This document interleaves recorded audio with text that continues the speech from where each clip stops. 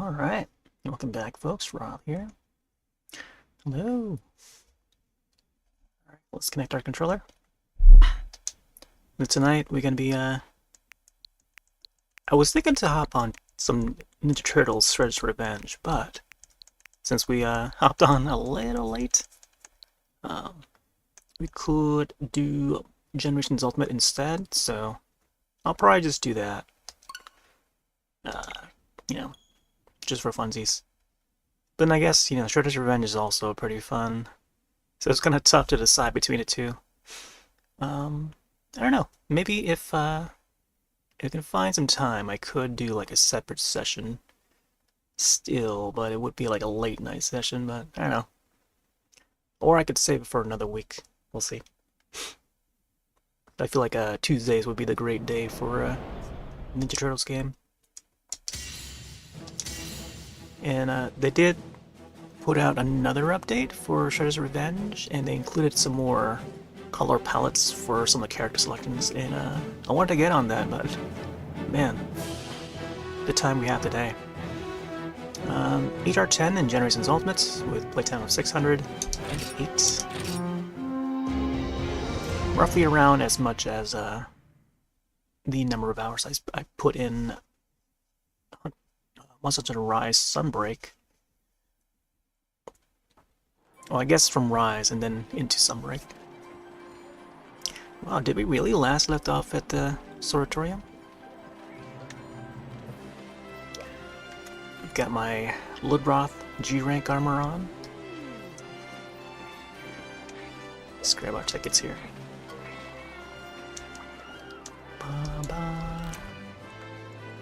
Yeah, I think tonight we'll just do some casual hunts and make our way through some of the G rank quests.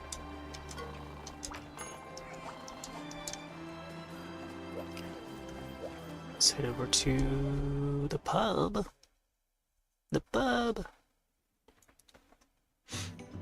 You also need to put on the feline hat. Doot.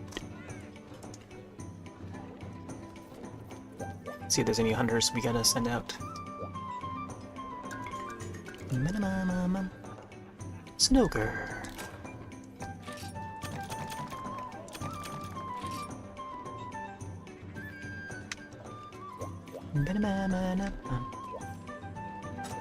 Let's see who these guys are hunting. Chickers with a great sword. What a girl wants. Is the name of the quest. Yeah. I see Dance Hunter here is going for some mushrooms. Maybe I'll send some mushrooms out. We could sure use some blue mushrooms, I think. I forget which Monster Hunter game that we're running low on potions, health potions. Might have been this one. Could have been 3 Ultimate. I think it was 3 Ultimate. Yeah, could sure use more mushrooms.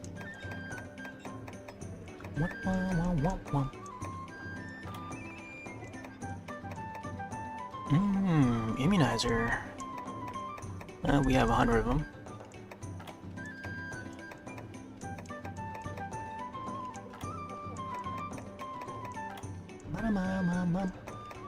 Oh, I also might want to change my outfits for the season. We'll probably head back to dressing up like the Moss Girl. But I gotta see if there's a G rank version of this Moss Girl outfit for this game. Wow, 49 of these for the pitfalls, and then shock traps are only 14 over here.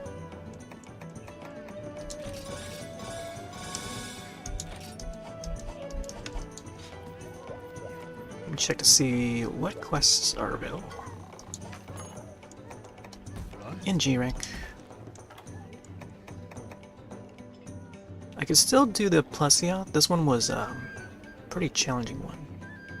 I think I ran out of time, or I may have fainted 3 times. So I can probably give this one another try, but like really go at attacking it a little more. Because those body slams, when he does that hip check thing, oh boy. Definitely gotta watch out for those. Blangongas, Nibble Snarf, Najarala. There's a Basarios here. Alright. I guess we'll do some of these. At least we'll try to do some of these. Got Ludroth armor, so it might work against this guy. We'll cover some water res, so check my status here. Yep, covers water res. Some defense. Attack seems okay. Almost 300.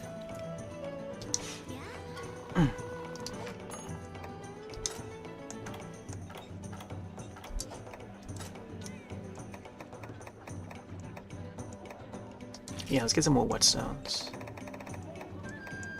I think 20 should do. I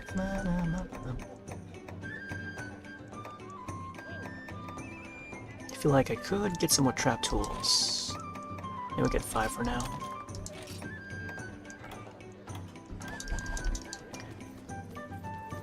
Alright. Let's make sure to send some hunters out.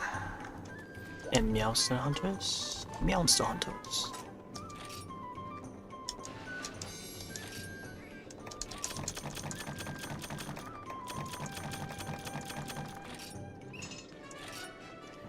Mama.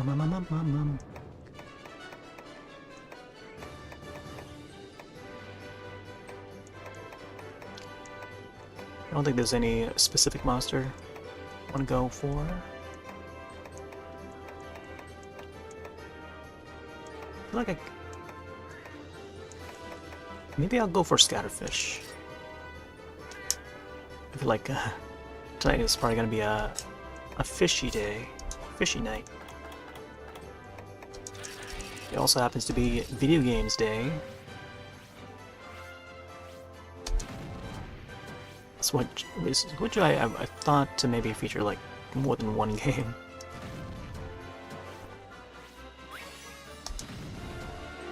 But we'll see. Wow, 3 of them in the safe spot.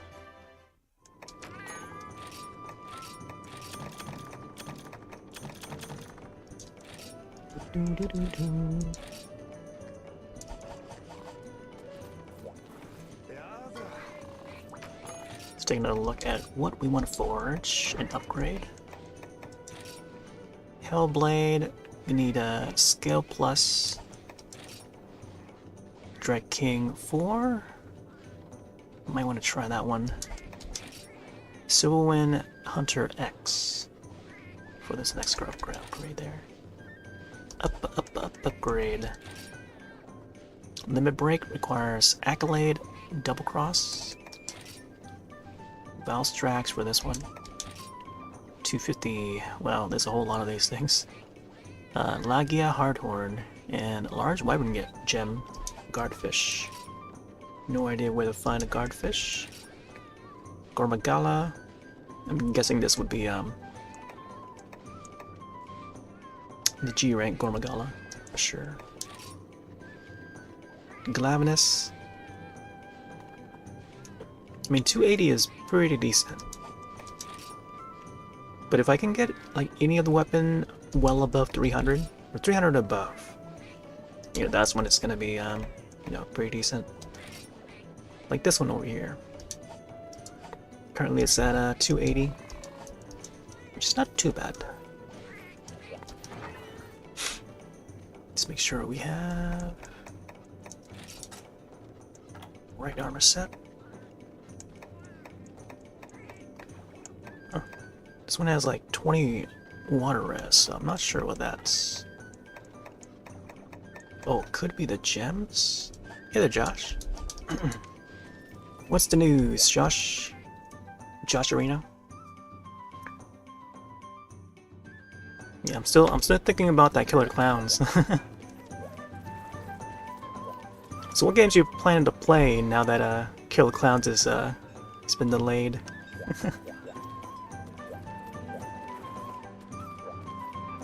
I think for me, I'm planning to revisit some older games.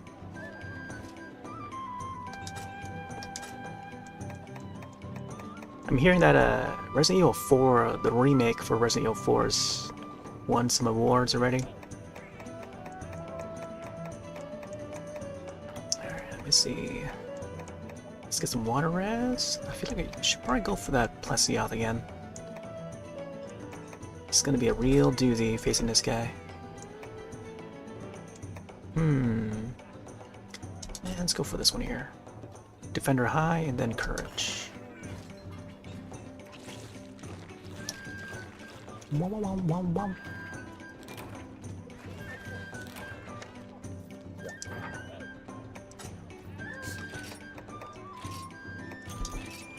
Oh, I didn't realize I have some items in my pocket here.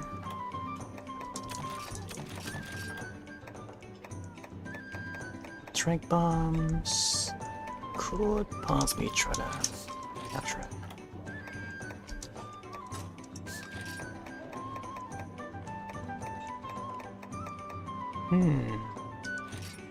14 of these 100 drinks. I might as well bring 3. Light powder, yeah. I'm not sure if we need cool drinks though. I'll grab 2 just in case. Demon Drog. Armor skin. Let's get like a 4-1 set. I feel like I would probably faint. I'll probably faint a couple of times in this quest again. Maybe even a 3rd time, but we'll see.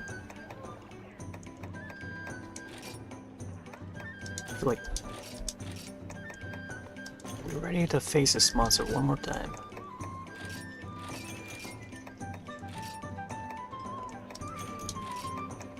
Let's get all the trap tools.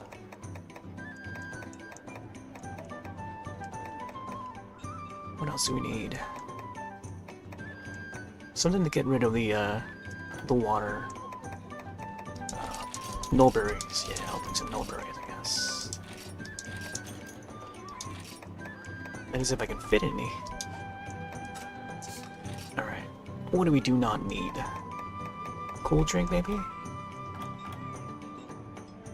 Cool drink. Maybe paintball. Probably don't need paintball. Yeah.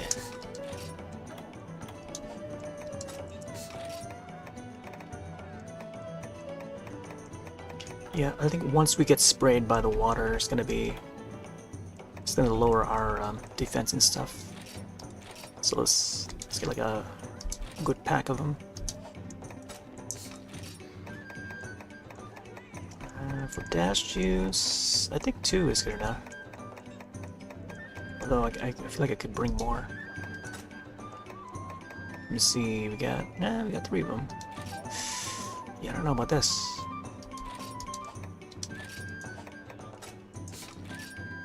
Cool drinks, max potion, ancient, yep, light powder, whetstones, yep, flash bombs, tranks. Apparently I brought some nets. I feel like shock trap would work well too, but I think net would do just as fine. Nothing to explode the bombs though, I don't think. Here, let's get another net.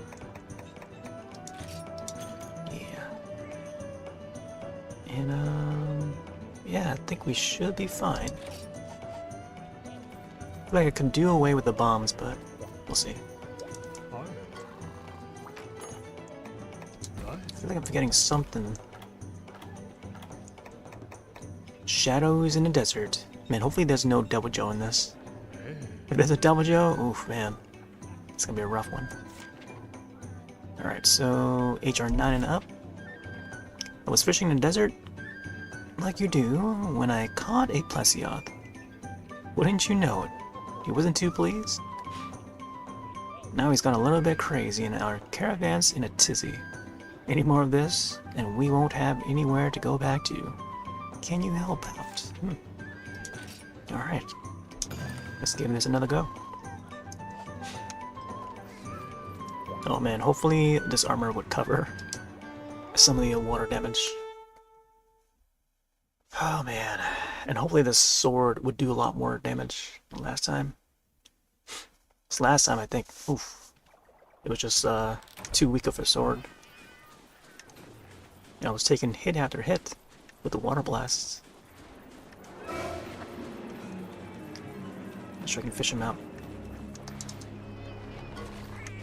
I think I gotta have the frog though. The frog bait. I'll try to back out of that, but no. Took the hit instead. What's Boomy doing? Thinks he can swim. Man, imagine that. Imagine you allow the palicos to swim in the water. Maybe that's why they took the underwater out for this game.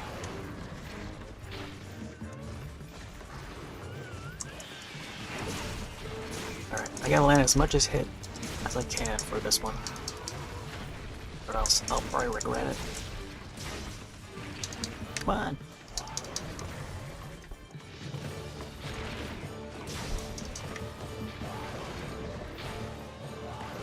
Oh, that was close.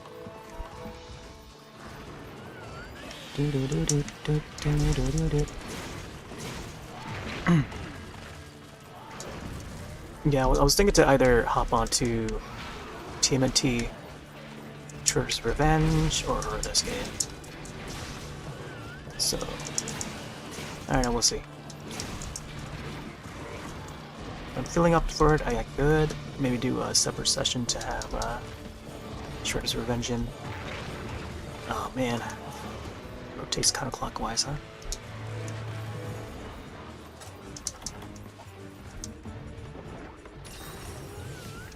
Oh, of course. Heal for nothing.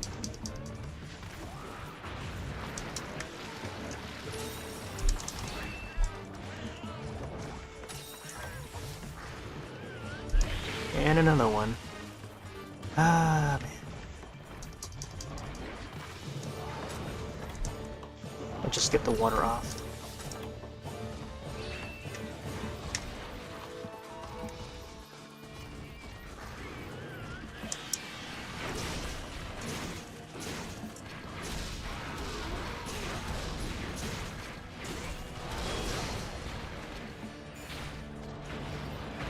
Oh, I think I dove there.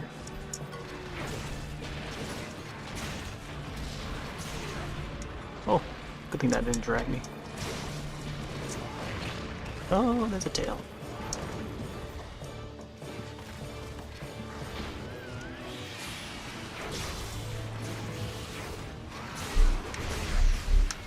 Nice.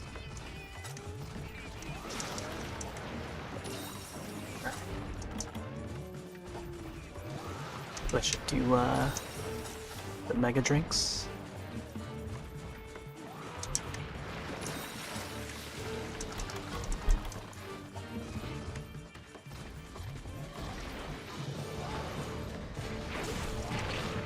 Is that still a hit?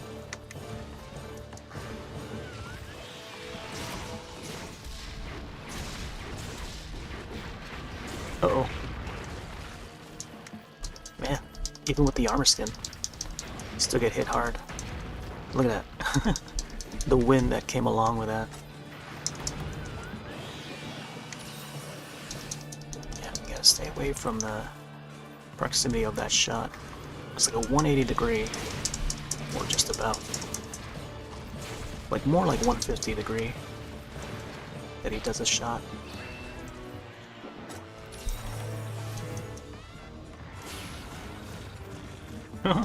The way he waddles.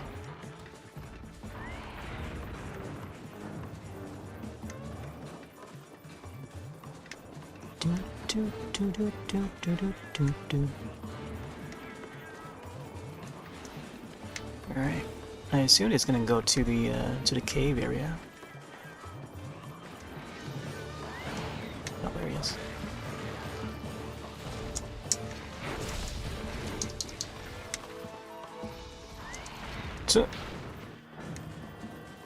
Comes out and goes back in.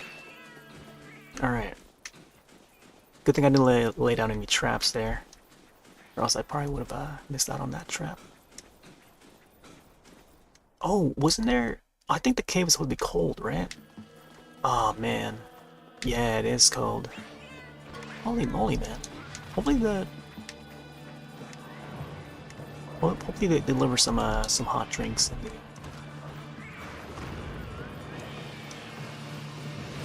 in the item box later on.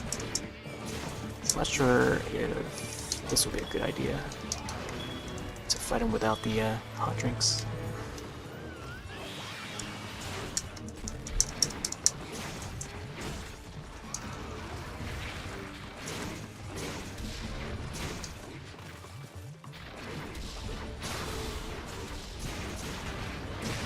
Ouch.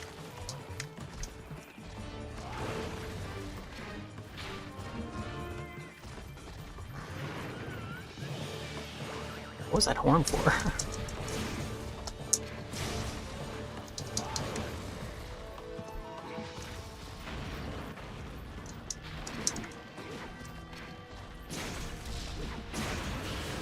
No, I was gonna do a slam.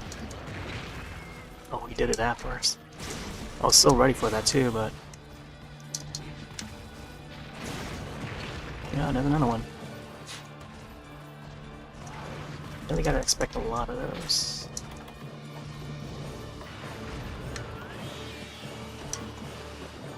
The way he shoots a little bit different.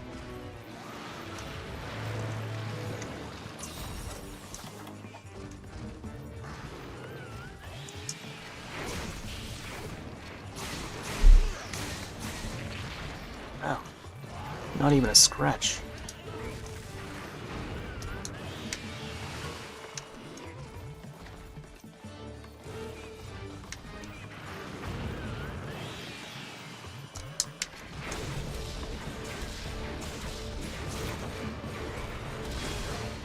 There we go.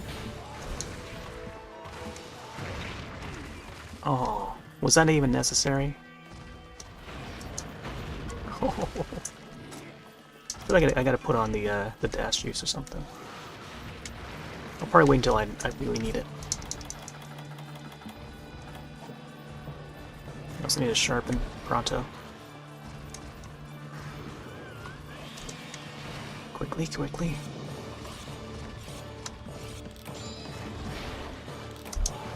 Oh my gosh. Look at that. How is that even possible?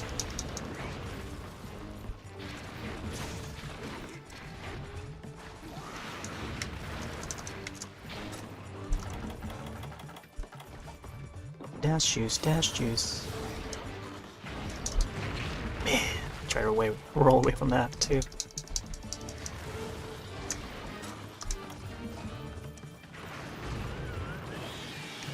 Alright, this is gonna be dangerous.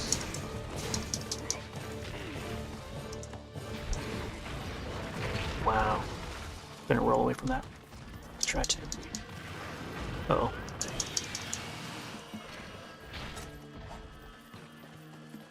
Like how my hunter's like running and looking at the screen. Man, totally forgot about the trap.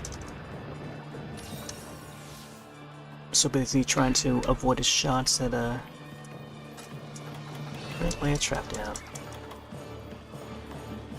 Maybe he'll come back out.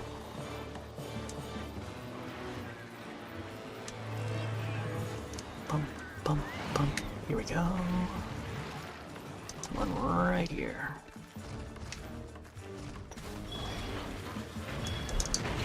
Man, came in dive in time. Supplies. Supplies or surprise? Had to hurt myself to hurt the monster. Ooh, nice, nice, nice.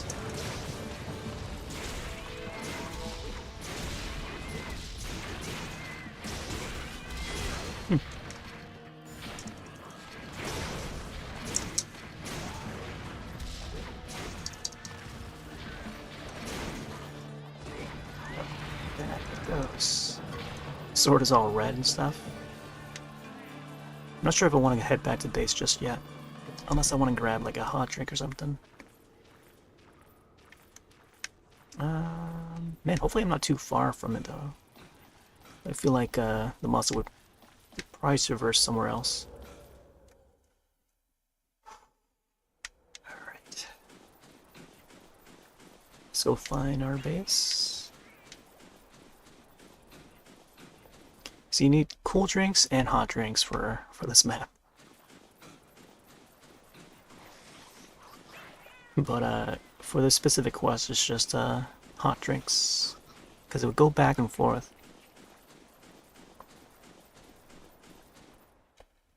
To the cave and then back to that spot again. Alright, I think it's over there. Could probably save some potions just by using the cap to heal.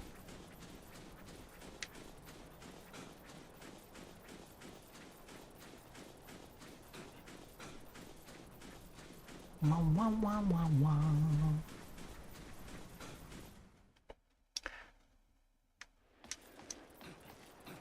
So there's a few trailers for upcoming films and shows that I'm looking forward to watching, and it's a trailer that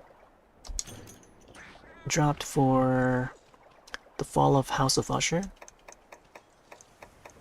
It's a pretty long title, The Fall of the House of Usher. I feel like they could have just called it The House of Usher. Like they should just remove the fall of. I don't know. But yeah, it's a new Mike fan again, based on the Edgar Wright story. And I've seen one other adaptation. It was like an animated adaptation, which was pretty neat. Part of a anthology animated film where they cover a few of Edgar Allan Poe. Yeah. Did I say Edgar Wright? Oh my gosh. Poe's stories, and I think it was called Extraordinary Tales. I think, and one of them happens to be the House of Usher story, which is pretty neat. Check this quest again. But now they're doing like a live action series for Netflix, directed by Mike Flanagan, who's known for a lot of titles, including. Oh man, he's done a lot. He's done Haunting of Hill House, Bly Manor, Midnight Mass for Netflix, and now there's an upcoming one that is, The Fall of House of Usher. He's also did The Midnight Club, which is, based on the books, The Midnight Club. Sort of like Fear Street or Goosebumps. There's also a new Goosebumps series on the way too. Live action. And yeah, there's a lot of good stuff coming for spooky season. Pretty excited for it. But yeah, House of Usher. So far, it looks okay. I do. I mean, I enjoyed the animated one that was for Extraordinary Tales, but oh man, maybe I should go the other way, huh? I think this no wait. Oh, I think I was supposed to go the other way. I could have just gone south from Area 2. Opinion on candy corn? Oh man, I just thought of something else.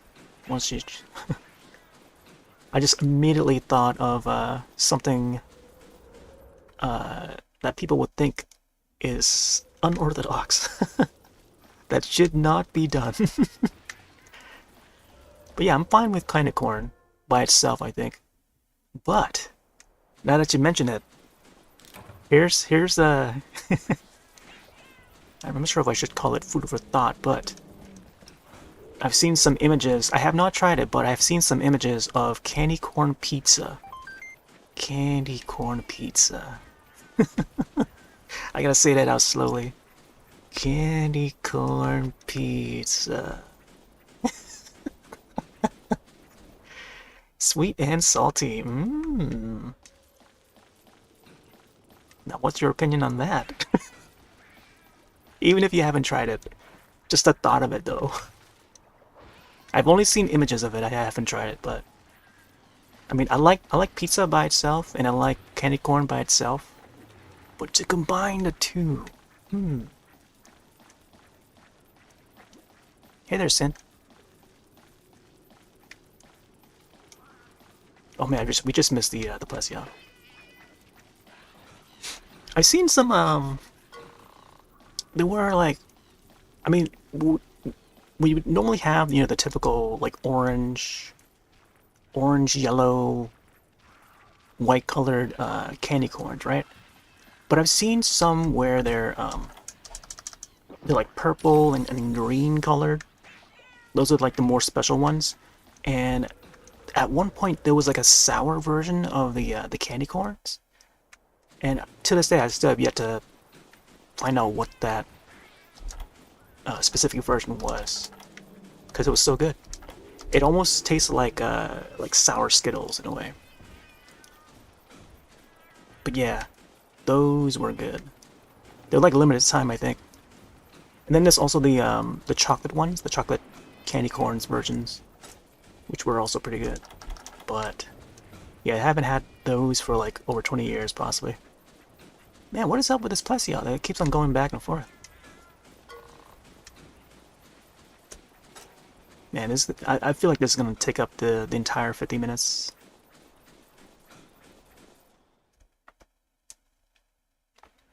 But yeah, I'm fine with candy corn.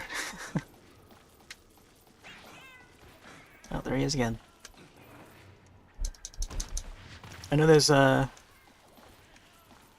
probably not a lot of people that enjoy it. Ah, I totally forgot to heal myself. Oh yeah. Forgot to heal myself at the base.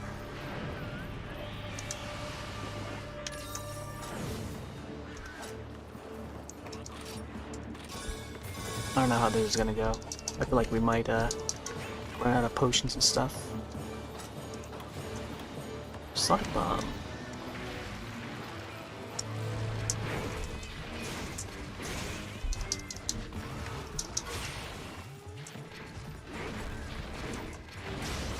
Oh boy.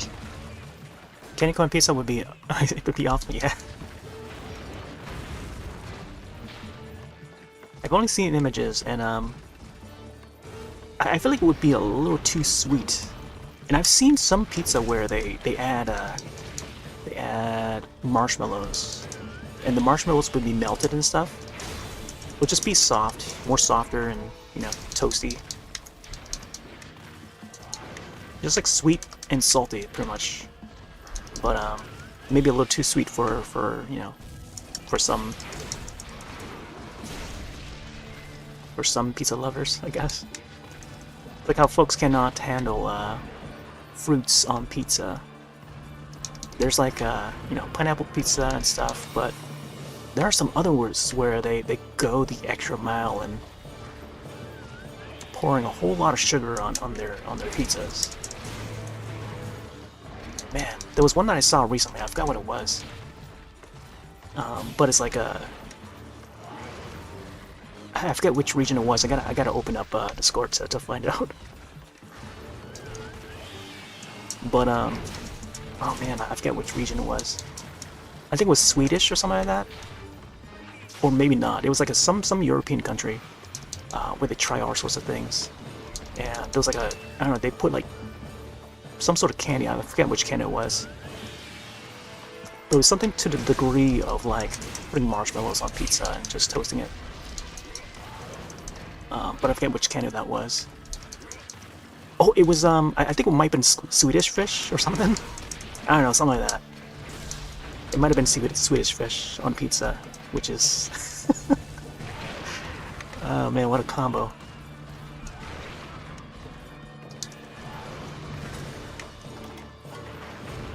But man, I mean, if that exists, imagine. Oh, no, oh, I remember what it was now. It was banana. It was banana, sliced banana on pizza, and they just toast it up. Oh man, yeah, that's what it was. It was banana. Banana pizza. And they serve that too at restaurants. Like there's like a specific restaurant that does it. Yeah. Banana on pizza. It's a thing. Better than anchovies, to be honest. I've had anchovy pizza before. It was not bad. It was actually, the anchovies, they give a lot of, every bite of the anchovy is like a bit of salt. So if you like your pizza salty, you know, that's anchovies. But the anchovies, they give a little bit of crunch. If you want that crunch to it, the anchovies would do that. You know, but then there's people out there that do not like any kind of fish. Right, Plesioth? Plesioth pizza. How about that? That's a meal for Monster Hunter. If they were ever to do like a Monster Hunter caravan or something on wheels, Monster Hunter on wheels, and they serve like Devil Joe pickles. I forgot what I mentioned yesterday. There was something about if they do like another convention, maybe Tokyo Game Show or I don't know, PAX East or something, and then they have like another promotion to promote the latest Monster Hunter. They would bring the Devil Joe pickles around, and I mean they do have like the theme parks and stuff over in Japan, but it's only in Japan that they would have that Monster Hunter themed park, and they would serve like turkey legs and stuff, like large turkey legs, how they do in Disney World and stuff, Disney parks. And what's that other event? That fantasy event. I keep on forgetting the name of. But yeah, like large turkey legs, which is made to look like I don't know. It's made to think that we're we have like the meats that's in the game. You cook the steaks and stuff. Let's see how sushi, yeah. Yeah, get that Plessis pizza. A slice of Plessis pizza. I'd have one. The smell that takes. Oh yeah. Yeah, I can definitely see that. I'm sure there's a way to take away the smell.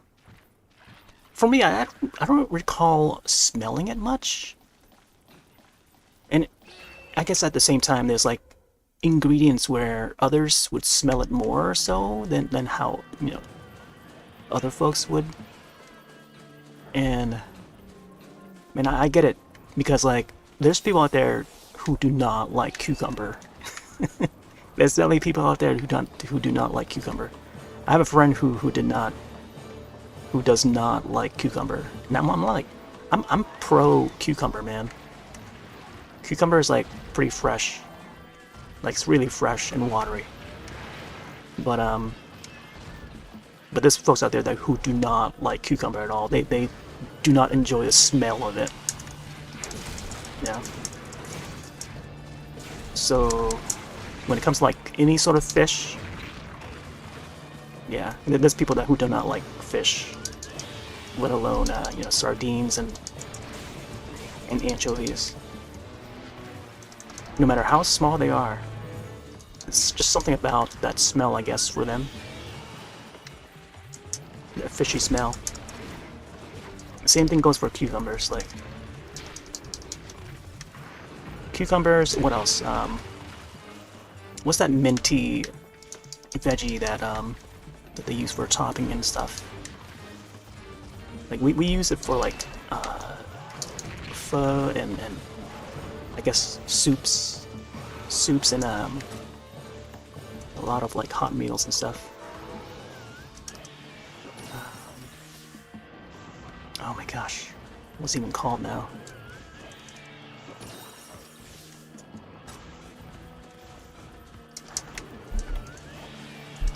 Alright, let's get dash juice. I don't think I'm gonna be able to get this guy in time. I feel like I would run out of potions before I do.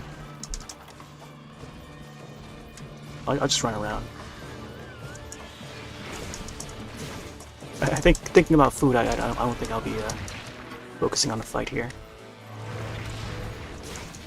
There's a Monster Hunter themed park in Japan. Yeah, definitely. They always have one in Japan, and you have to be in Japan to experience it. Capcom usually have like themed bars for each of their franchises, or I guess for the main franchises like Resident Evil, Monster Hunter, like all the big franchises that they do. But mostly for those two franchises. Street Fighter is another one that they would have. But yeah, Capcom's pretty big in Japan. Big in Japan. You used to deliver pizza so small space. Yeah. Oh my gosh. Yeah. Imagine that.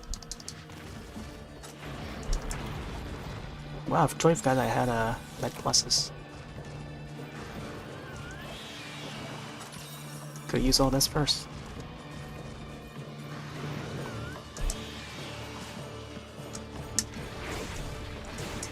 Oh, there we go. And I'm gonna go for the head, but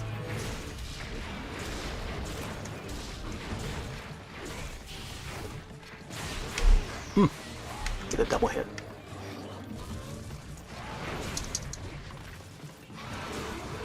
Almost my juncture. Come on, I'm over here. Oh, come on.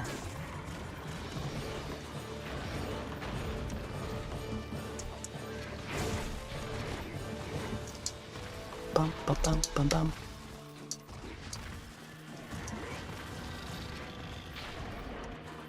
Gotta sharpen the sword ASAP.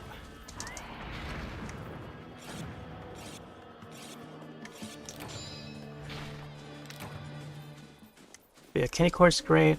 I think of the Halloween candies, I tend to go for the Reese's Pieces. Always the Reese's Pieces. The Reese's Pieces and then Snickers in second. Or sometimes it's like, you know, like of the popular candy choices, when it comes to Halloween candy, it's like, you know, Snickers, Reese's. Sometimes some Milky Ways would be a good alternate. And also the 100 grams. 100 grams. I remember the commercial for that. I'd eat it. I'd eat it. The audience just gasps. What would you do with 100 grand? I'd eat it. Oh man. Let's go for me. It's going back in the water, huh?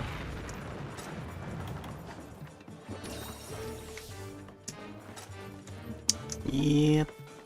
It's gonna be back and forth now. Man, hopefully we can get him to limp at least. Maybe then I'll be able to catch him.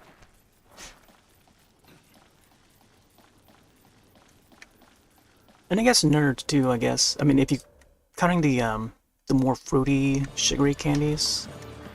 Oh my gosh. Speaking of food, this guy's munching. I do like some of the nerds ones. And the more recent nerds, they came out with like a chewy center nerds. It's like a taffy at the center, but then like they wrap it around with nerd candies. So you get this like clump of nerds candies, which is pretty tasty too. I would definitely go for another bag of those. Like they had like a D&D themed one a couple years ago, I think. 1 or 2 years ago. Pretty good.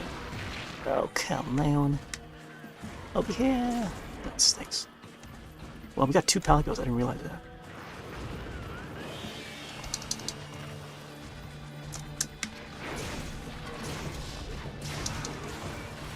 That was close. No!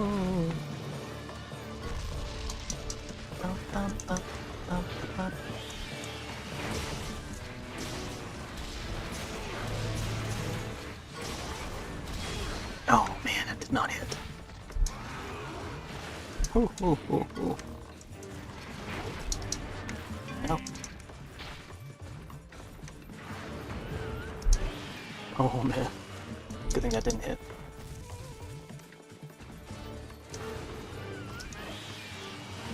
Man. That's right, the Palico did not get hit by that.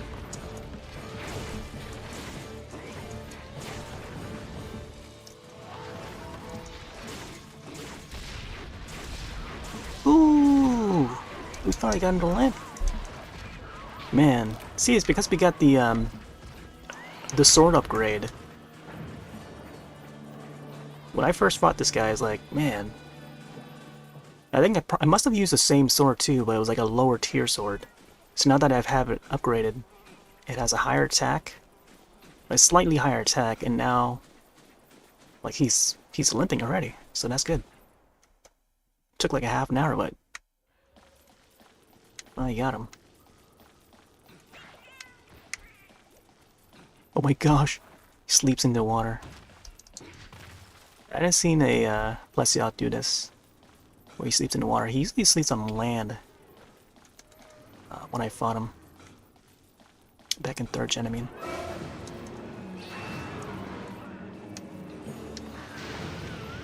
Come on, get over here.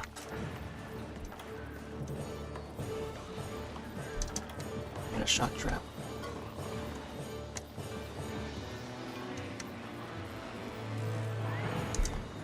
Here we go.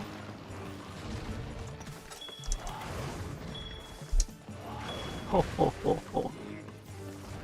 Can never be too careful. That thing can reach. Oh. Oh. There's the same time as he shot it out. Boom. Bada boom. Nice. Dun dun dun. Dun dun dun dun. It's got a very sharky look to them. It's like almost like a mud skipper, but like a more evolved.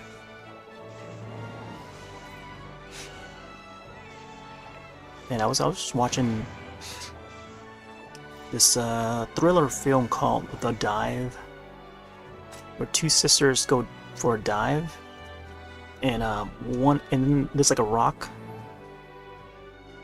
like a part of the cliff start to collapse, and then the rocks came falling through the water and then like hit one of the sisters, and then trapping them, and then the other sister had to like go back out of the water, go back in and fetch like a variety of things to try and get her to survive.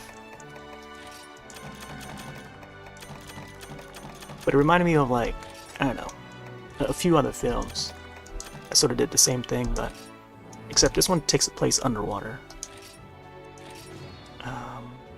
I guess 47 meters is another similar one, where it's a father that saves the daughter. And the neat thing about that film, though, is that like they're both actually related. Father and daughter acting in the same film, where they sort of rekindled their relationship off-screen and on-screen, which is pretty neat. Not often that happens, but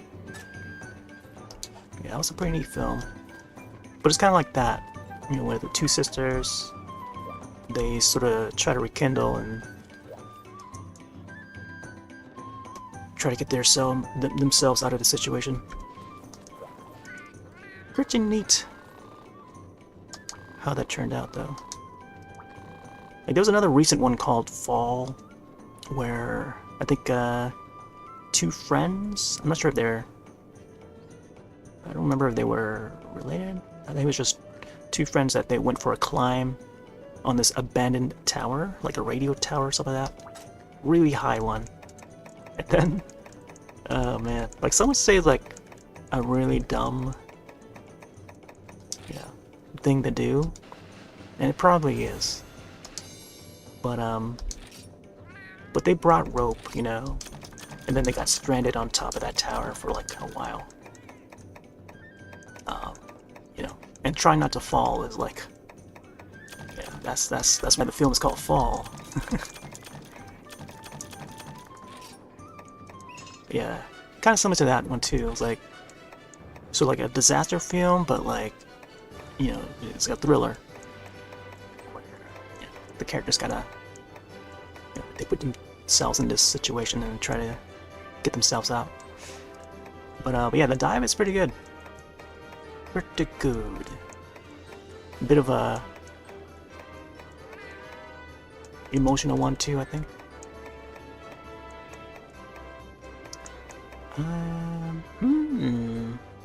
Aerodrome is back.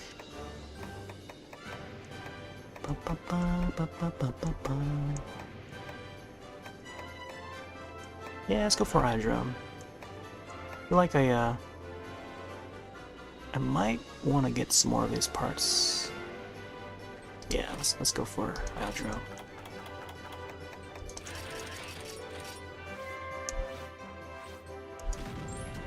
Oh, Sandy Monster.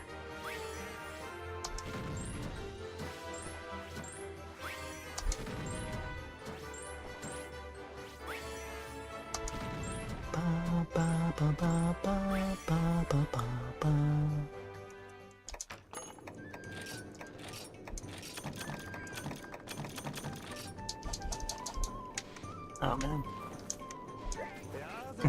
Now that you mentioned delivering pizza, I'm starting to crave some pizza now.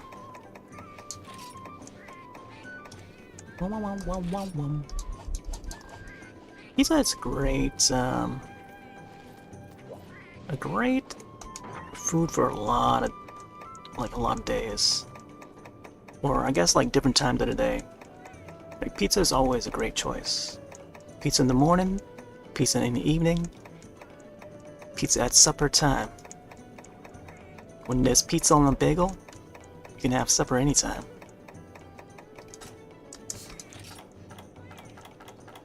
I don't know about that last part. I think I might have forgotten the line for that. The old commercials. Alright, I don't know who I'm hunting next. Let me take a look.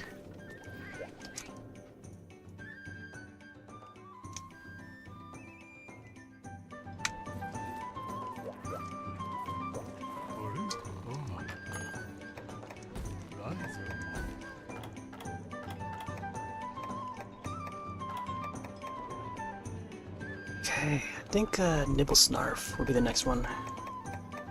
Nibblesnarf, I think he shoots out water. Yeah, well we'll try Nibblesnarf next.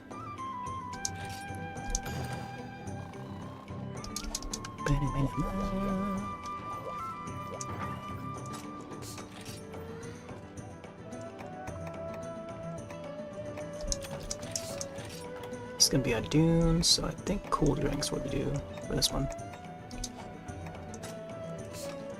Grilling some burgers?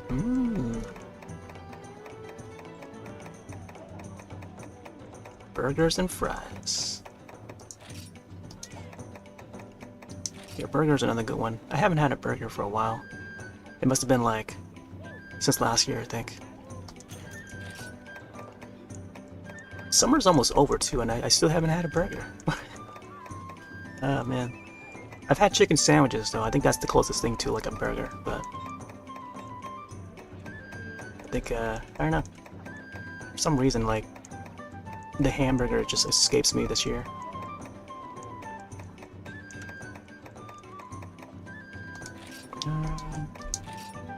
Let's see, we got 14 there.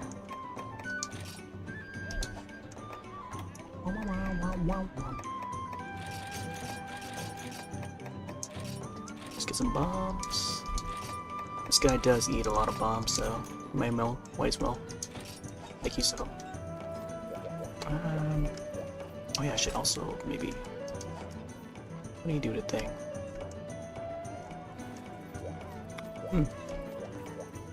Yeah. Copy this guy again.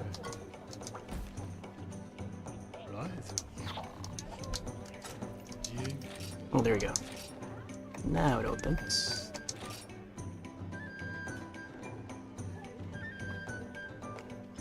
Alright. I don't think I need a set up a hotspot for this, since it's on the Switch.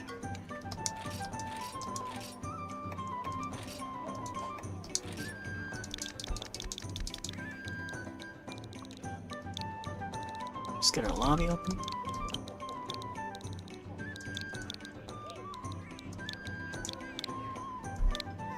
I feel like the Plessy hunt was sort of a warm-up hunt.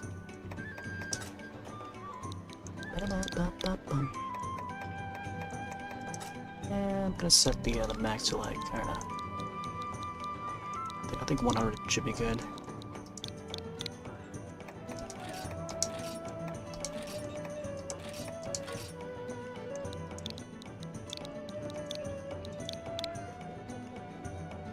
As usual, passcode is the year.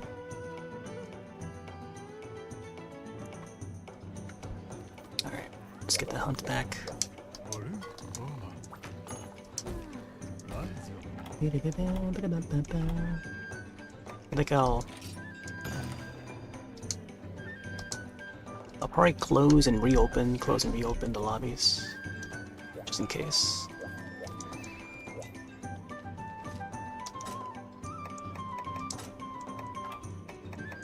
Alright, water, here we go.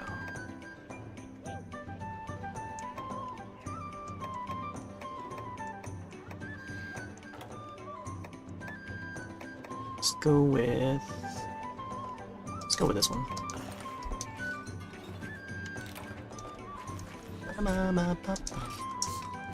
Double check. Alright, I think we're good. Wow, wow, wow, wow, wow. Our usual trade route is being terrorized by Nibblesnarf. We just tough it out, but Nibblesnarfs won't eat anything.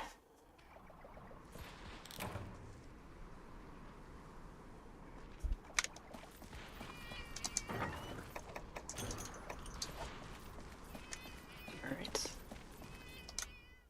Let's see where he be.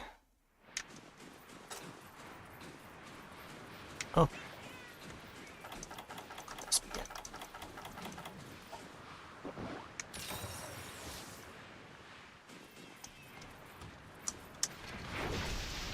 Nope.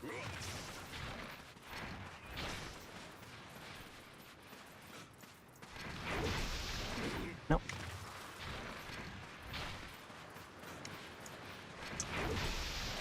Wow. I like how they have like that sort of thing as like, oh yeah, not me, not there, but there,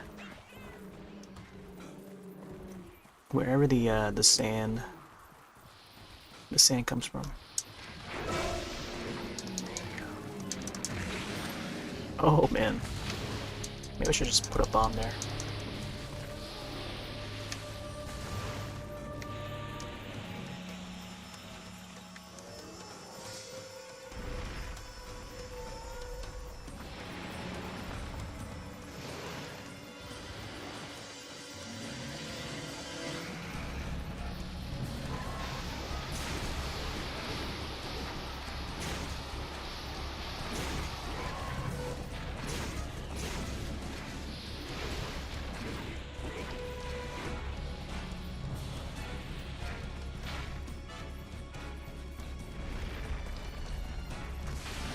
Oh. Nibble's trying to nibble on me.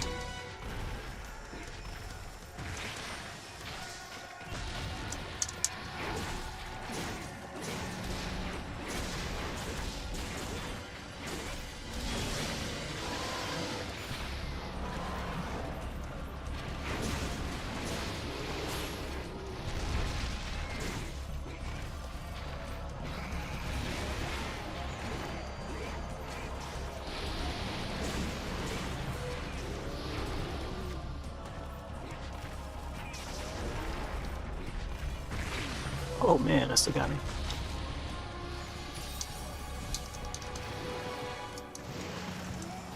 Here, let's see if we can get some bombs in.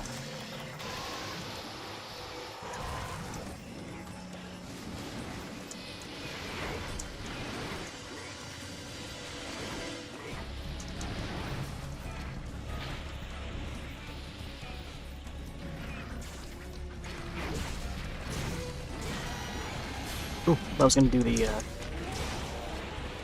backward hit. Oh, what?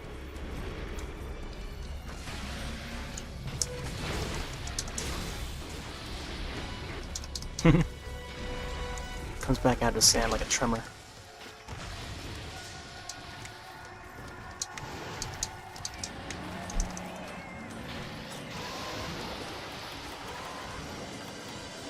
Light powder.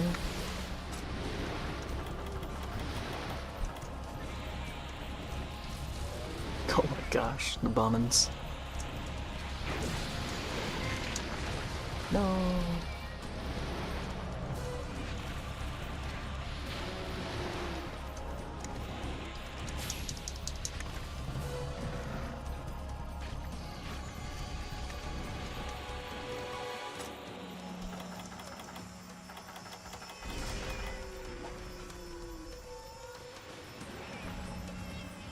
Uh-oh.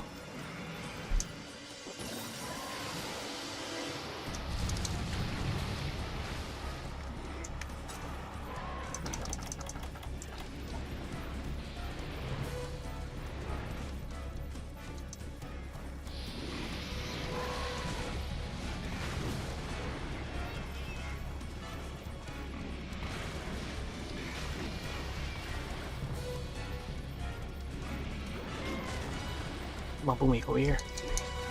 Gotta redirect him to the bomb.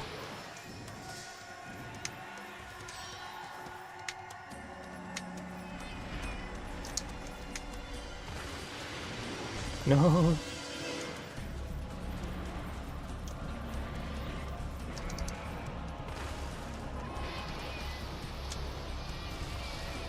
Man, that's like 3 bombs.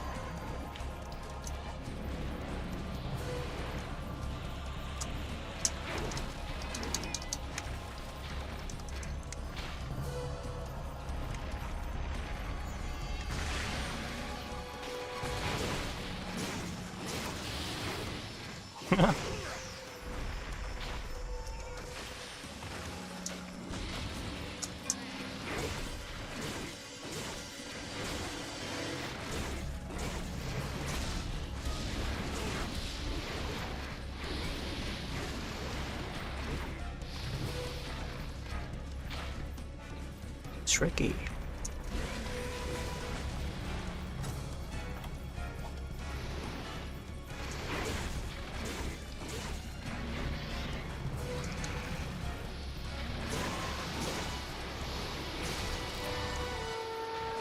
Okay, supplies. Nice. No, I thought that was the slash.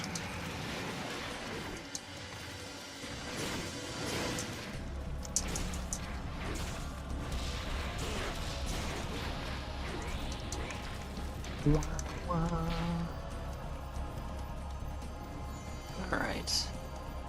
This guy's not too bad.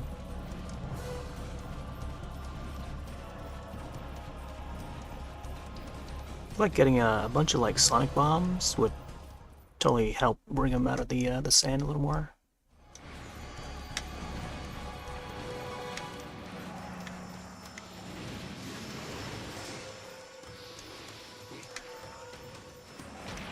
Yeah, come on. Huh?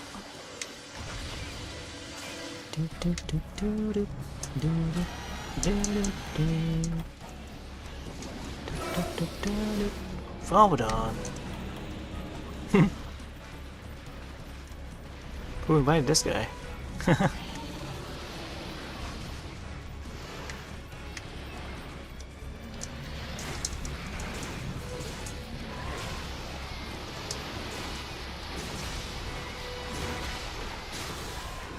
Nice, nice, nice.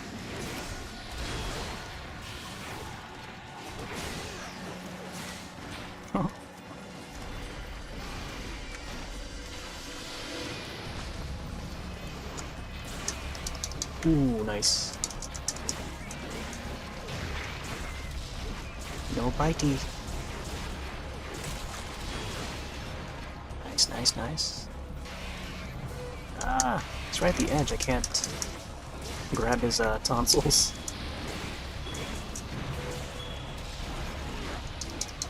Ooh, that tongue. Not a place for a trampoline there.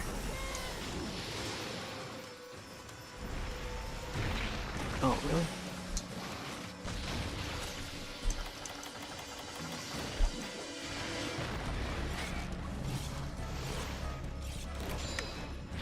Hey there, yeah. Oh, here we go. We got a bounce. Yeehaw!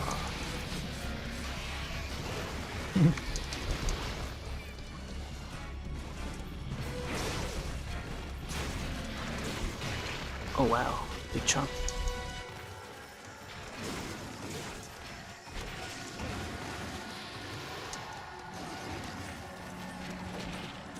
What?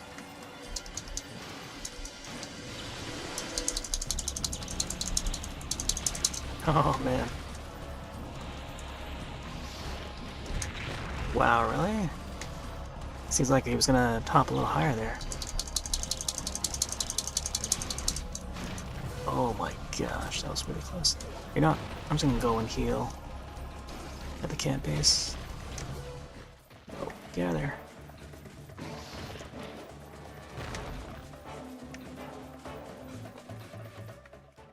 Like, I'm not gonna use my potions just to heal. When I'm like right here.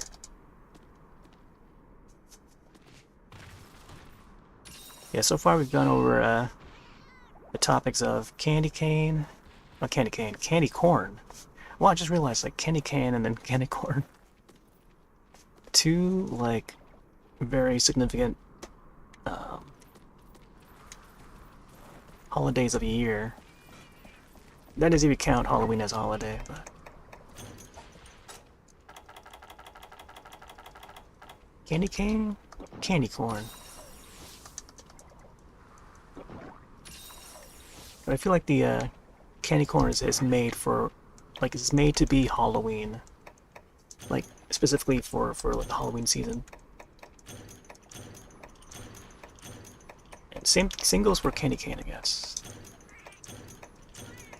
For its you know, specific holiday. Alright. Actually, I'm gonna bring some more of these.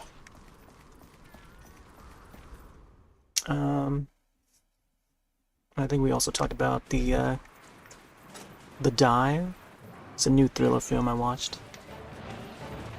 Also waiting for House of Usher, and I didn't get to mention the other trailer that I saw, which is the trailer for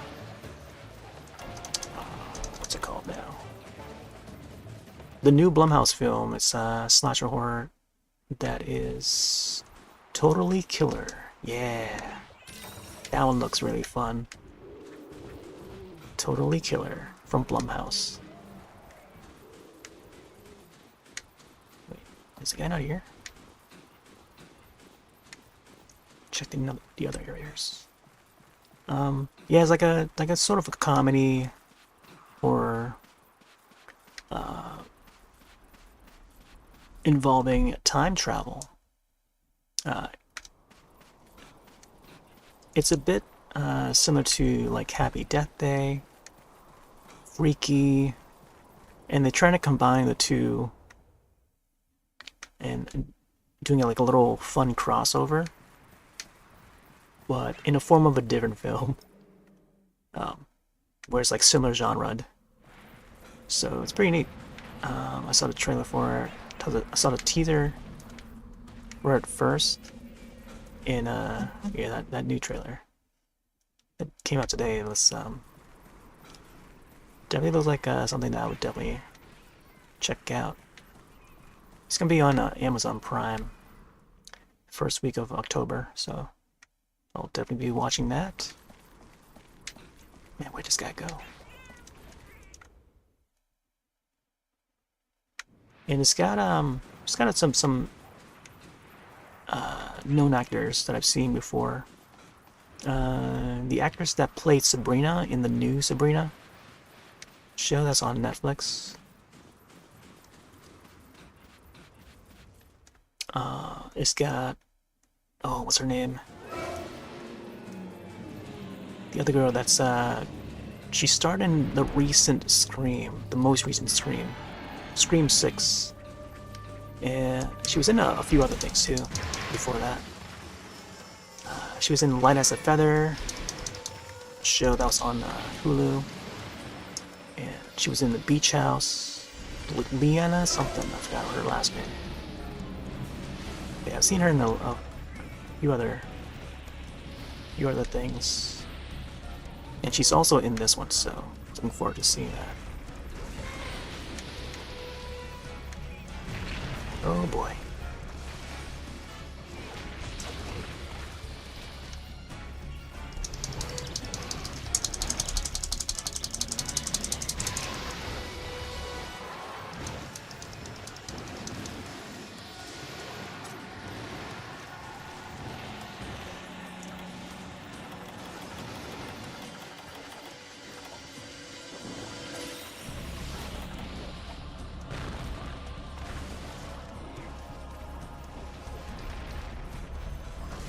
Oh.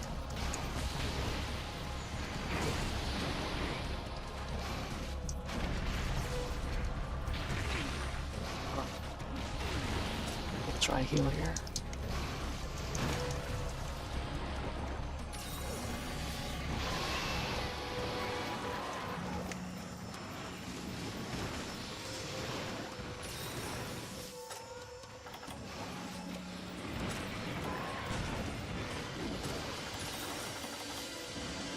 Oh yeah, easy barrel bomb. They should probably use this.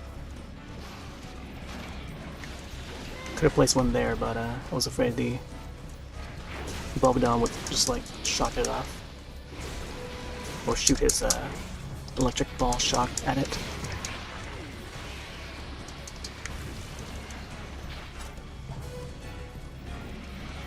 Alright, let's put one right here. There we go. Oh no! Didn't take the bait. Come on. Wow. You're so close to it. Oh, there you go. Yes! Yay!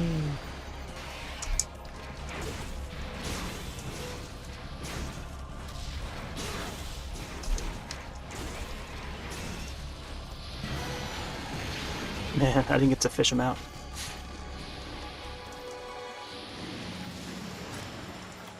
Didn't really commit to it.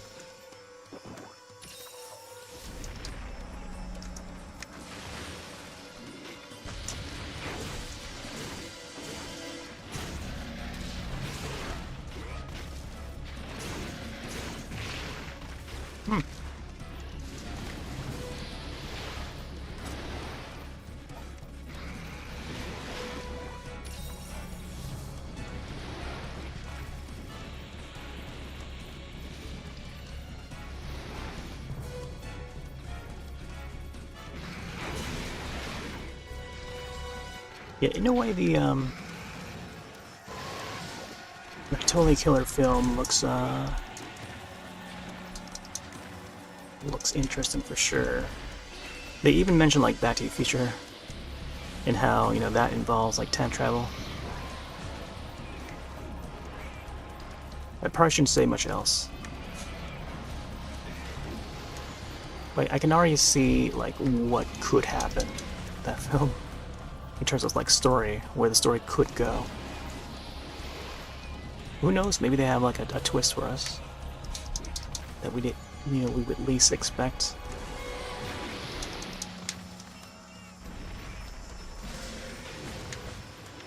But seeing that it's going to end up on Amazon Prime, I think that's a good choice.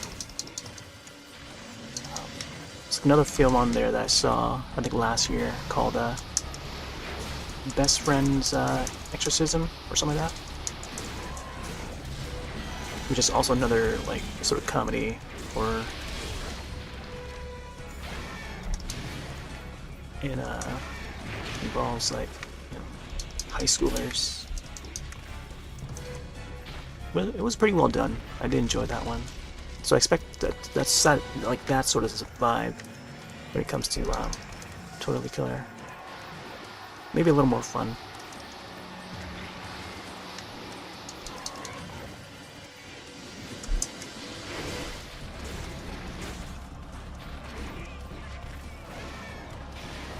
No, I didn't really see many people talk about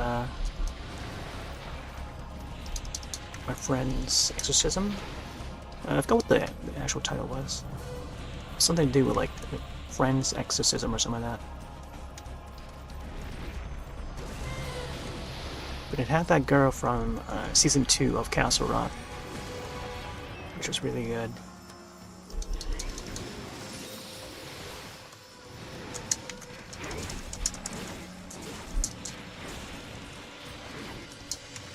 And the actress that played the mother in Castle Rock season 2 starred in something recently. It's a recent film. It came out last month. I think it's called Cobweb. Yeah, I think that's right. It's Cobweb, which also looks interesting. But it's only in theaters. I'm gonna have to wait until that hits streaming, and then I'll check it out. It's a lot of films that's in theaters, but it's like they're making their way to streaming services now. Or at least on demand. Whoop. Let's get sharp in here.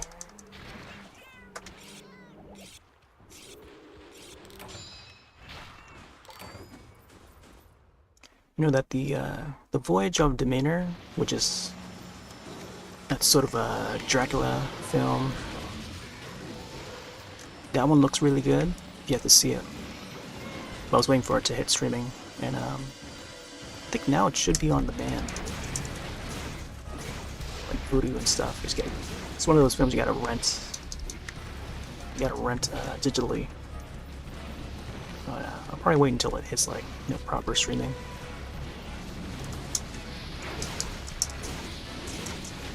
Oh, come on!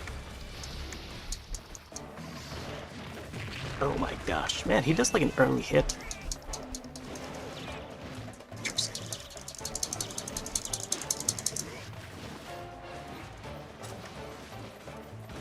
Looks like he went to a different area.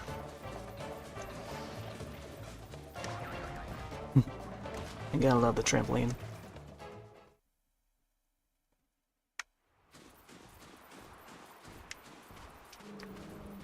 I don't think he's here. Wow. Next time I'll definitely would have to throw a paintball at him.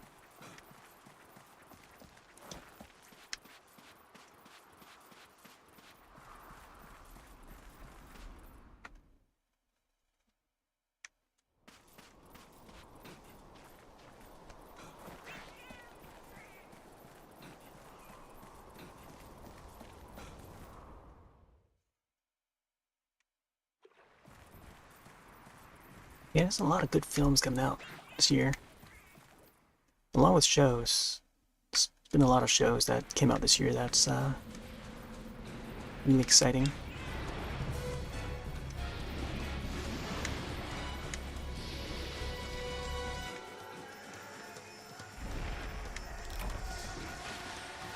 There goes the cooling.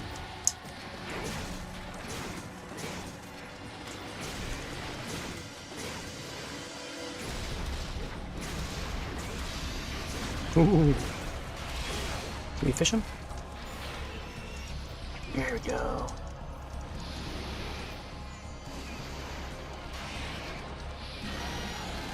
Oh man, I didn't tap it fast enough.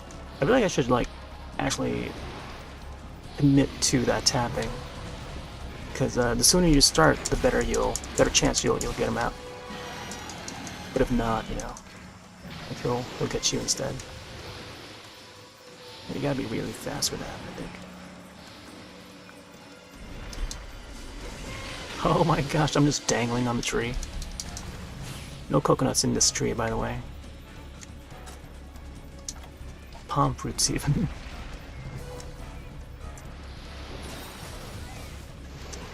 And again, like, Zelda and the Monster Hunter franchise, they seem to... there's always some similarities between the two. But this is a much older game, too. Uh-oh. I knew that was coming. I feel like I could do the juncture, but... normally, elementals do not affect the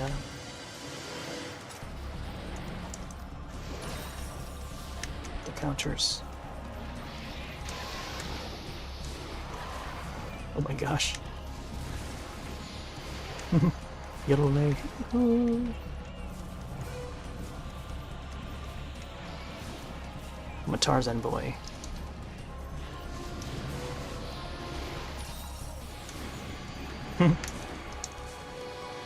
Oh man, I missed that one. It's like DK Jungle Swing.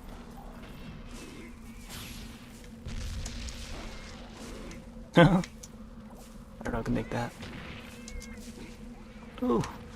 Yeah, I feel like if we angle it right, we could make it.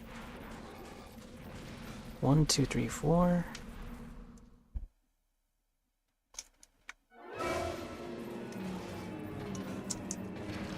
Nope, I'm not going for this while I'm done. There you go.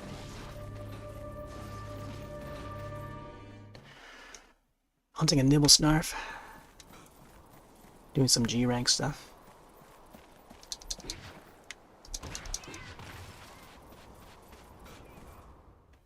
Yeah, I was thinking to hop onto some Ninja Turtles tonight too. But I don't know, depending on how I feel. I could just stick to this game, and then maybe save Shredder's Revenge for another day. But I don't know, we'll see.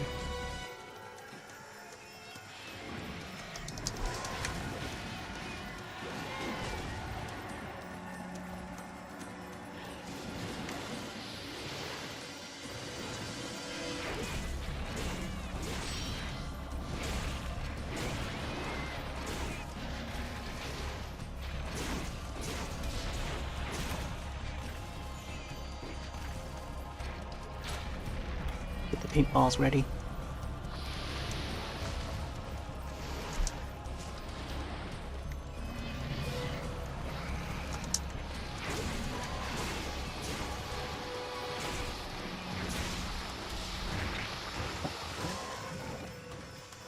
Expecting it to roll to the left.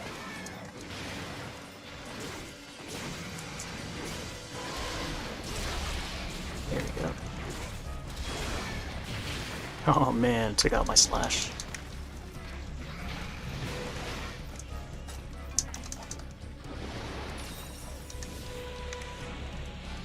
It's funny that we're suffering the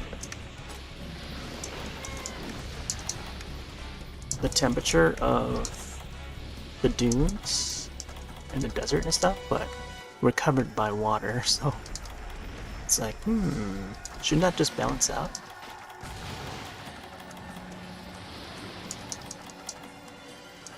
Oh man, I don't think I have any more cool drinks.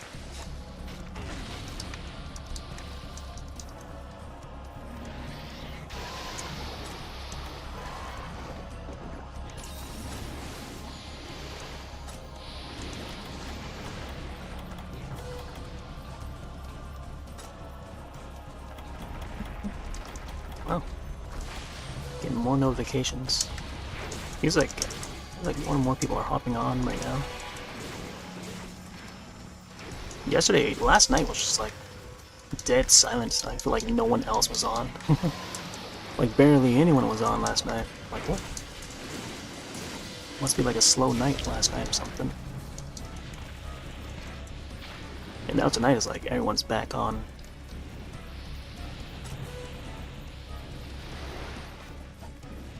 You wishing you join? Yeah, the lobby's open.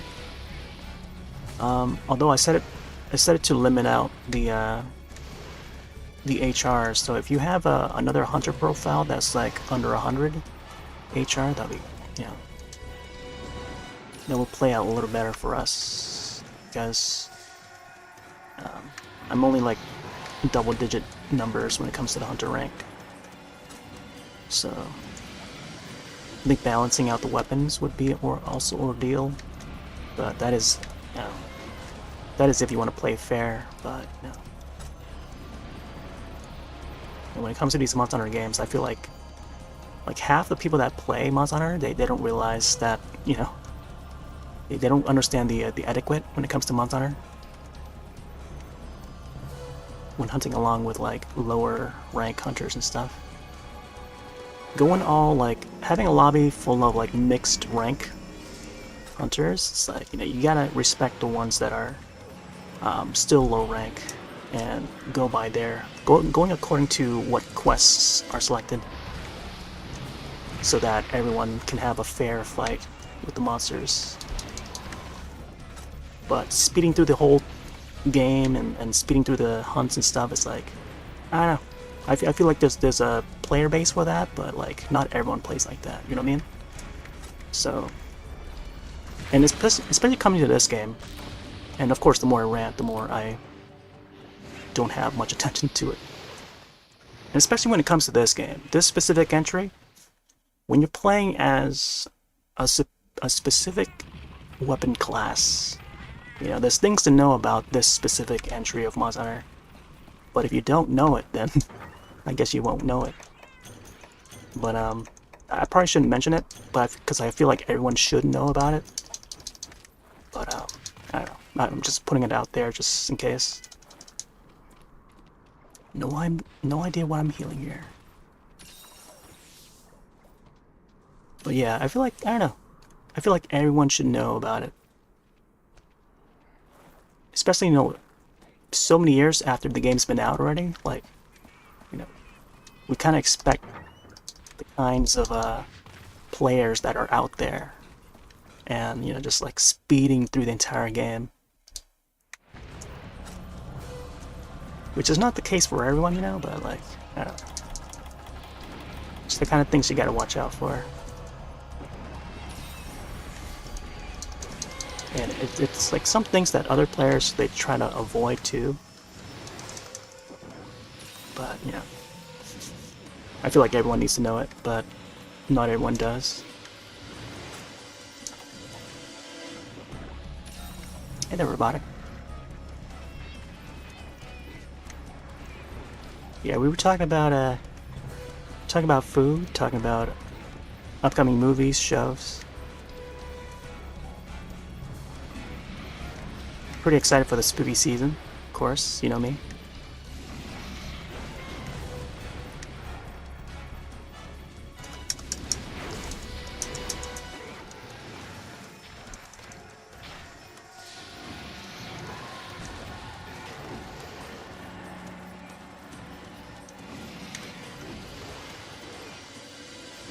Yeah, the low rank content, yeah, exactly.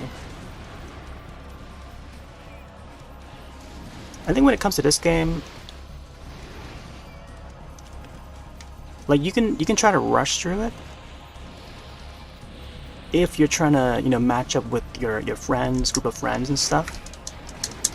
And if they're not too far, you know, like I think pushing it up, you know, doing the key quests, and specifically only the key quests. And that's another thing too, you gotta like look up which key quests, or which ones are the key quests, and then speed your way up to, you know, catch up to high rank, just so you can hunt with those players, you know, like, but I don't know, the more we play these games, like, oh yeah, just install the game and we'll hunt, you know, we'll help you through low rank and you know, get you up to speed, and yeah.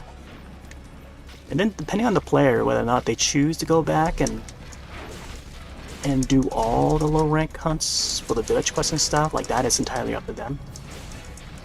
And that's what I had to do. I had to like go back and do all the village quests on my own. which didn't take long, but you know, it's good to get a little bit of the story, get some of the village quests out of the way, so that, you know, you can have a better grasp at each specific entry of Monster Hunter.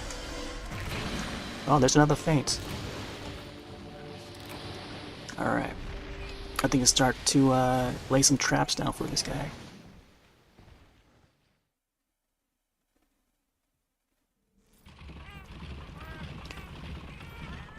Go-to choice, weapon choice, really suck at, trying to learn, use high, use higher rank gear. Yeah, it's good to like, redo quests with different weapons so that, you know, you get an even better grasp at the game. Oh, got a cold drink. That's what I need more of, cold drinks.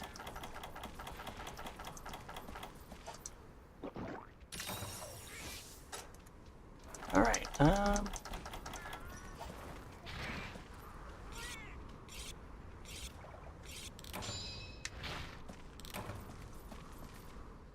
Alright, let's try to pay more attention this time.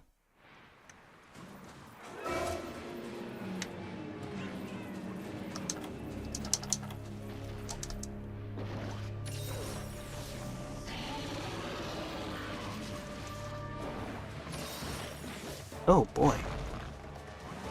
Man, seeing the Volvodon, he does like a sort of backflip, but he moves forward. Normally he would do like a front flip. At least in 3rd gen, I remember seeing him doing like a front flip instead of a backflip like that. It's neat that it changed and updated the animations for each iteration.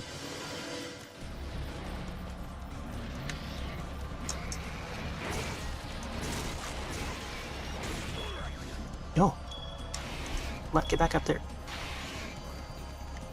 Guess it's too late now.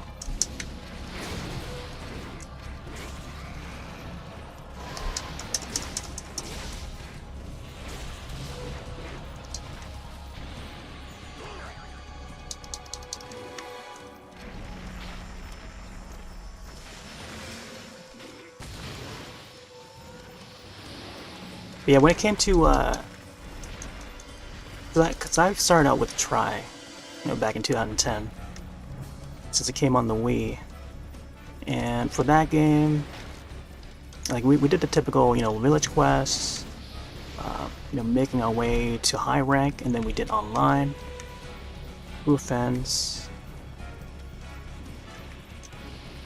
and then I went on to other games. But then by the time that 3 Ultimate came out for the Wii U, I was fully prepared for that. I knew what to expect. You know, except, you know, you get more monsters, G rank stuff. That was the G rank version of 3. And for that one specifically, I did low rank village quests. Finished all that, and then I hopped online. Like, it took about 3 months to do like the early, you know, low rank stuff. And then once I hit high rank, that's when I went online. And then the rest of the way was just online after online. And maybe a few like high rank quests in the village, and that's about it. And I just never finished the high rank until like 10 years later. Like 9 or 10 years later, so that was more recent. So the game's like 10 years old, and I still feature every now and then. But yeah, I finally finished like all the high rank stuff in the village, aside from like one other quest. So when you finish the main story, you get the credits. I got the end credits for that, and there's still that one quest remaining that I've left unquested, I guess, or unchallenged. And I'm gonna say that for like, you know, when I'm ready to take it on. But I usually hop onto 3 Ultimate when I want to do some casual hunts in the multiplayer. But yeah, usually these games they're all about multiplayer, but it's a good etiquette to know, like, when you have to like balance out the weapons. And I would have a friend join in, and it's like their first experience with 3 Ultimate. So he's like low rank, getting towards like high rank, and I would like go with no armor on, you know? I would choose whatever weapon that would work best with the monster and stuff. Elemental wise, I usually go by the elemental. And then I'll take all my armor off just to challenge myself, you know? Because it's only just like a high rank or low rank monster or whatever. And we still have a good time, like we both have a good time. Because it's more balanced that way, you know? Then it also depends on like, you know, the weapon I choose too. Because, you know, if I do too much damage, you know, we finish the monster in like less than 5 minutes. But luckily it wasn't the case that way. But like taking the hit from the monster is like, it's fun because, you know, not often that, you know, a player goes out there and with no armor, you know.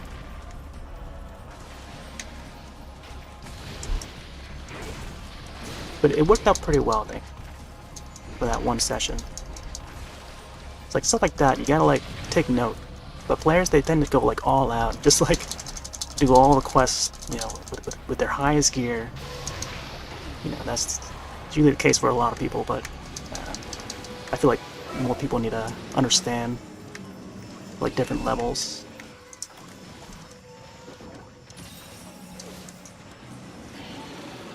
Oh, we got both these monsters now.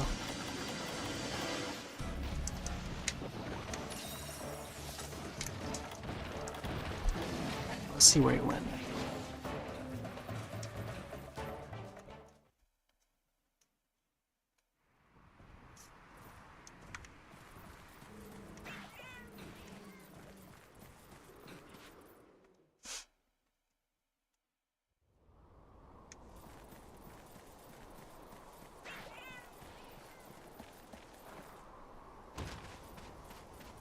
Yeah, that was like 10 years ago. And if you want to count Try was like 15. It's like a little, I want to say a little closer to like 13-ish. So 13 years, that's Try. We used to stream that game too, but on a different site. And the site was Mogulus. Mogulus.com. Sadly, we couldn't archive our videos on that site, though. I think a little later they start to rename themselves to livestream.com. Oh, there's the bite.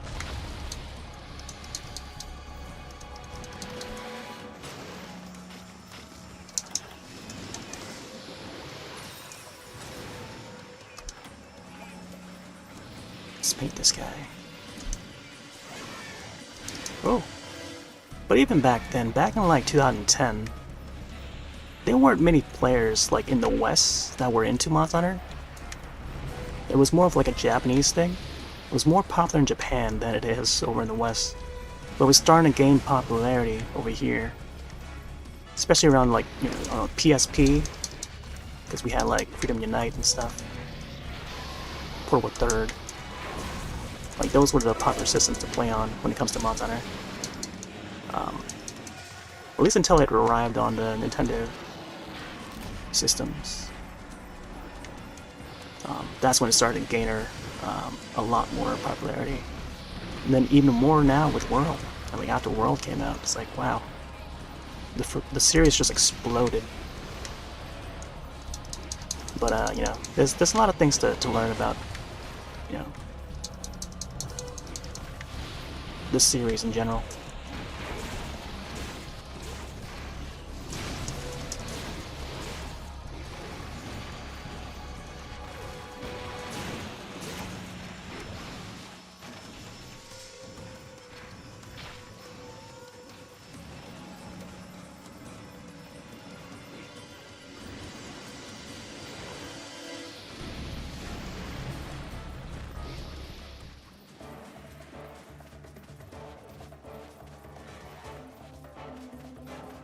14th anniversary in Japan. Feels like 14th? 14th or 15th? It's definitely up there. Wait, did it go back to 3? Alright, let's go back this way then.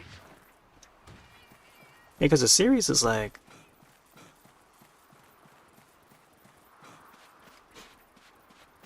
series is going to reach, I want to say 20 years next year. So 2004 to 2024. And yeah, Capcom's definitely planning something big for the franchise.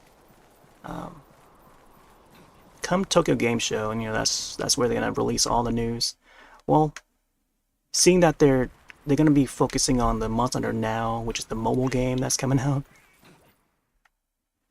I think it's gonna be coming out in like a few days, I think. Unless it's already out now. Oh yeah, it is. It is out now. It's out today, I think. Yeah. Just realized that. It's either out today or out yesterday. It must have been yesterday. Because I saw the music video that they put out. And they got like some J-pop artists advertising it. And you know how it is. When you have a game out and you collaborate with like K-pop or J-pop, yeah, that's when you know you're doing pretty big marketing for your title. I mean, look at League of Legends. League of Legends, they team up with like Crunchyroll to bring the anime in, and then they have like K-pop artists collaborating with it. So you get all these people from like different scenes, you know, hearing about these games and like they're, you know, taking part in playing it, which is how League of Legends got so popular, because the word would spread around those, you know, around those scenes, getting more people into these games.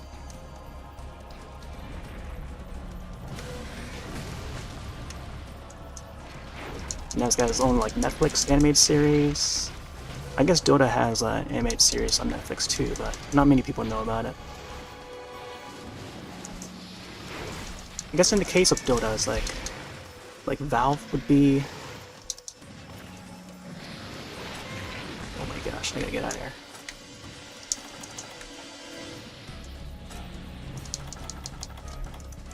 Max. Like, Valve does have the annual international tournaments, and like that would also continue the popularity of Dota 2, and they would announce like, you know, when a new season of Dota Dragon's Blood would be announced, would be set for Netflix and stuff. Which is a pretty good show, by the way. I don't see many people talk about it. But it's done by the same studio that did the Voltron Defender of the Universe, or whatever it's called now. They did the Legend of Korra, in the same Korean studio.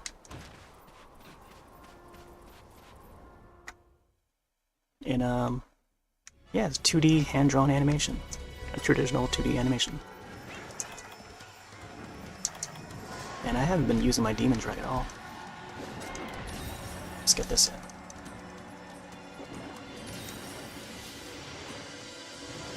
Oh, the 14-foot try, okay, yeah.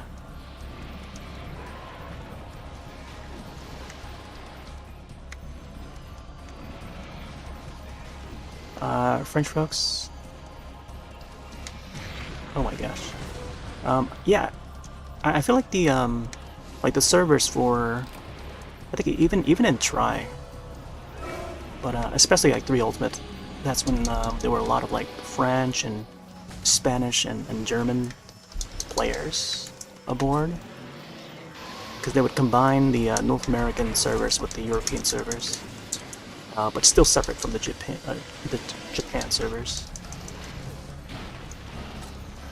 Man, 5 minutes left. I don't think I can get this guy. I have to be like fully focused to get this guy down.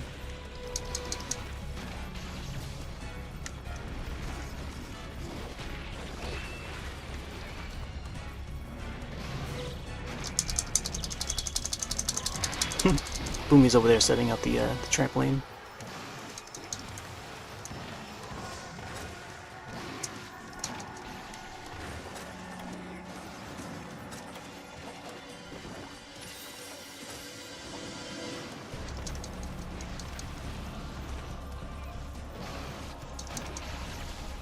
Yeah, Ironbeard.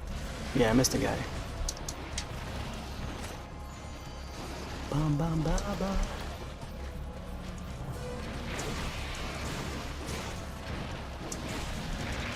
Uh-oh.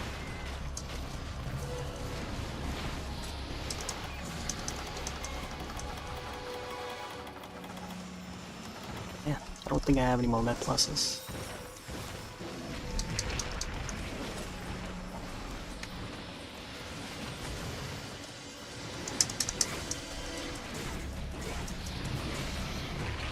No.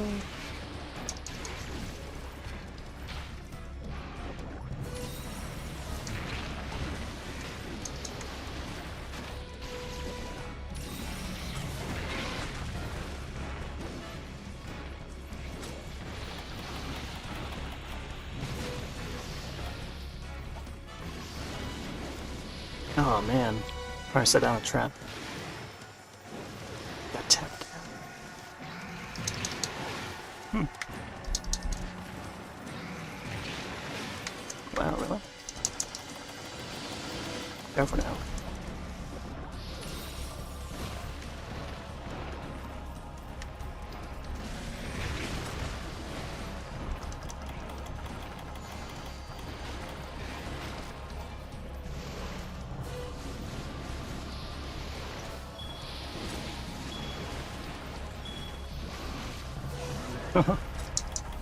Got the Volvidon instead.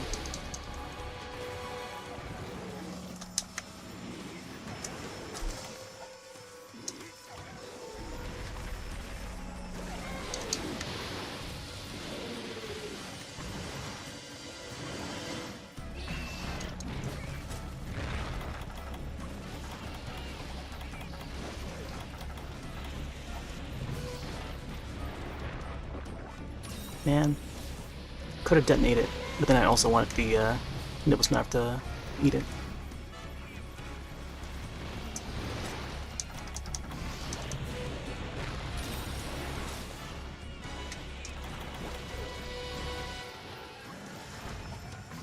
Huh. I might have to try this one again. Come on. Goes the bombs.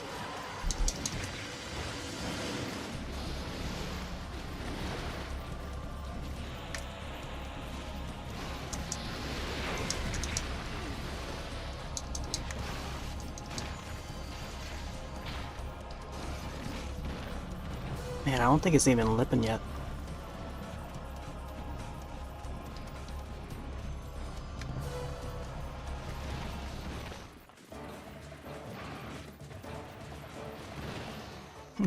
Volvidon's still rolling. Alright.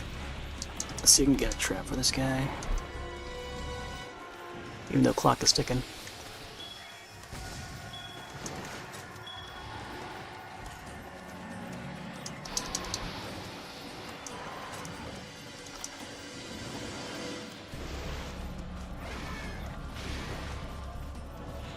Man, I don't remember if, yeah, I don't think Pitfall Trap's even working that guy. I think it has to be like a shock trap.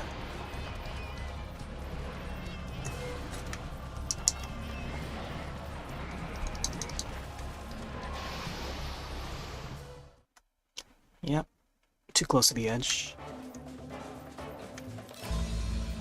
Yeah, here goes the time.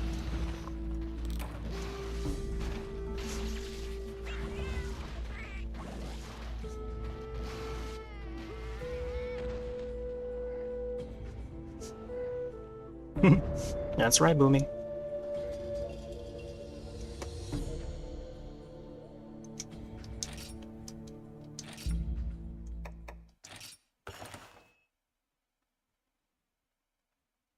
Alright. Let's give this one another try.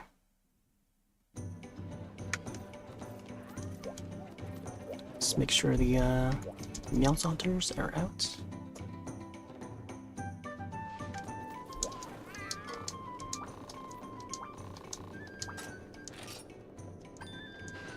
Oh, there's a Chameleos there. One Iron Drum piece. They're hunters! And then they're monster hunters! Hunting season is open! Oh, hey, welcome. Thanks for the raid. Hello there.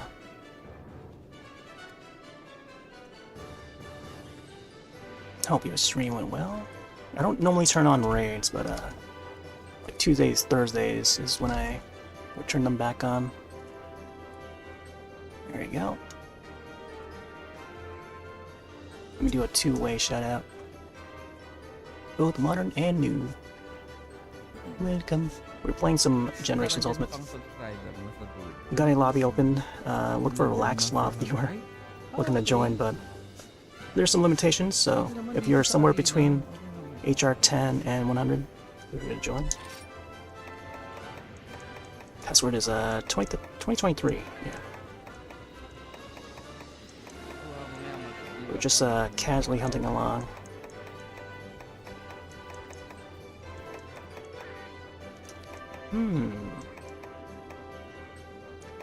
Here, let's get some blue mushrooms.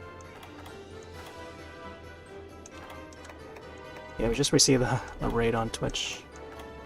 Yeah, it's usually Twitch that I would disable the raids on most days. There's like a couple days I'll just leave them open. I try to limit myself to, you know,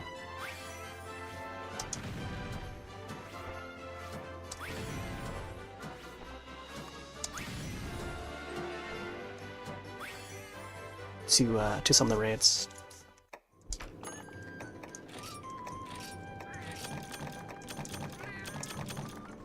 Because we're playing at hard mode, you know? Hard mode is a totally different way, I think, for us to stream.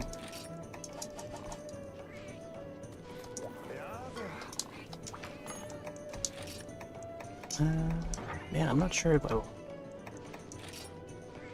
not sure how to get this accolade ticket here. Alright. Let's get back out there.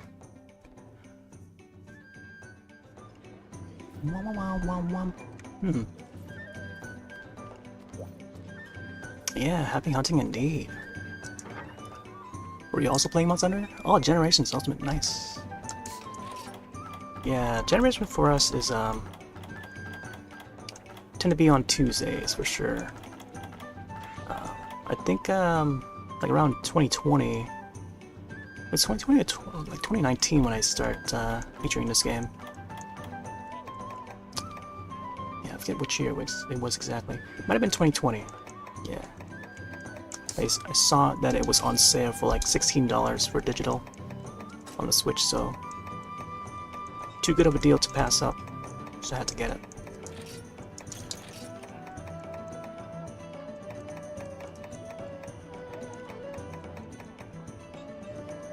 And yeah, I've been featuring it ever since. We do play other games though. Zelda's, for example. As of late, it's like Zelda's and the Monster Hunters. So Monster Hunter Rise, I think, you know, that's been our regular game. I brought back 3 Ultimates, which is on the Wii U. Let's see. So we got Monster Hunter Rise, we got, you know, the Zeldas, and then, you know, the old Monster Hunter 3 Ultimates. Still have the 3DS version. Got them both at launch. Both games 10 years old. But yeah, long time hunting. Yeah, I think this season we'll probably segue into some horror games as well. I still have yet to finish Alien Isolation, and then whatever else that I see fit, we'll try to feature.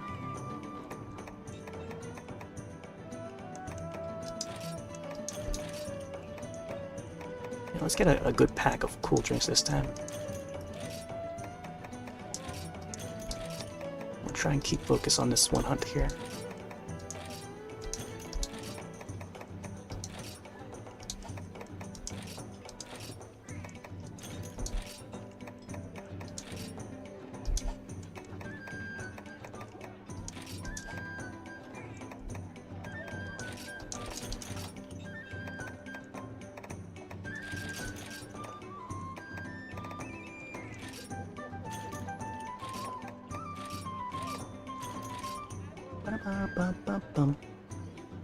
Oh, this controller? Yeah, this is the Wii U Pro controller. That is, if you've ever seen one, this is a Wii U Pro controller playing on a Switch. Now, officially, it doesn't really connect to the dock, but I use an adapter to do so.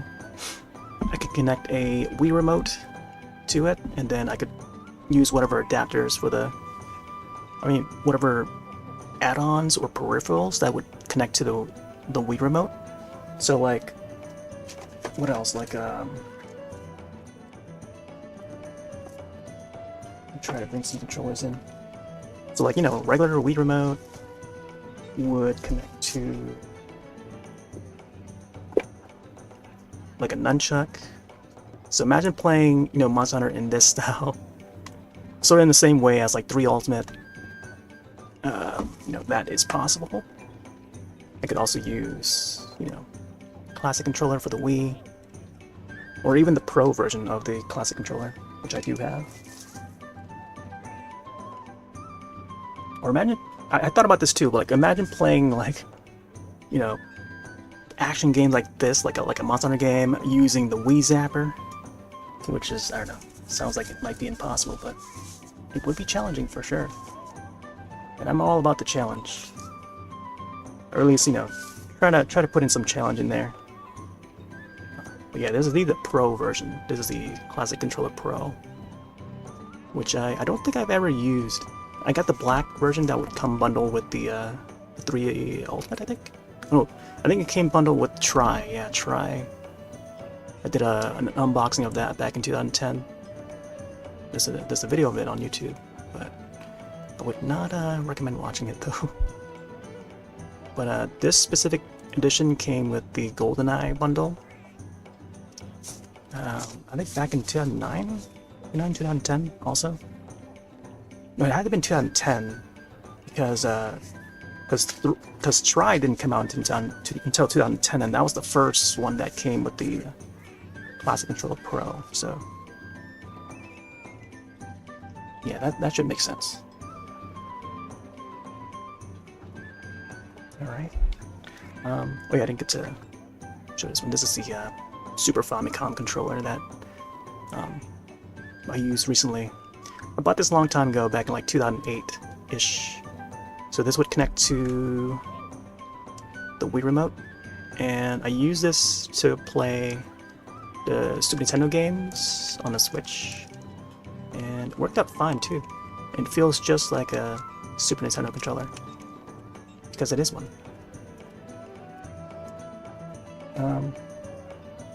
But the Wii Classic controller also feels just right, because the spacing for the D-pad and the buttons are, are well spaced out and stuff, so it feels nice. But yeah, I think I played A Link to the Past with that controller, which is pretty good. Link to the Past, one of my favorite Zelda games.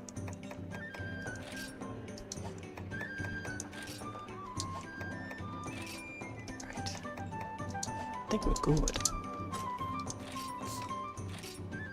Alright, cool drinks, megas. Man. Yeah, I feel like I gotta use the mega drinks a lot sooner. Let's go back on this hunt. Yeah, I feel like, I don't know, I feel like a lot of people don't really make use of like some of the older controllers to play some of the newer games. But I feel like, I don't know, it's something interesting about it. At least for me, I find it interesting. Because it works, and it's just fun. It makes the gameplay even more fun, I think, for me. I don't know. That's why I like I like showing the controller. And I just love the Wii U Pro controller so much. Because like everything is like symmetrical. You notice the sticks are like, you know, at the top part rather than lopsided. Because nowadays you look at the Nintendo controllers, like the Joy-Cons, when you put the two together in a grip, they're like lopsided. And even the Switch Pro controller is like lopsided, which I'm not really into that lopsided placement. It's got that Xbox layout, which is, I don't know. I find it to be a little off. I always prefer like the controls to be like symmetrical for some reason. It just feels right. But yeah, it's just I guess it's just a matter of preference. Folks would play fine on like, you know, Xbox and stuff, or even PlayStation. PlayStation controllers are pretty symmetrical too. So I feel like, I don't know, maybe it's the Japanese side of things where they make it's more artsy that way. It's more neat.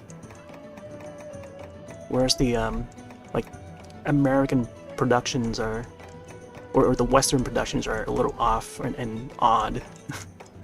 Like offside or something, I don't know. Something about that. When it comes to design.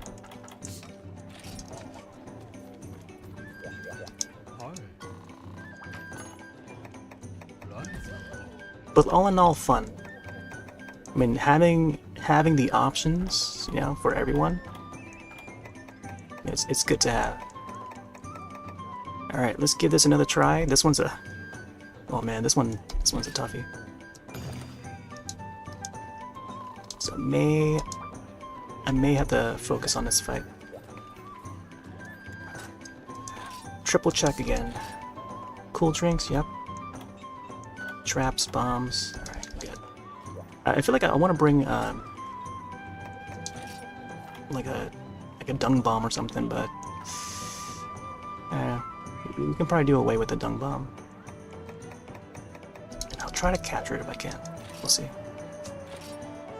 We got the basic PlayStation. Oh yeah. I think the only PlayStation that I own is the PlayStation 3. We did have the PS2, but that was my siblings, so they would keep it.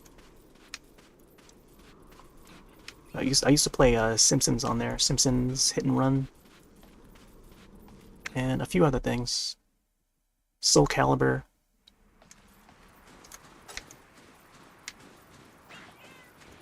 Oh my gosh, look at the shape of this sand. It looks just like him. Let's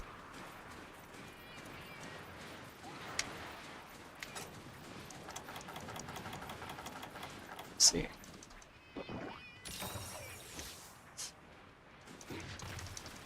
Josh, you doing any live artwork for Halloween season this year? Possibly. I've been thinking about it. Although, come tomorrow, I feel like I might have an idea for tomorrow, but it'll probably be like a spooky drawing though. It'll probably be like a horror character. But I do have some ideas. We did a Hetsu drawing. Hetsu? I don't know how his name is spelled. The Korok last week, so I might want to segue into like a more like spooky sort of horror. So I definitely need to add more like horror to my library of like drawings and stuff, but yeah, I do have some done, but I feel like I need to do more. I need to do more. I need to do more before some of these franchises become more popular. Oh my gosh, man, this little monster here should have been dead by now. His head must have been bitten off by by this guy here.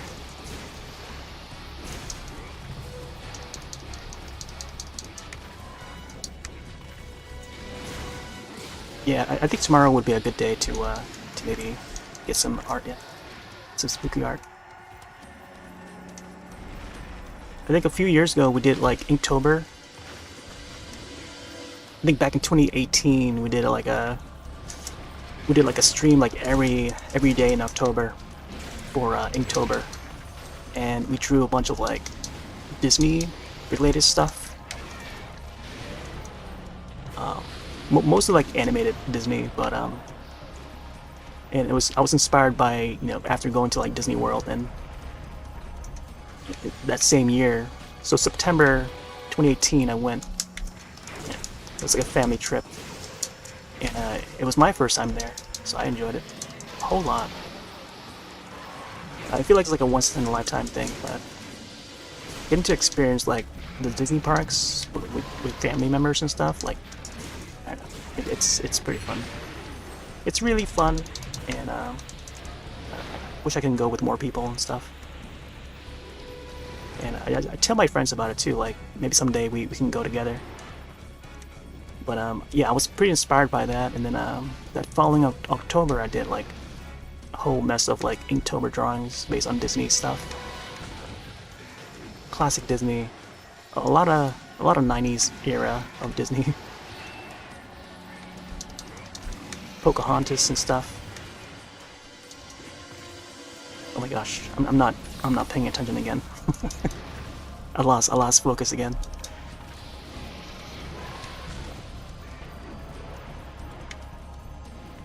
Alright, let's play some bombs on this guy.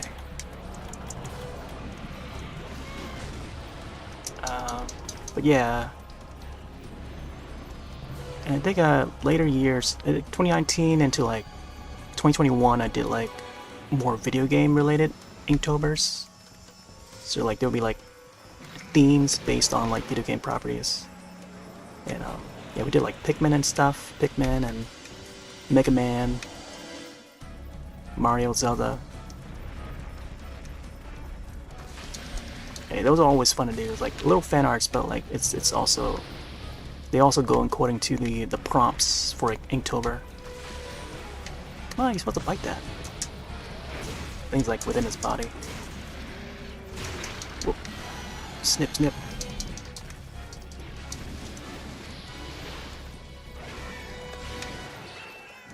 Oh man. Speaking of which, like a lot of those drawings that I did, I still have yet to put up. Oh my god, you just broke that. I still have yet to make time-lapse videos of. But man, hopefully soon I'll get to doing that. Oh man, kill already.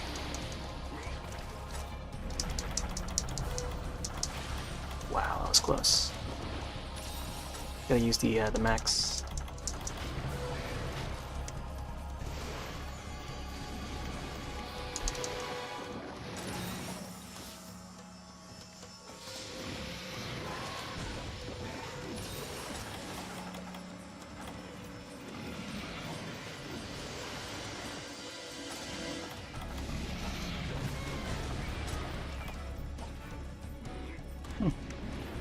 I wonder why the large bomb did not explode on him.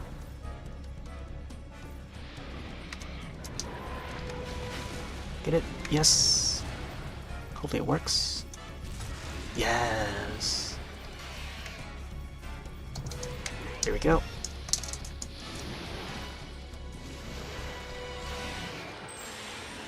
Ooh, we got him. We got him this time, finally.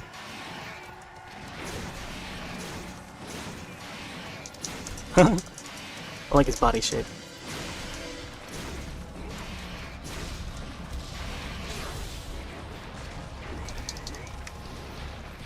Come on, turn around. Oh.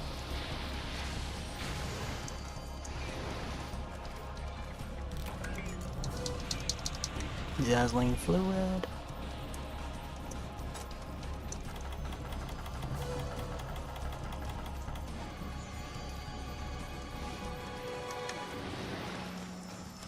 Well, oh, I thought I was gonna do the air blowing thing. It was looking like it was getting ready to. Yeah, I guess to take a look at the prompts for this year's Inktober, but I'm not sure if I want to do Inktober this year. I might do like I don't know, the first 3 prompts or something, and that'll be it. I think after, like after 2018 or 2019, we've been slacking on the Inktober stuff, and they've only got around to like doing like at least 3 or 4 the years after, and that's about it. And then I just like did more art streams on like Wednesdays after that. But yeah, slowly getting back into it. How is that still a hit?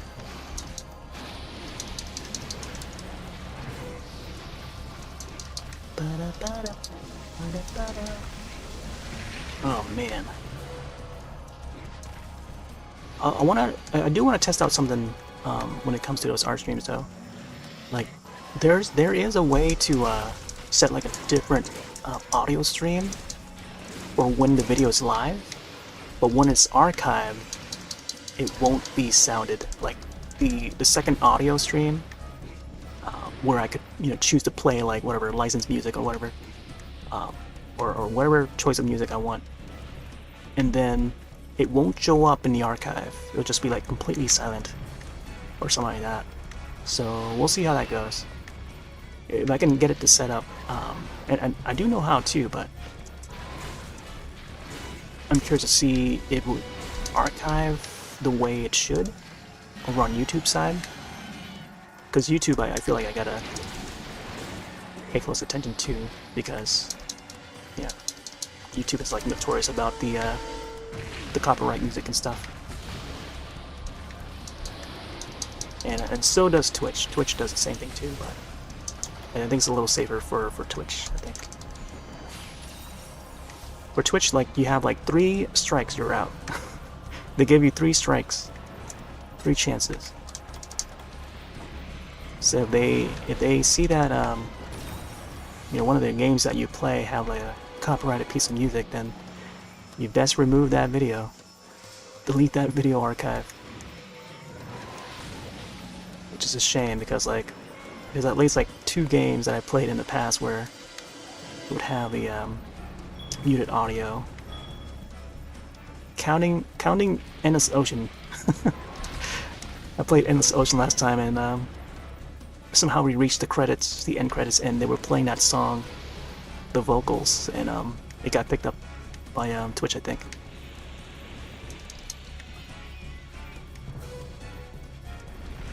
And then that portion of the video where they show the credits is like all muted now.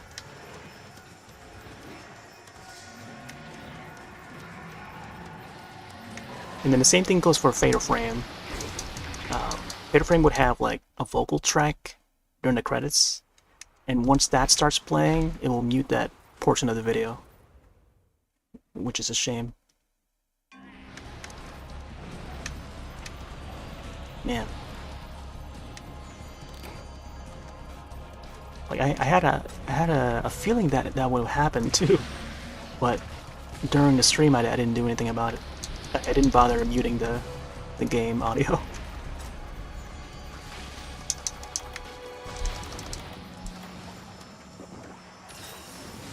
Oh, see Valstrax.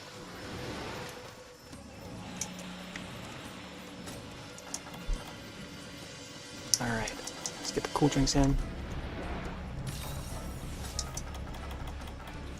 Oh man, this monster. Alright. Maybe we'll paint him.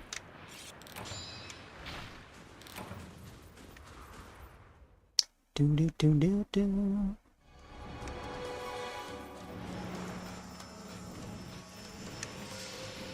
No! Oh my gosh. What a waste. Should just wait for him to come out first.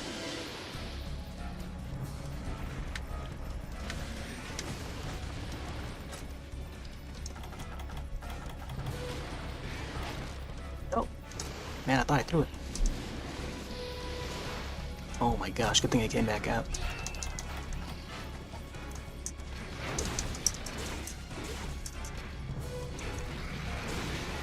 And thought I had my juncture, but did not have my juncture. Or else I probably would have missed that anyway.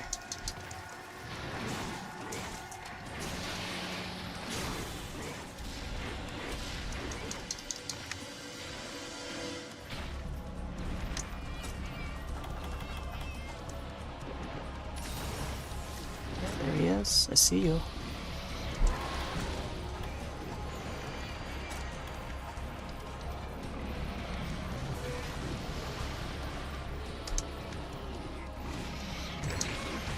Oh, he didn't even eat it. Come on.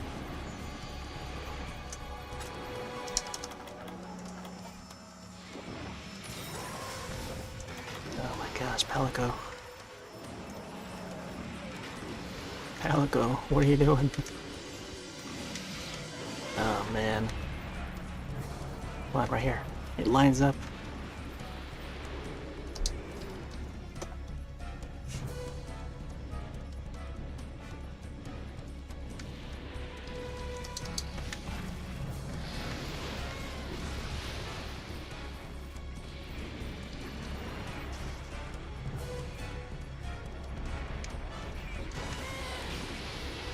Oh, it just jumps right over it.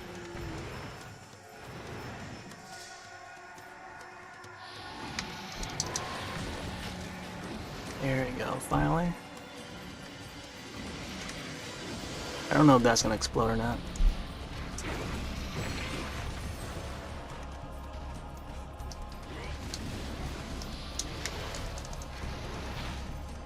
Nope, guess not.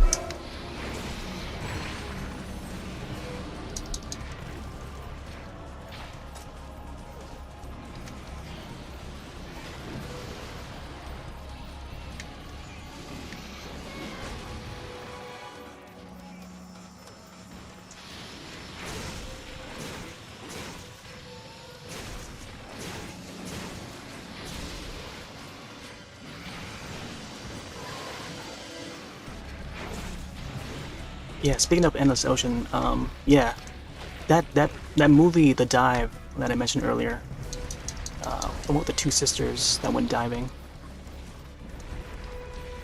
it made me think of Endless Ocean again, and how I kind of want to go back to playing it again. But then also the second game for Endless Ocean, it came out like 2009, so that's like a year after. So I could pop that in instead. We'll see.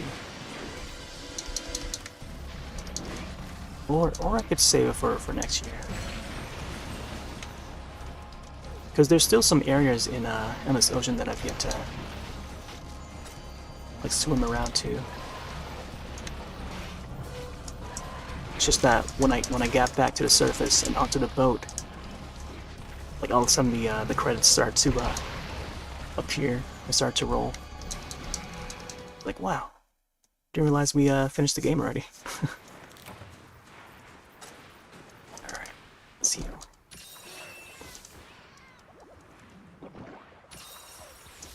Yeah, that game looks nice. It could be a little bit better, but I think for 2008 that game looks nice, and it was on the Wii.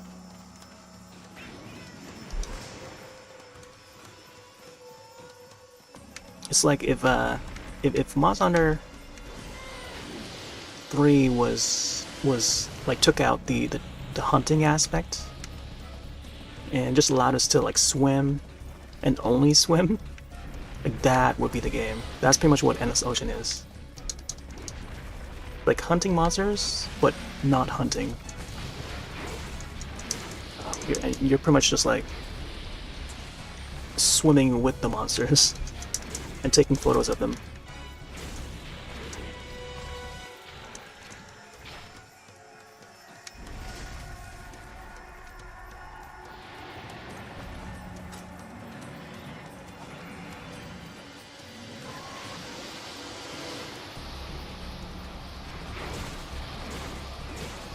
See, that would be a neat Monster Hunter spin-off game.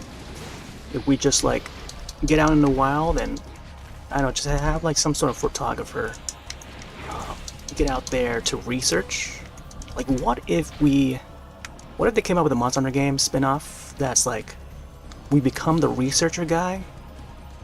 Like how a lot of these Monster Hunter games, they would have like the scientists and stuff, and the guy that researches the monsters. If there's a game that we get to play as the role of the researcher, or the scientists, and then we go out there in the wild to photograph these monsters. Like, that would be awesome, I think. It would be like Pokemon Snap, but Monster Hunter.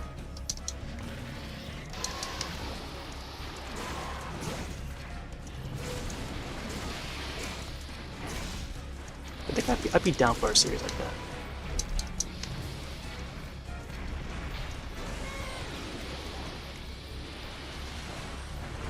And then you get the Poogies and the felines that would go along with your voyage to photograph these monsters. Like, that would be pretty fun.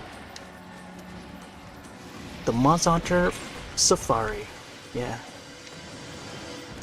Off to the safari.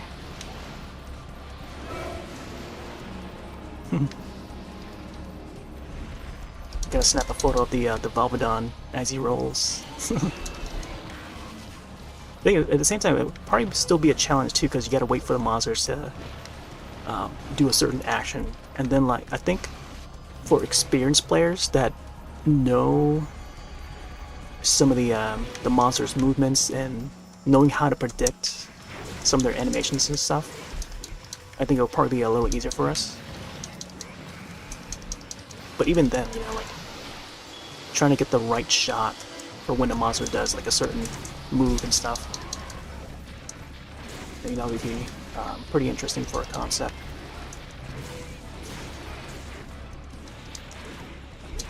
I feel like that would be a great mobile game.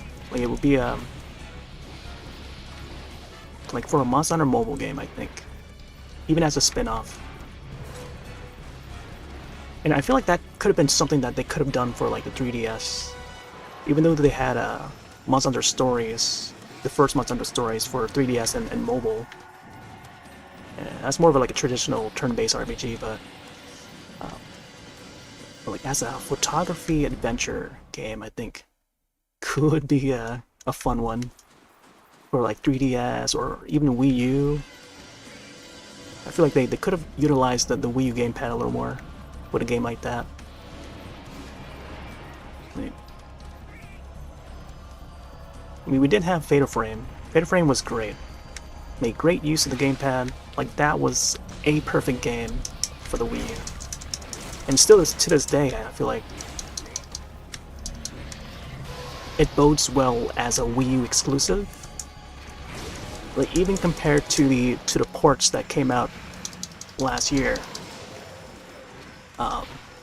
there's been a port of Made in the Blackwater, you know, for modern systems and stuff, even the Switch, and they don't make use of a second screen. They had to convert some of the controls to be more traditional, single controller, you know, traditional controller and stuff. But man, the Wii U did it so well when it comes to like using the camera, because it feels like you're actually holding the camera. Like, it had a more realistic feel to it. And you know, especially for like that era of games, like the Wii and the Wii U, it's about that realistic experience and having that motion just adding to the experience. But I get, you know, people coming from like older consoles where they're more used to the traditional controls. It's like, that's fine too, but like, what about the new experiences?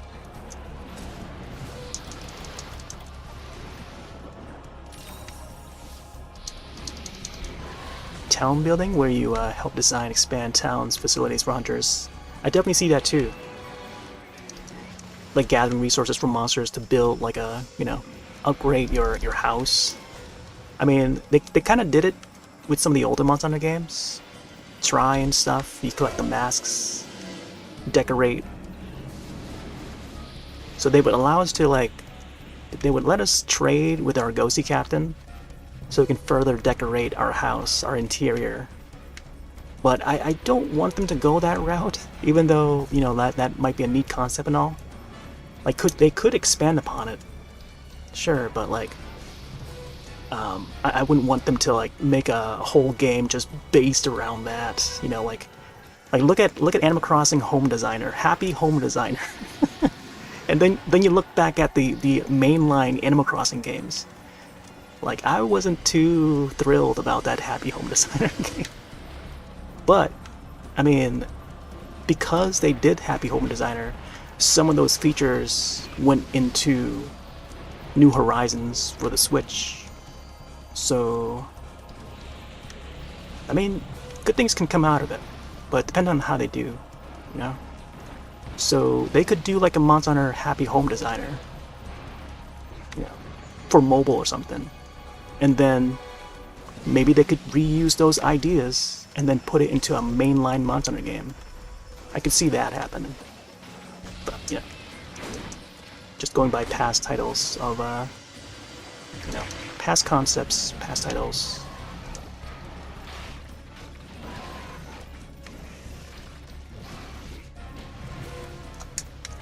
But yeah, like, I can definitely see that as like a spin-off mobile game. Oh man, that would be neat though. It would be neat, but then like, I don't know, I don't think it's a game for everyone. Like when you think Monster Hunter, you think like monsters and stuff, but decorating houses.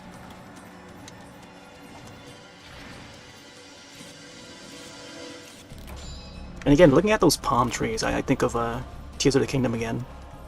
Climb those trees, and the past couple weeks, or I guess last weekend, I've been chopping down those palm trees to help build and rebuild this village, the Lurelin village, in Zelda Tears of the Kingdom. So I think about that now. Trying to rebuild a village in Monster Hunter. It's kind of like what's been done in Zelda Tears of the Kingdom. And again, that same back and forth with Zelda franchise and the Monster Hunter franchise, I can definitely see it happening for Monster Hunter.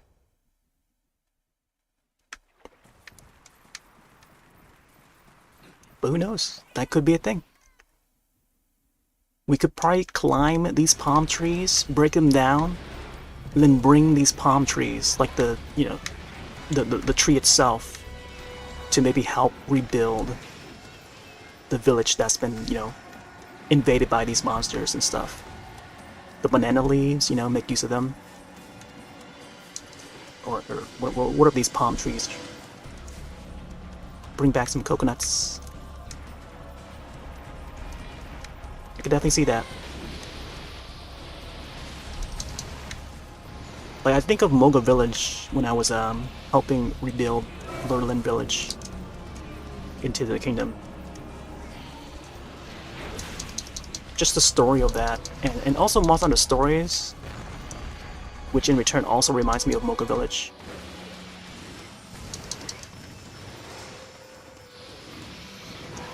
Like, the player, aka the hunter, not only fight the monsters, defending the villages, but also coming back and helping rebuild the village. That's a lot of work. I think in the downtime, like when you're, you know, in between hunting the monsters, like placing down, you know, the foundations, I think it's a, I don't know, it's a neat idea to do in between the hunts. But then, we were also like building our armor, building our weapons, so building the towns.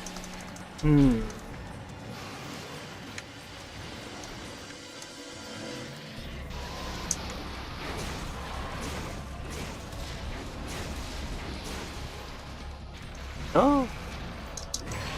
I was gonna say, I was about to blow. Excuse you!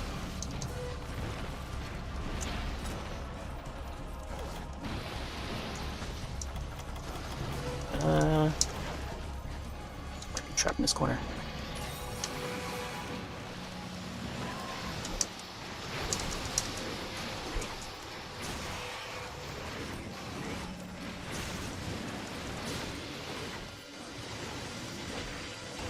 No, no licky licky. Oh, come on. Get out of there.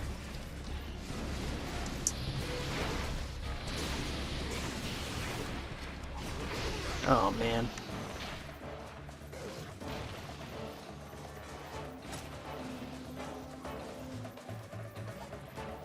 Yeah, bringing back like ores and stuff. Ores, trees, rocks, crystals.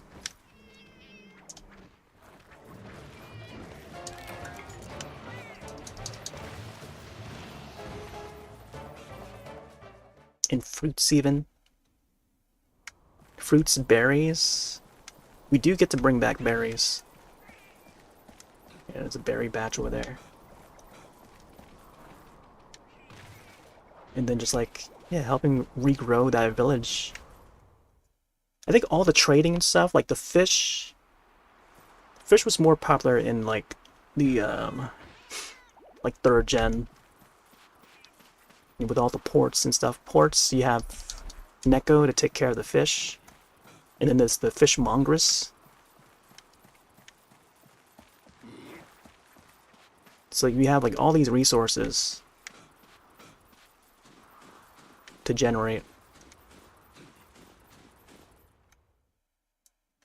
But yeah, they could definitely expand upon that.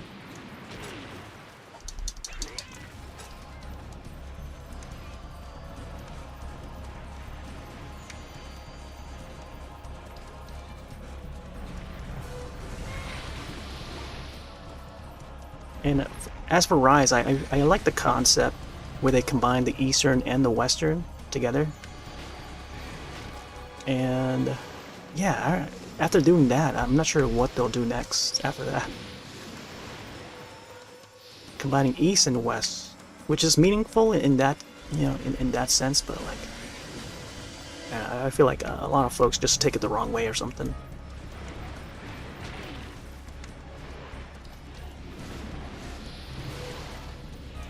Or they just don't appreciate that as much as it should be.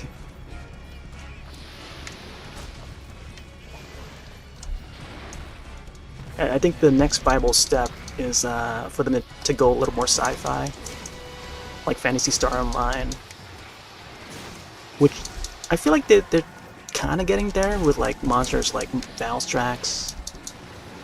Like Valstrax is takes things into the sky and stuff. So I don't know, they could bring us up into the air or something. With the Soratorium and stuff. We got the airships. I don't know. Yeah, I think the only way is up next.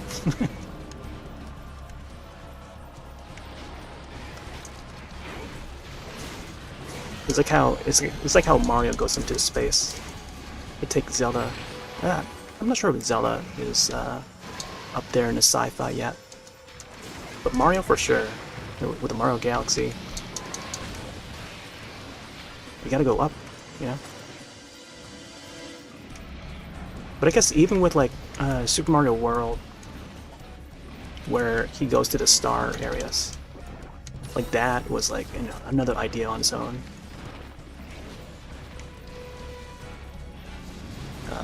Yeah, the star areas, and then he reaches the Bowser's castle.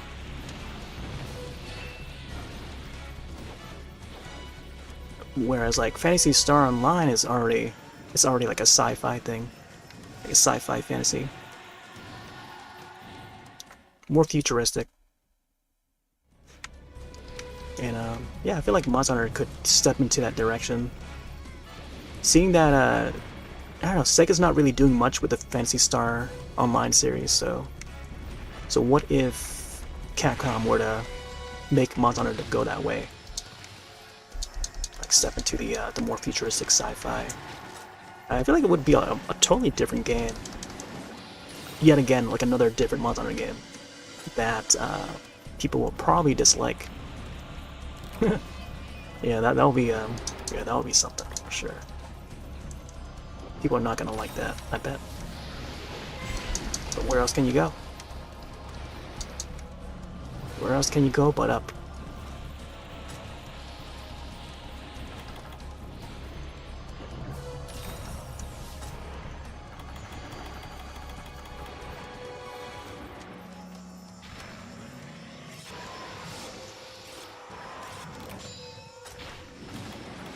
You know, let's get the drinks in.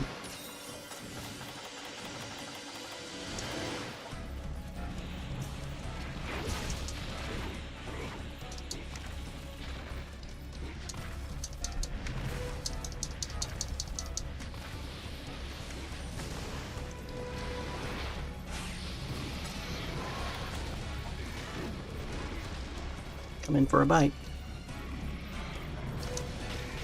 Nice. Get it? Ooh.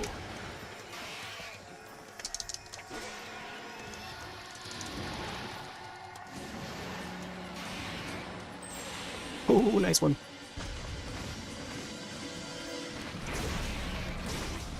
Slice and dice. Get it, Boomy.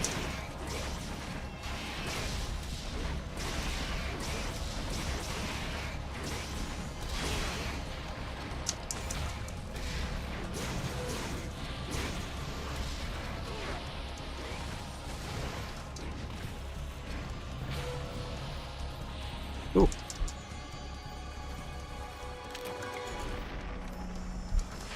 Oh, that was close.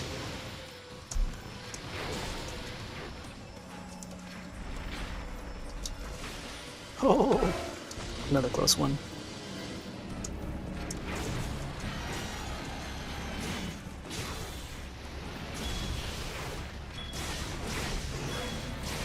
Nice. No. Could have fished them out. No. Oh, man.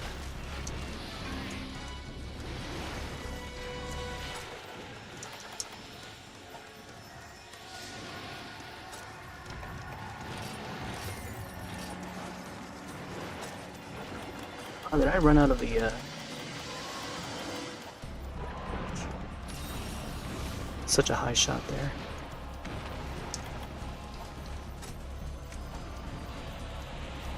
Ba-da, ba-da, ba-da, ba-da.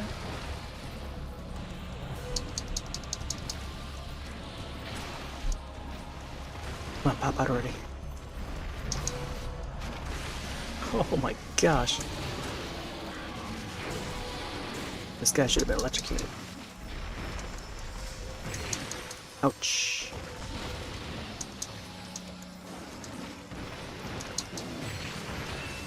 Yep.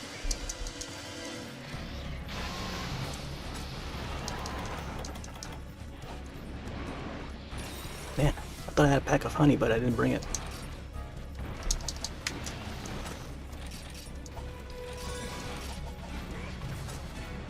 I feel I should head back to base.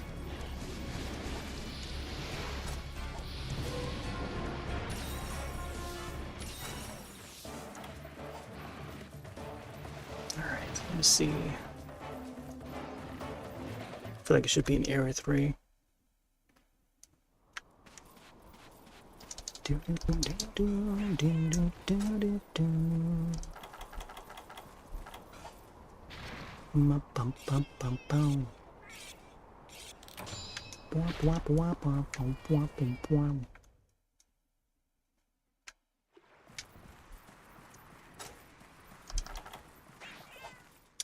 Well, we have light powder.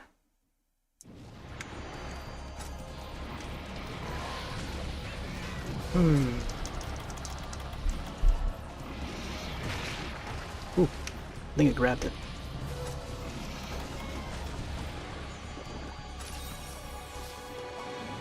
It's not exploding.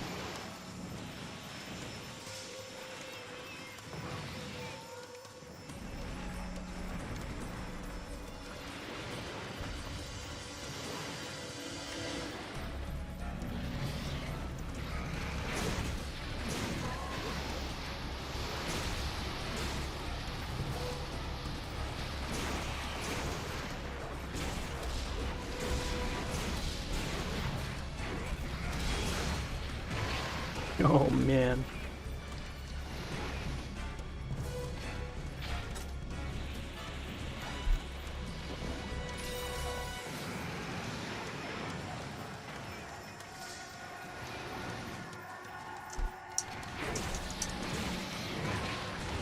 Try to roll.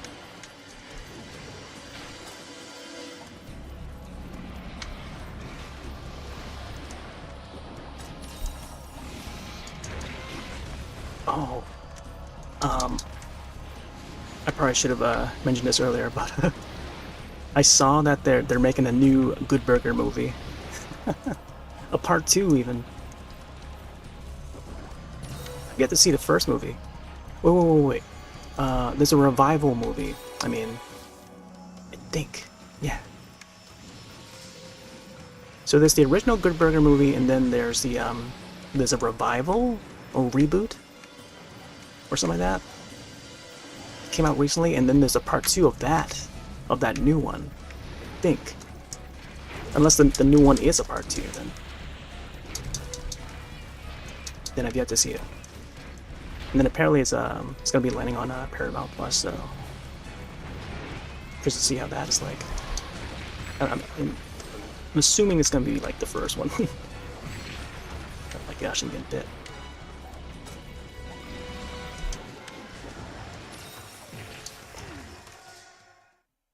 Oh man, so many flippy and floppies.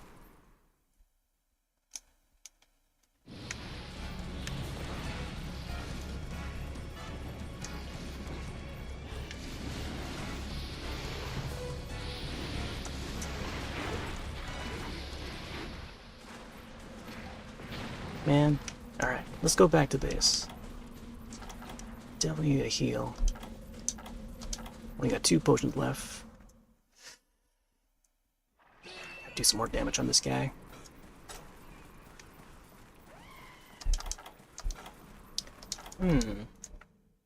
Still got some traps.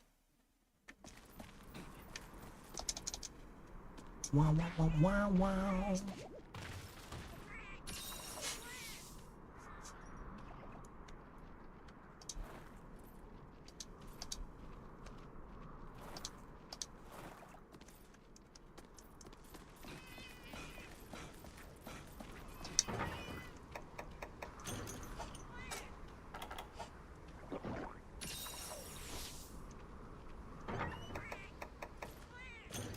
Let's get a cold drink now.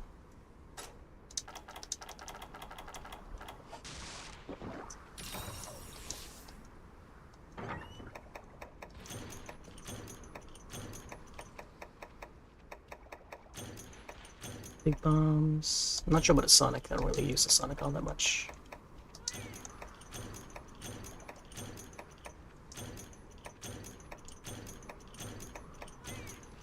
Alright, let's get back. Oh man, this is gonna be a long one.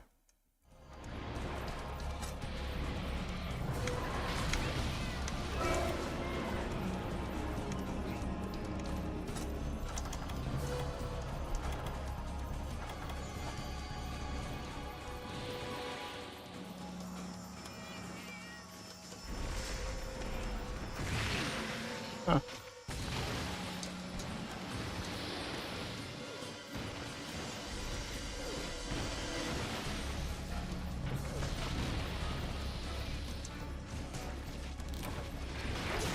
Minutes.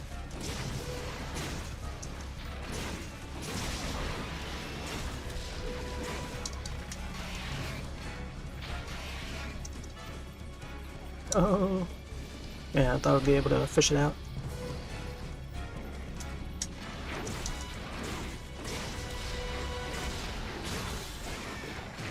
No.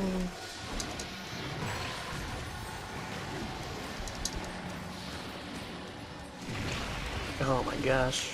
I want to prepare like a juncture attack. Alright, let me go back in there. And just heal up.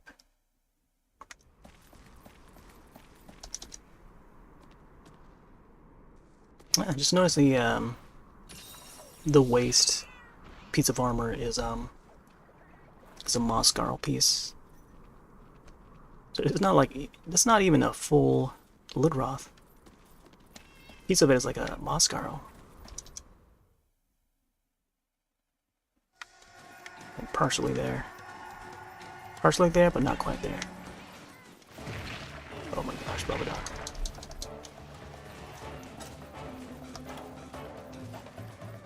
Alright, we got 9 of these med pluses, which should be fine. Man, could have gotten some shock traps ready for this guy.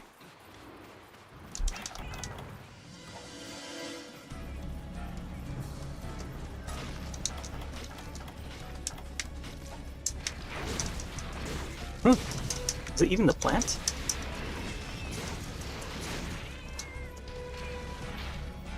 No, can't fish him out. Could have done my combo. Nope.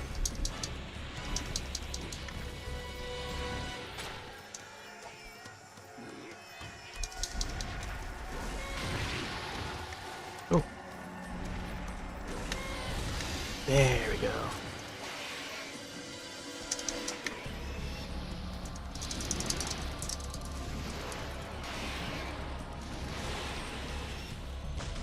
Get another one.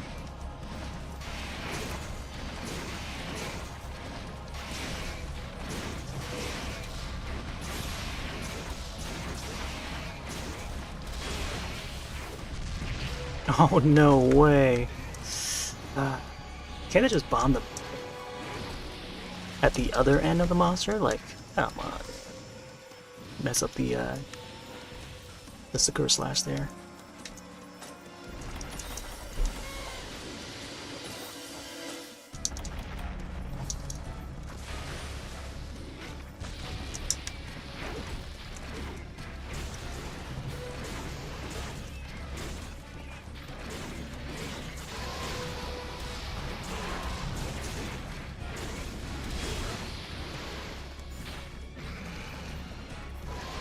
Oh. Wasn't sure whether that's gonna hit or not. Yep.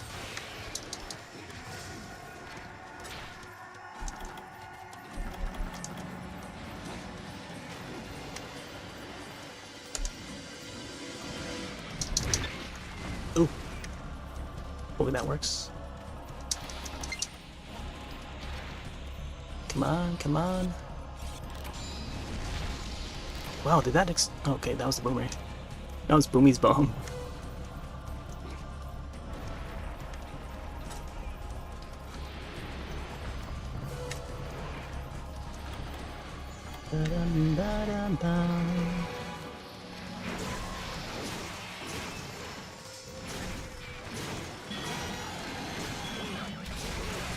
Ooh, there we go.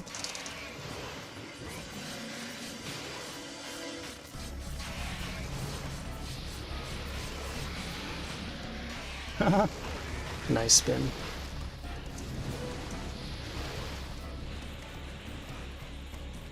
Love the trampoline.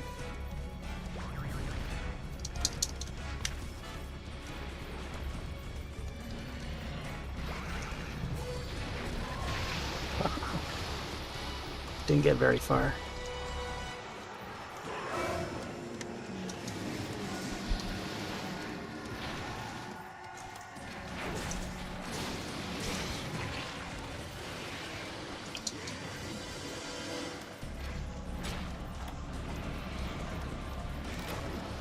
Oh man, 5 minutes left. I feel like it's gonna end up like the other one. Yeah. Guess I'm just not ready for this one. Doable, but like, you gotta really focus on the attacks. Or at least get like a higher attack weapon, I think, to be able to finish this one. Oh, is he limping? This might be our chance. Oh man, yeah, this might be it. If he's heading to Area 3, that might be the sign. Let's head over there and try and shock him. And then capture. Tis about time, too, that this guy's just like always going back and forth. It's kind of like that Plesioth earlier. That Plesioth was like the same way, back and forth. And for him, it took like a half an hour with this weapon, but this guy's even tougher. Because it's like 2 areas over. rather than just one. And a lot of back and forths, and not laying enough hits. Here.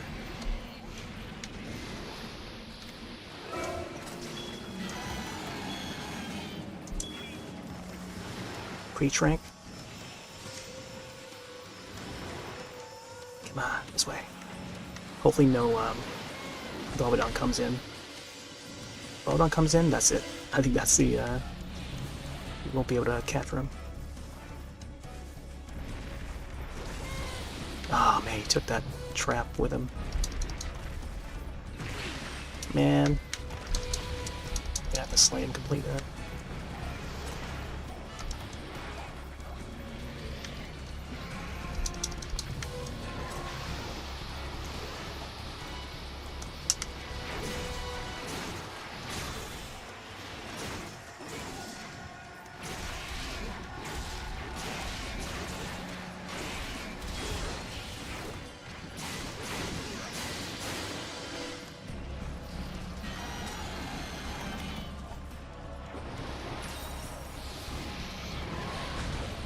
Oh boy, that was close. Still bumped me up to the next room. Alright. I don't think the pitfall trap will work on him.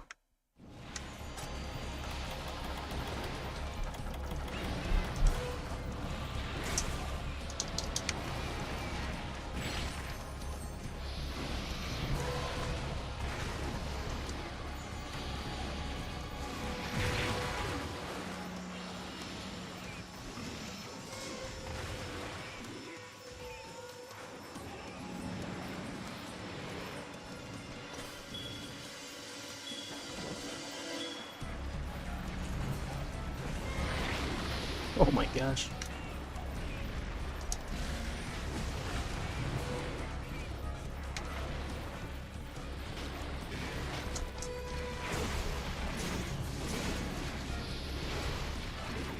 No. Oh, there you go. Good timing on that.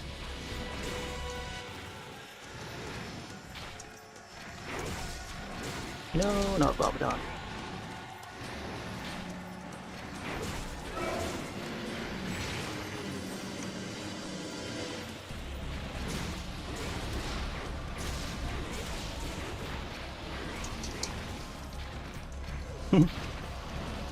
Going right through the pitfall trap.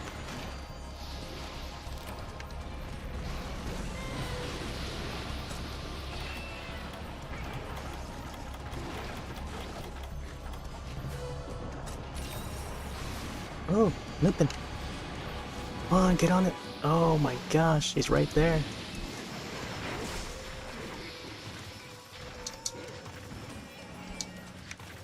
Oh man.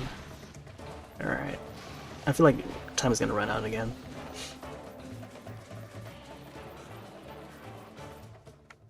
Man. Wait, is that area 2? Let's go to area 2 then.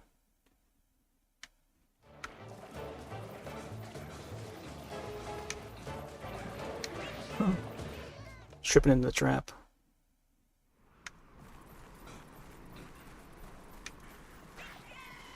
Womp womp womp womp womp womp womp wow. I'm not sure if you can end this quest. No. I don't even know what the subquest is for this. Cephalos. Oh, there was Cephalos. Whoa. Man, if I just defeat like 5 Cephalos and just ended that way, I think I would be set. Because going after this guy with like this armor and weapons, like, probably not a good idea. End up running out of time. And especially going guild style. And I know the most like longsword users just like Valor or Adept, but like, man, imagine going guild style. You end up with a lot of timeouts for sure. Alright, guess we'll swap to a different quest.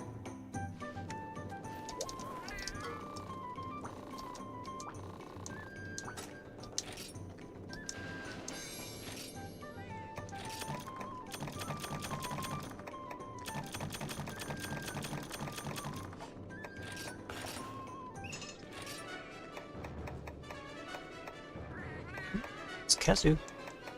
Kazu and Mizu. Alright, let's get this guy here.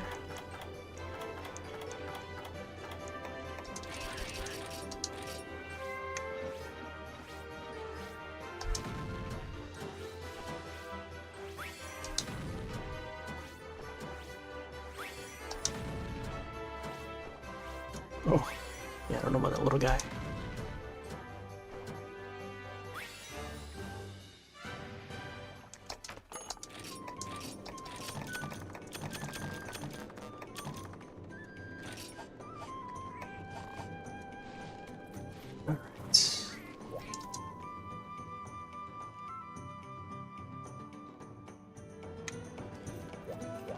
Man, barely got anything out of those two quests.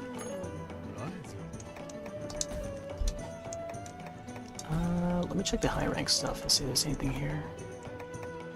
There's a lot of 5 monster fights though. Devil Joe. I feel like I could try this one.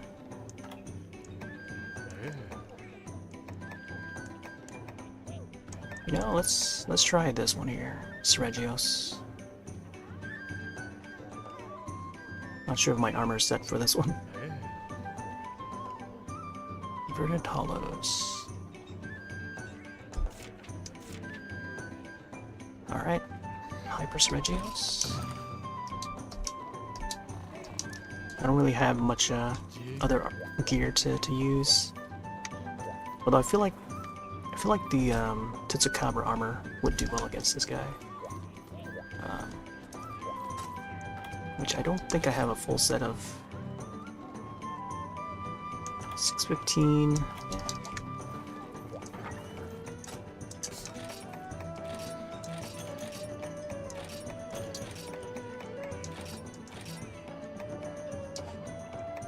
What? Because I don't have a Mega Dash used.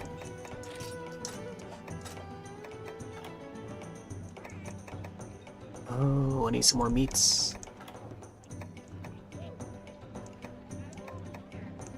Man, maybe I should cook some meats.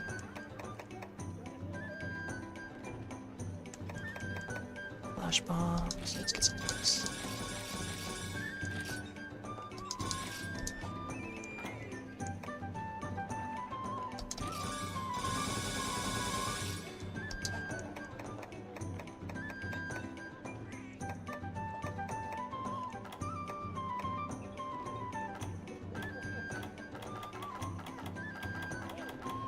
Tranks.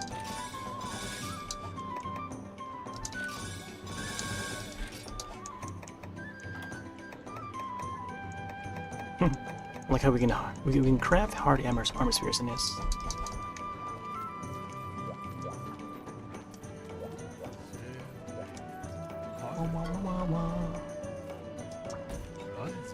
Oh man, I don't know why I canceled that.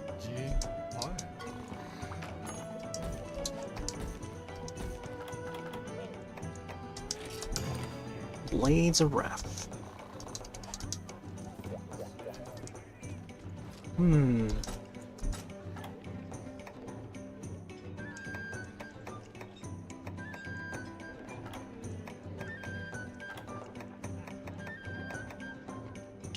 feel like I should go for this one here, Rice Ball.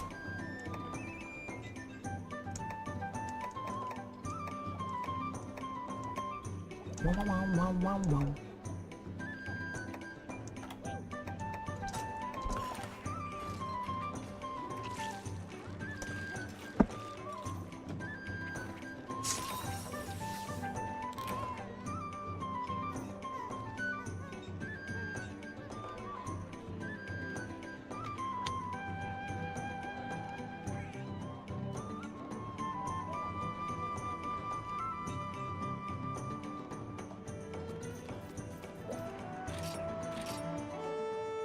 Let's do this. Man, I don't think I even brought all the materials I needed for this. Oh man, I don't think I have cool drinks with me. Oh, I guess I do.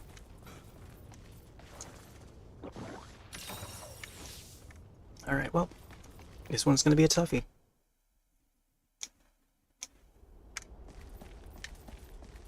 I don't know, we might get lucky with this one. Yeah, 3 trank bombs. Gotta use that one wisely, I guess. Man, no more traps. Use the last bit of traps on the last one.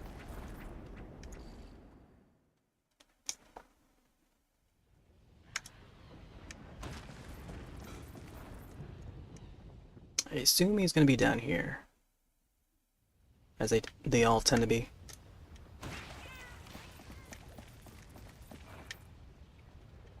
Or maybe at the northern side.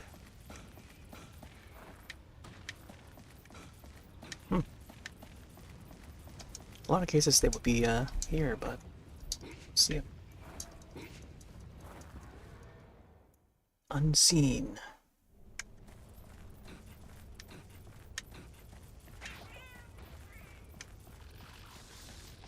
Check next door. Wom, wom, wom, wom, wom. Yep, there he is.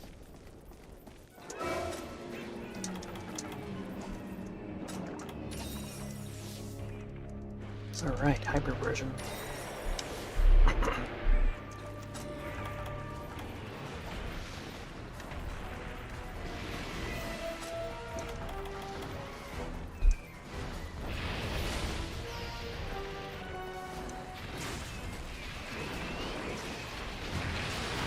Oh.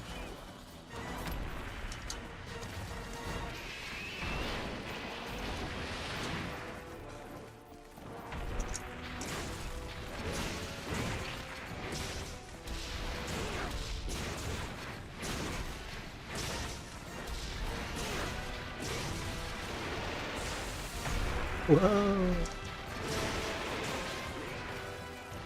Let's go first leg. Sweep the leg.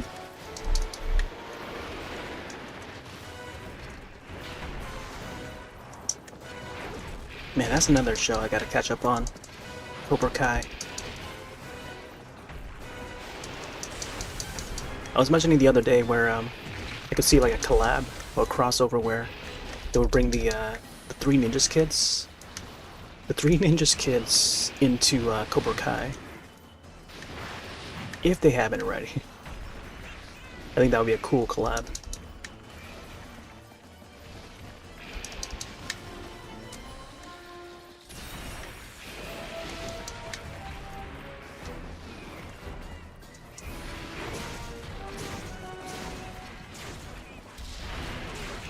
Whoa!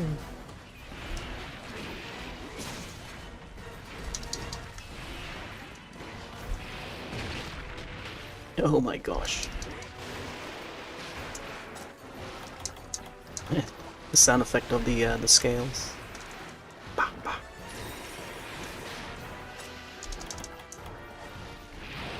Do, do, do, do, do, do, do, do, do, do, do, do.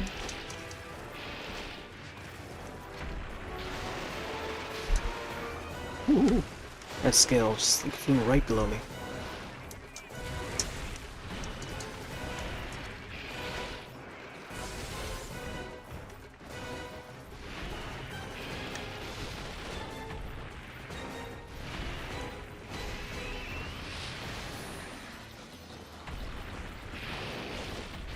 Come on.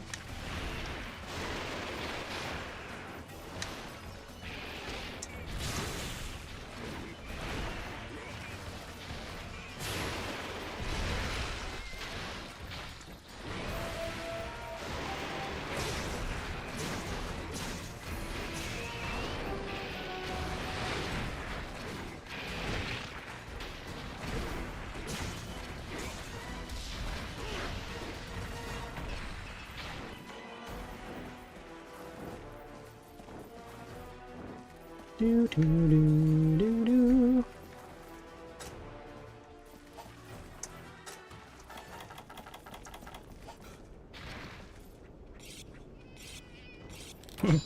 And then the Kelbies come back.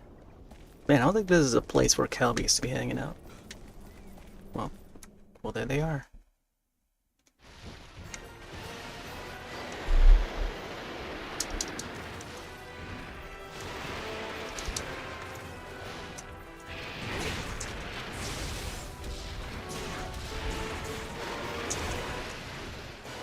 Oh! I couldn't face the other way.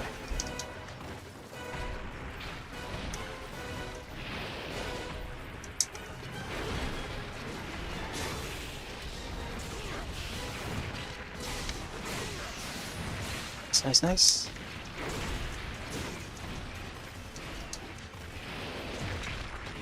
Oh my gosh.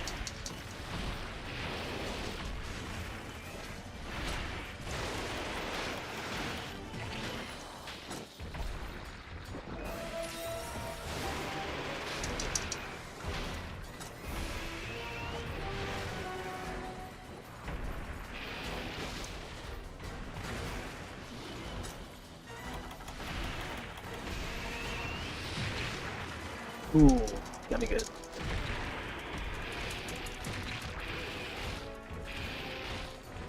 A little conchu.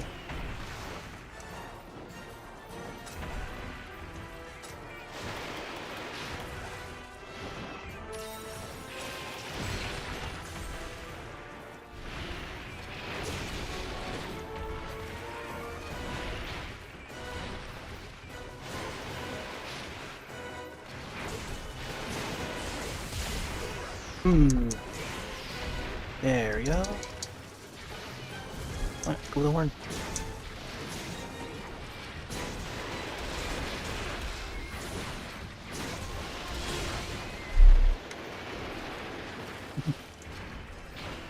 Hey there, Sith. You rocking the aerial? No, this is a guild style. Old school guild. Even guild is like a little bit enhanced in a way. It's got like extra moves than what classic Montana used to be. So there's a little disadvantage from using like aerial or valor or whatever other arts there are. So hard mode, by the way, just think hard mode.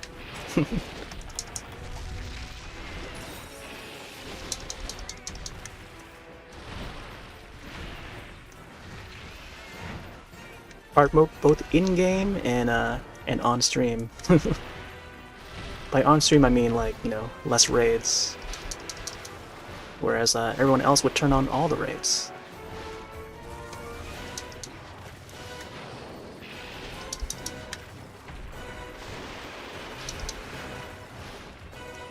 Oh boy, come on. Oh, that stamina just keeps going lower and lower.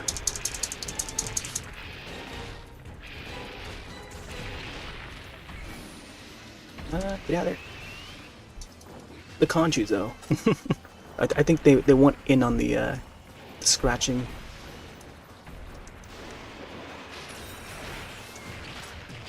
Wow. Man, the scale is just like... They take a bit out of you. Come on, heal. Oh my gosh.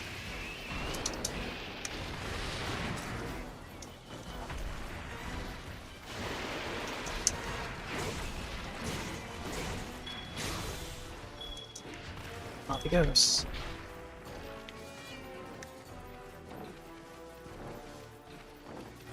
Wah, wah, wah, wah, wah. Man, that piece of music sounds very familiar. It sounds like an episode of Simpsons or something. Like where sometimes the story would shift over to like, I don't know, Mr. Burns' mansion or something. Da da da, like sounds so much like a portion of a Simpsons episode.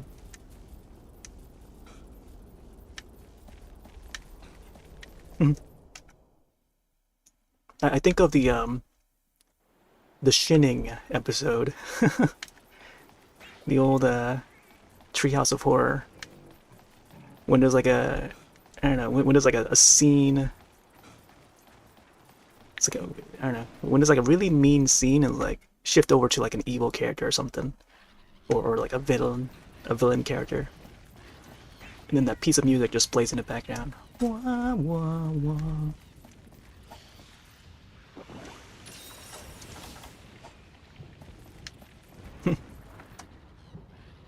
The Shinning. You want to get sued? Oh, you mean The Shining.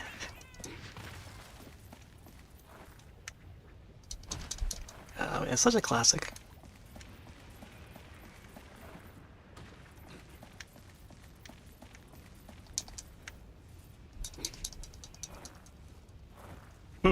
I always remember the Homer Simpson when he confronts Marge, or I guess the other way around. And then Homer does that, he does that, whoop, whoop, whoop, whoop. Then he does the ugly face and looks in the mirror. Then he screams and just like falls down the stairs. Like that was just such a hilarious moment for me. I used to crack up so loud that the entire house, like the whole entire family, just hears me just cracking out loud to that scene. I'm like, oh, what is happening? Oh man. I think the loudest I ever got was just from that scene in general. And just watching the Simpsons in general. So many great moments.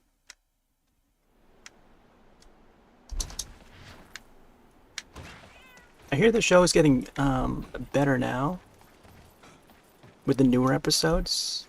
Although I haven't seen like some of the newer ones this season or last season even. Actually, the only episode I watched last year or last season was the Treehouse of Horror. They did a little parody of like some of the more modern. And then they did one for The Conjuring, I think, or they did a parody of The Conjuring or something like that, which was pretty fun. Man, I'm just going around in circles here.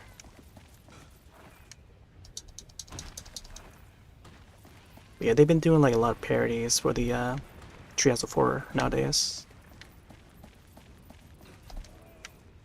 I remember them doing a an Exorcist one where it's like Maggie that is haunted by the Azuzu or whatever the demon's name is.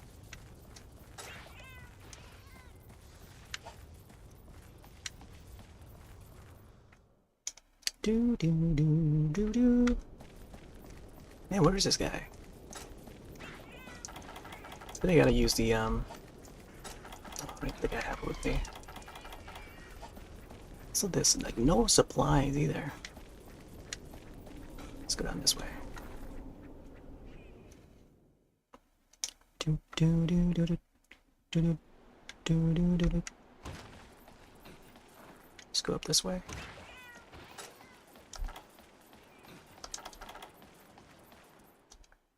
Not sure if this sword's been sharpened yet. Man, did it just like go down to area 10 or something? I feel like I should just like go and check.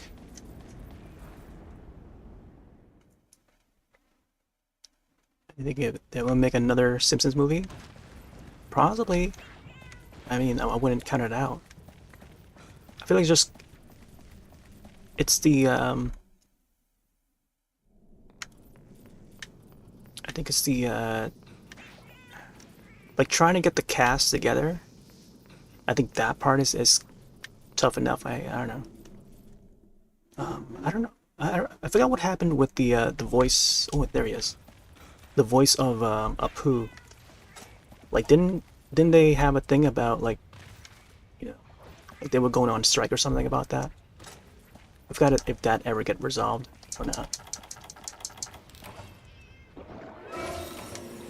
But yeah, it's so voice actors, they don't get paid enough. I mean, we see a lot of cases where they all go on strike and stuff, and especially like with now, like what's happening right now with the SAG-AFTRA, or how they pronounce it. But I don't think that, you know, like a Simpsons movie would be happening in time soon. But I don't know. I feel like they should make one. And then at the same time, I don't know what it would be about. Like even with the first Simpsons movie, I was all excited about it and everything, and 7-Eleven had like merch. Like I still have my cup, my Simpsons cup from 7-Eleven. They would have them promoted with the 7-Eleven because, you know, Quickie Mart.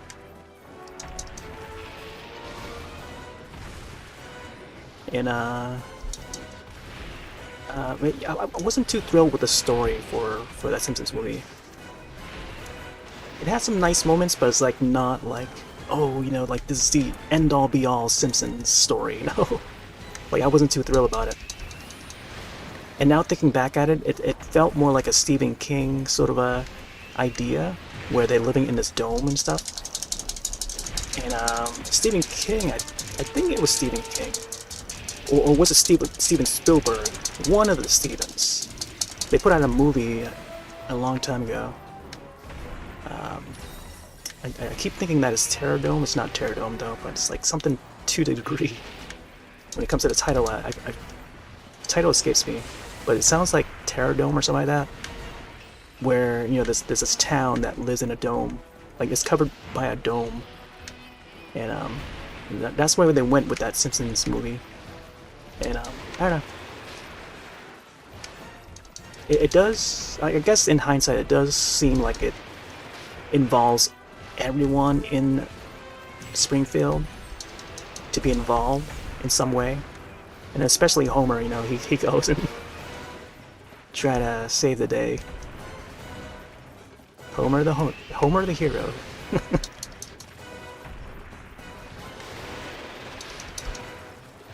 and it always ends with Homer and Bart, you know? I feel like that should always be the case. Homer, Bart, or maybe even Maggie. You know, with the whole... See, like, imagine if they did a movie based on the Who Killed Mr. Burns, you know? Imagine that turned out to be a movie. I remember when back in the day, that used to be like a TV event that you had to tune in to watch to see who it was that killed Mr. Burns. And I remember the contest. Where if you guessed it right, you'd be in the running to win a Simpsons house. An actual Simpsons house that you get to live in. And they even showed like images of like the house looking just like the one in the TV show. It's like, and it's all colorful and stuff. It's like, it looks like almost like a Pee-wee Herman, like a Pee-wee Playhouse sort of house, but like more plain looking, like an animated house. And that was the prize, and that was the grand prize. You get to win that if you guess the right character. So I remember that. So whenever that aired, like that's how long ago it was. 1993 or something, like 1993, somewhere around there, or 1994. Man, it's like 30 years ago.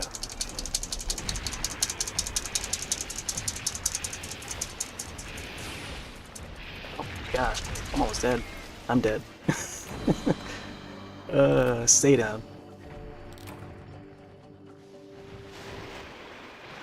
Yeah, there's definitely potential for another Simpsons movie, but I feel like it's more a matter of getting the cast together. Granted, nowadays they have like AI and stuff that could generate the voices, and with all the countless episodes that could you know, combine all that all the vocabs together to create like a Homer voice, or you know, whatever side characters that's needed. Mrs. Guabapple. It's not the character that they discontinued, but I mean, they probably don't need to bring them back, but you know, just in case, for like, I don't know, like a what's it called, like a flashback scene or something. Like sometimes they would bring back what's her name? Flanders' wife. In some episodes, they would bring her back. Like it's a flashback, but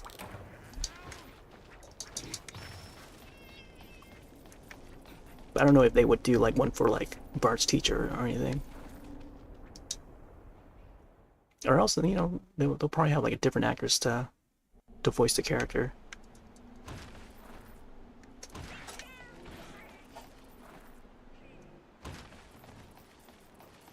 And I feel like it would come down to like the story too. Like, I want the story to be like really interesting. But yeah, something like, I don't know, Who Killed Mr. Burns sort of thing. That was a big one. It's a major story that it could be turned into a movie, but they turn into like, you know, a TV event anyway. But which works. It works to you know, as a TV event.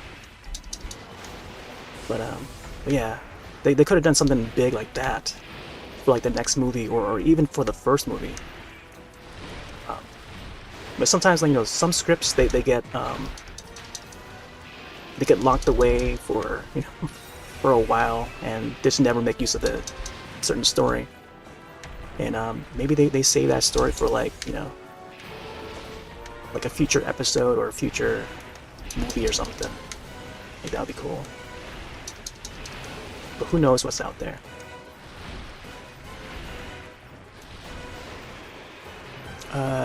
Movies ago was that Kang and Kudos kidnapped the Simpsons and brought them to their home planet. Oh, that reminded me of another. I think it might have been a Treehouse episode, where Homer discovers the Zune.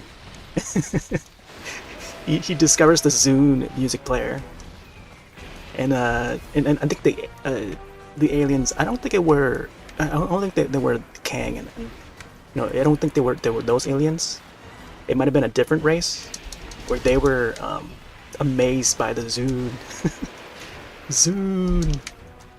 I think if you look up animated GIFs in a GIF searcher or something, you'll probably find that GIF of that episode. We worship the Zune. Oh man.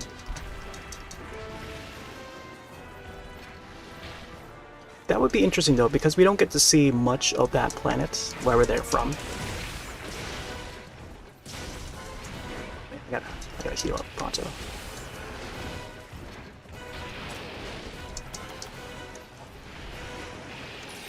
No.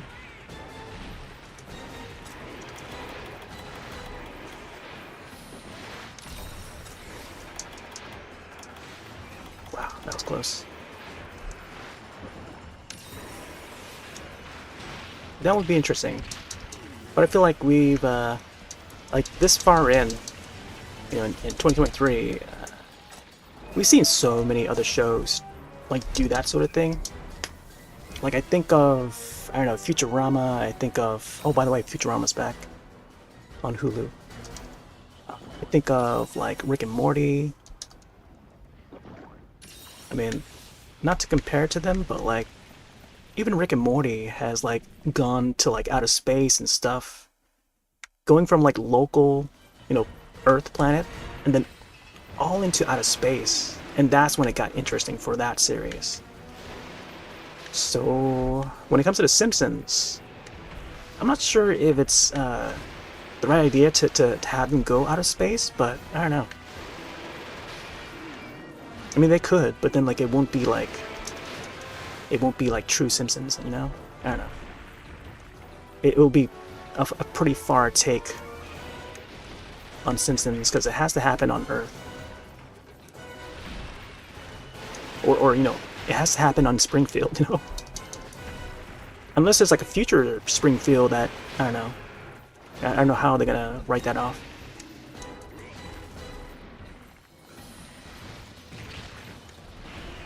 Like, I feel like they could hang out with the aliens.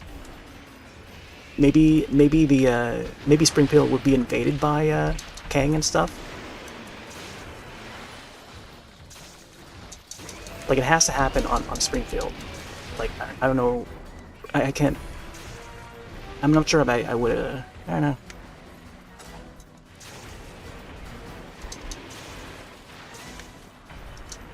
Like, I feel like that would be. It would be turning into like Futurama.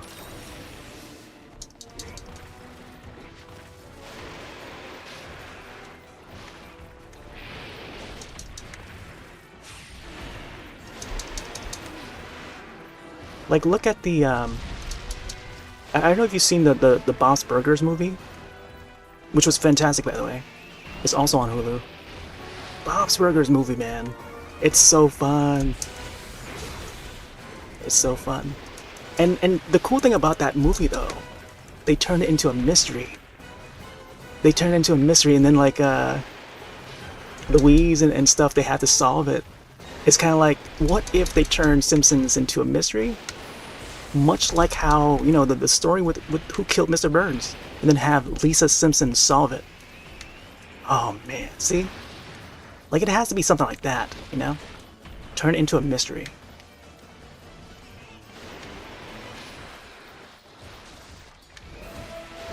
So yeah, so something like Bob's Burgers movie, like, that is done right.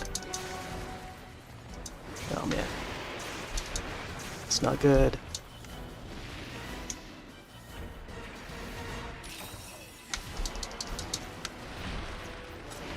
Yeah, that Bob's Burgers movie was so fun. I actually would watch it again. Like, the entire thing takes place within their town, and you get to see the ins and outs of that town too. Like, I feel like even with all the years of like watching Simpsons, they could still do something that would you know, expand the lore a little more. Because I always love the whenever there's an episode that has like the camera moving like vertically or horizontally, and you see the different layers of the houses and stuff, the buildings, like, see different layers, like fossils would appear, dinosaur eggs or something, you know, like stuff like that, or even a dead body, or I don't know, spiders or something, or who knows. It's like also, like, there's always like some random stuff that they add to that scene, and I always love that. So what if we can go between the dimensions? I don't know, like that one episode, you know, the classic, you know, Homer stepped into the third dimension and stuff. I think that would be cool. They tried to do another one that would follow up with that, with a recent treehouse. Like a recent treehouse where they continued to go like the 3D route, and even put the Simpsons in like claymation and stuff. Like, that was really cool. Man, I'm starting to run out of potions here. Oh, here we go. Never mind. I got plenty of potions. But yeah, I don't know. I feel like a lot of the great ideas that they could have done for a movie has already been done in like a treehouse or past episodes. So I don't know. They gotta come up with something to that degree, like a Who Killed Mr. Burns, that would make it like an interesting one to watch. Or else, I don't know, they could come up with like a regular lame story for a movie and just call it a day. I don't know if I want that though. I want there to be like an interesting story for that sequel.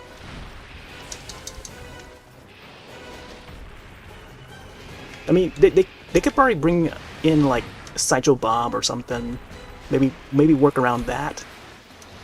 Maybe there's like some sort of mystery with Sideshow Bob. But then at the same time, they've done like so many episodes with Sideshow Bob, and some really good stories too.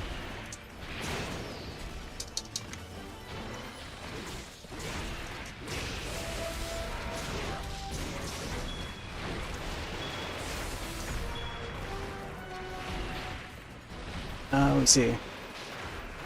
You know, they plan. Yeah. I knew about the sequel plan. Ended up using the plot just one episode. Which, yeah, I do recall that. Was that? Oh yeah.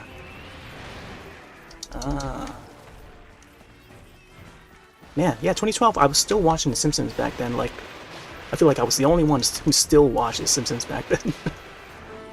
And I was using the Wii U gamepad to tweet out my comments about, like, each episode and stuff. Steven Universe was, like, brand new. I remember tweeting about the first episode when it premiered. And then Walking Dead was also... I was still tweeting about that. The Wii U gamepad had a Nintendo TV app. That was only available in North America. Sadly, I don't think the European Wii U owners were able to play it. But man, I was like one of the prominent users of that app. I would use it a lot, so I can watch my shows and stuff. Bob's Burgers, Simpsons, you name it. CW shows, The Flash, iZombie, man, those were, like, that was around that era. 2012 to, like, 2015, I think. And then until they close the app. But I found out that the partnership that they had was with TV Tag, which was basically GetGlue. GetGlue was the service. I think they were TV Tag first before they became GetGlue, or was it vice versa? But it's a service that you can log your shows and movies as you watch them. Like, they were also like mobile apps, and the map on the app that was on the Wii U it worked the same way as the mobile app. But I was using the Wii U gamepad because it had the you know, I can draw the stylus and stuff and tweet along. And the images would pop out on the official feed for each, like, episode or show. And sometimes the show would repeat, so you can have the images pop up again according to you know, when it was programmed or scripted to show. So that was pretty neat. Sadly, not many people use it though. I actually ended up winning a contest from using that app. So Nintendo sent me like a copy of, like, a game or something like that. There was a contest to win, like, oh, I forgot what it was. Like I think it was it was a jacket, but I forgot what it was themed after. Yeah, it was like a jacket, or I think it was a sports jacket that they sent out. And they would contact you. They would contact you through email. The email that's tied to your Nintendo account. So that was pretty neat.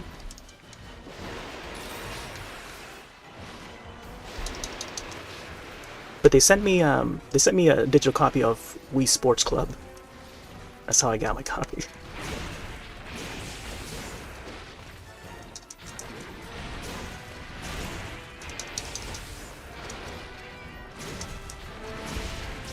Whoa!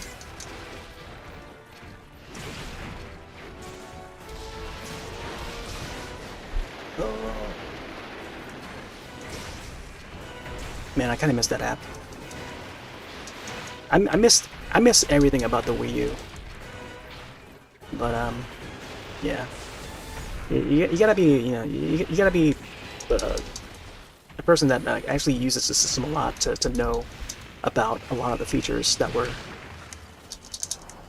I don't know, like Miiverse. For instance, Miiverse was a big one, but the big loss when they discontinued it.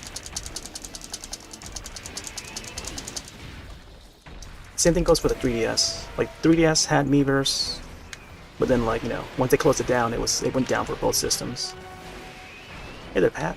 First year in like 30-something years, we don't get the treehouse. Yeah. Oh, really? This year? Oh man, I haven't heard yet. Yeah, I think by now we should have seen like the poster for Treehouse of Horror, because normally they would put the poster out first before they put like a teaser out or something. Oh, come on, get out of here. Oh. Yeah, I feel like last year's poster was a pretty fun one. Oh, there we some combos in.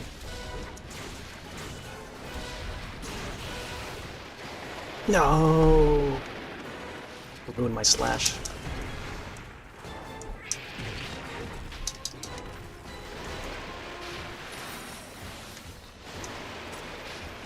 Oh. Yeah, can't roll out of it. Uh-oh.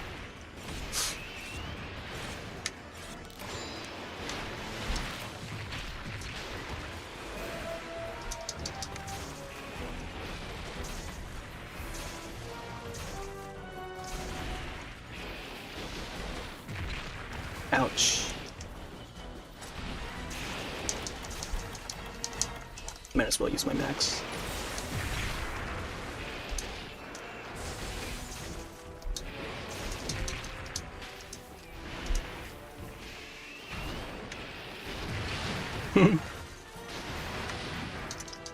That's why I continue to like run around so I can get to a safe spot. Because not all spots are safe to like duck and try to heal. And look at that, he flies off now. Should trust my instincts and just run.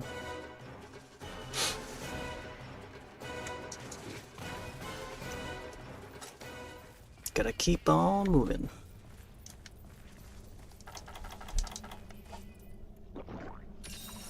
Yeah, the strikes. Yeah, that is going on, so... Man, that's a bummer. I feel like what they should do is, like have the Treehouse Horror done, like, ahead of time. So, by the time they queue up for, you know, just in case, like, stuff like this were to happen, like, you know, strikes and stuff, like, they wouldn't have to worry about that, you know. Just have the episodes written out ahead of time, planned out, and maybe there's a year or two where, you know, a strike would happen, or they're just not able to get an episode done, or specifically a Treehouse episode done, you know. They could have something to do and ready for that year, you know, or however long it would last. Just plan ahead of time. Like 30 years is, yeah, 30-something years is a long time. But man, that's like waiting for my that's waiting for my #1 favorite podcast to like come back. And then they finally came back.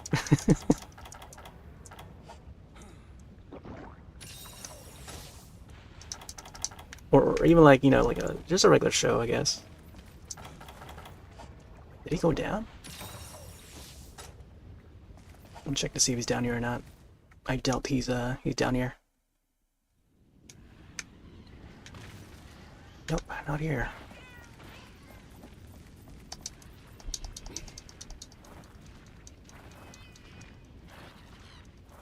It's like waiting for Futurama to come back, and then it finally came back. Oh man.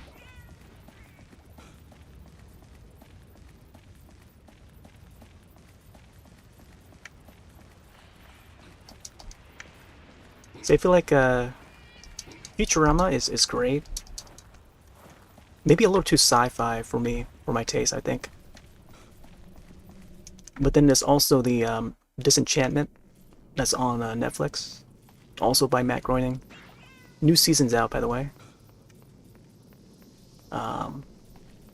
Yeah, that's coming back, and it will be the last season or the series finale for Disenchantment. And that one's more fantasy based. So there's the fantasy story, that is Disenchantment, and then there's the futuristic story, that is Futurama. And then there's the present, that is The Simpsons. So it's like past, present, and future. I don't know. I think having that main three from Matt Groening, the Matt Groening universe, I think it's great. It's great that he does that. And he's done it. But I don't know. Just vibing with the times and having these shows on like streaming services, you can only do so much. you know, with Disenchantment only having like 4 seasons and 4th season being the final season, like who knows if they're gonna do some more after that? Like what more story can they tell? You know, I mean, I feel like they could expand into oh, what's that elf's name? I've got his name now. Borto or something like that. Not Borto. It sounds like Borto, or it sounds like Bart, like Barto. But it's, yeah, something to that. Because he kind of looks like a Bart, like an Elfian Bart, and on purpose too. But I feel like they could venture into that, like more of an Elfian story. But even though they've already poked into that sort of, you know, that his side of the story already in, like, you know, season 2 or whatever, bits of season 1 and then into season 2 we see more of it. Man, where did this guy go? I feel like I think might be over at 6-7 or something.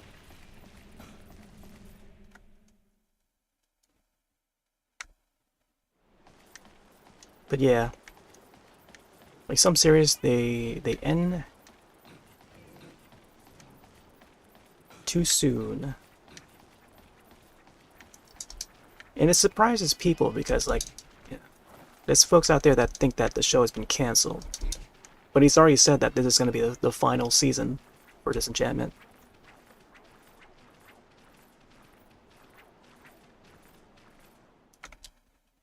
So yeah, who knows what he's going to work on next? There could be like another story, another show altogether, all new from Mag Running, and I don't know. Who knows if it's going to be fantasy or not? But I like what he did with the Disenchantment though. Fun characters. Some characters I don't fully agree with, like with how they're designed and stuff, but sometimes you just gotta have it. I think gotta spend enough time with these characters to get a better feel of them. But I like Lucy. Lucy's great. Lucy's great in that show. We get a little more lore. I think what they could do is like a prequel story of Lucy's character. Yeah. Get a backstory on Lucifer, or Lucy, I mean, and maybe have a story on telling like why or how he became what he became. I think that would be neat. So it would be like a prequel story to Disenchantment, but focusing more on in that demon world, or, you know, the hell world.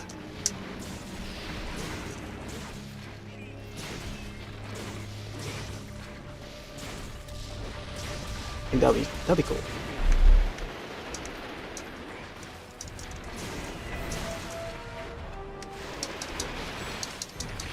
Oh, come on.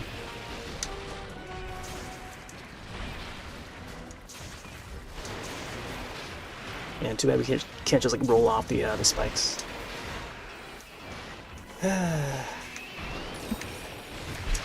Oh my gosh, that goes with me.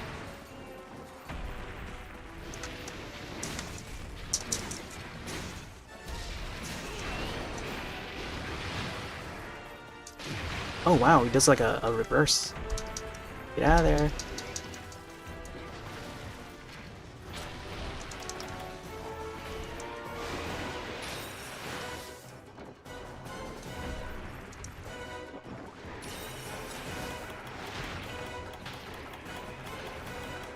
You do have the sushi fish.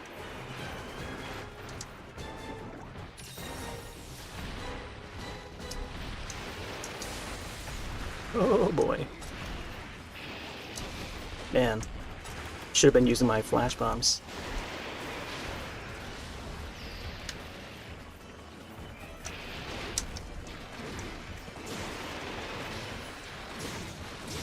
Sweep the leg.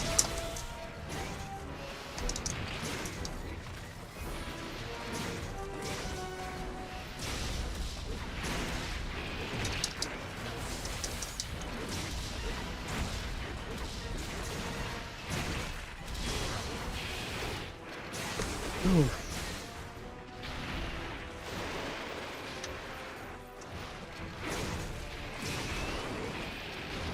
Oh man, better roll forward.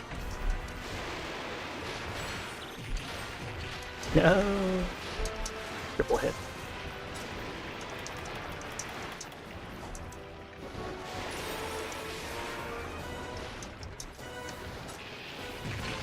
Wow, really?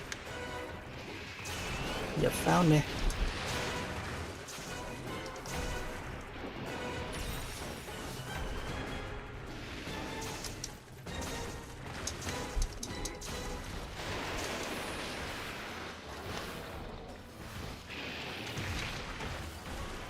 Yeah, just not enough like place to like heal these scratches, yeah.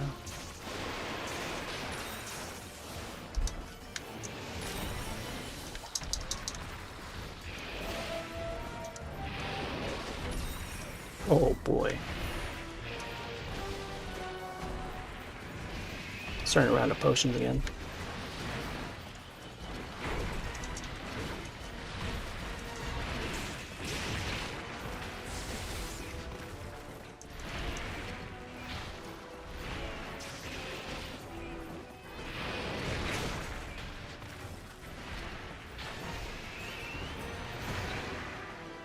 Oh, big dive. No, but me. Man. I should probably run the demon drone.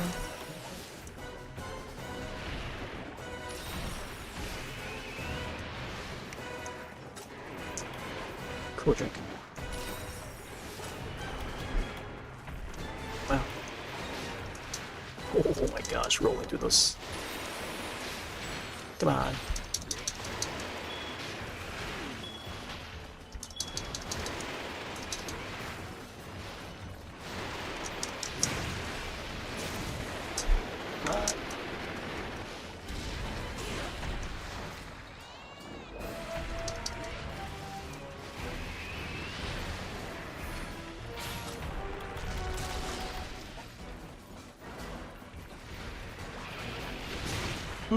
Man, he still got me. Wow. 5 minutes left. I don't think I'm barely broken anything.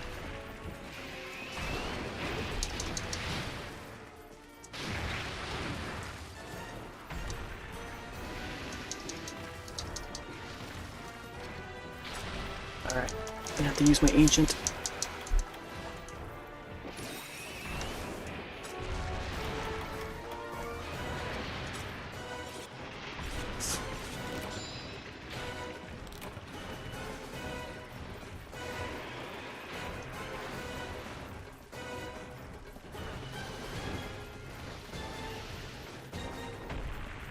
Yep, of course it's gonna fly off.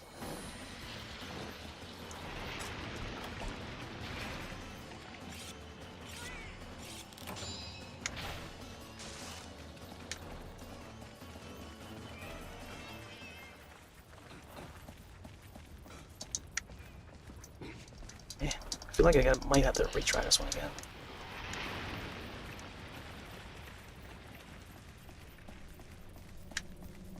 Wah, wah, wah, wah, wah. Yeah, I really. Oh, you know what? The load roths. I gotta continue on to the load roths so I can get a complete set.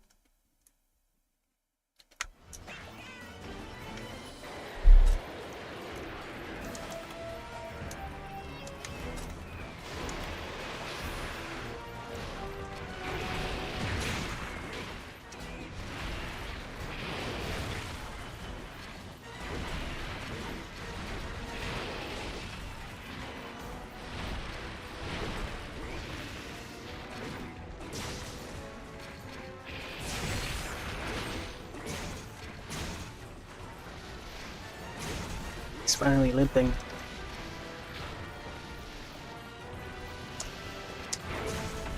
Man, not sure if I can capture this guy. Didn't get to paint him either. Alright. Yeah, I don't even have any traps. Let's see where he heads off to. Just gonna keep on striking until he falls.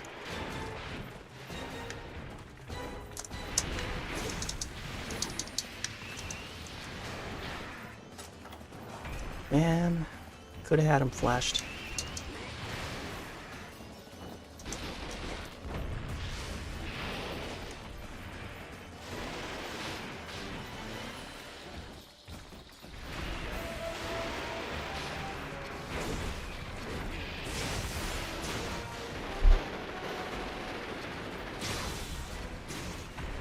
They're lucky.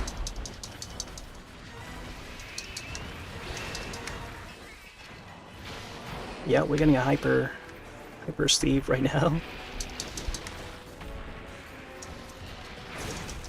Got him to limp, but I don't think I have any traps to capture him. And he loves to fly off a lot, so typical for flying wyverns.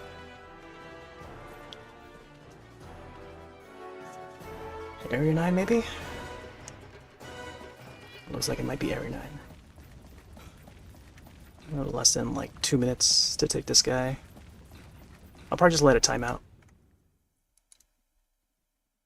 Yeah, I think I might have checked the supplies, and there were no traps, I don't think.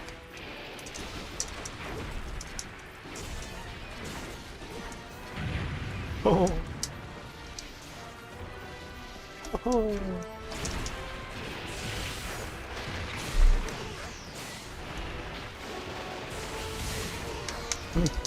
There we go, got a good hit.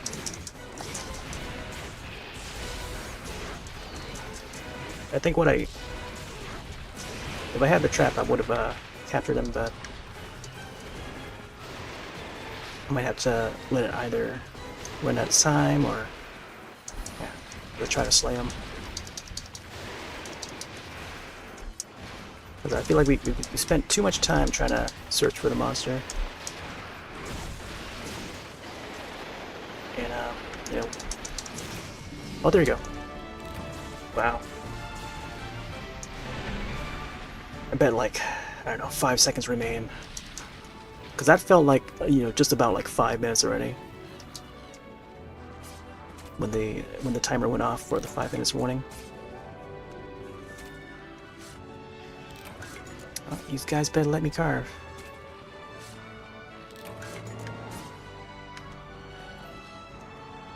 There we go. When the going gets tough, just gotta keep searching and keep striking.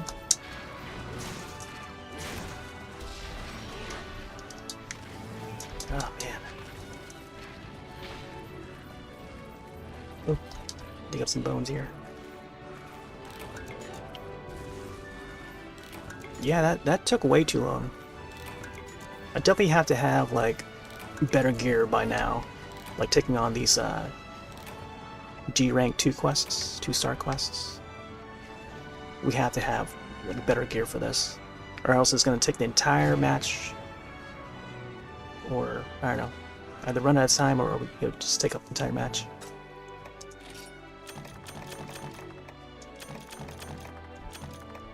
Wait, this was a high rank, I think. So even this one is like, wow.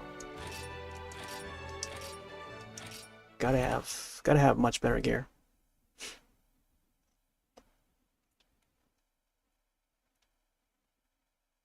I think we might have time for maybe one more quest.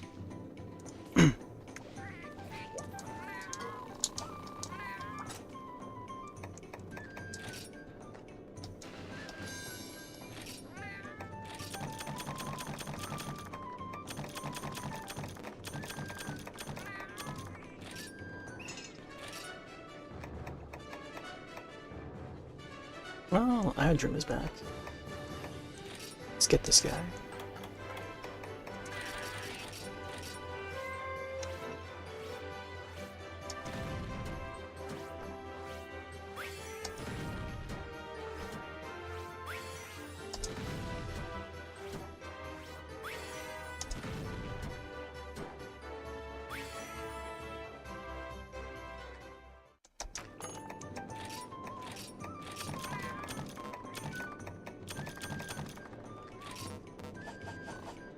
G rank. Let me see.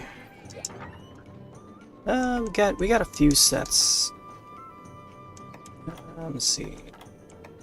So these are some of the later sets that I built. We got Shagaru, some Regios, but they're like, I don't know. These are like more like high rank, I don't think. Yeah, like high rank. And then moving on to here would be like more G rank stuff. But like early G rank. And this would be the Ludroth. Huh. So I think the one I'm wearing right now is like a mix of high rank and mix of G rank Ludroth. Oh, then my phone just ran out of battery. Charge this back up real quick. Yeah, it's like a mix of like high rank and G rank.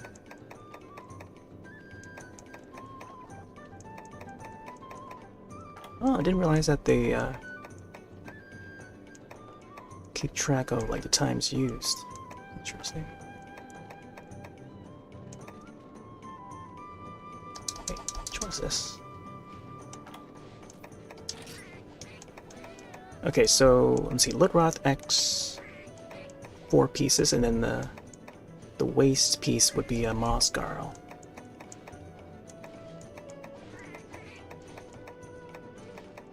That's what we have on now. I think the Mossgarl is also G rank. Let me check to see, because I kind of want to craft like a G rank Mossgarl too.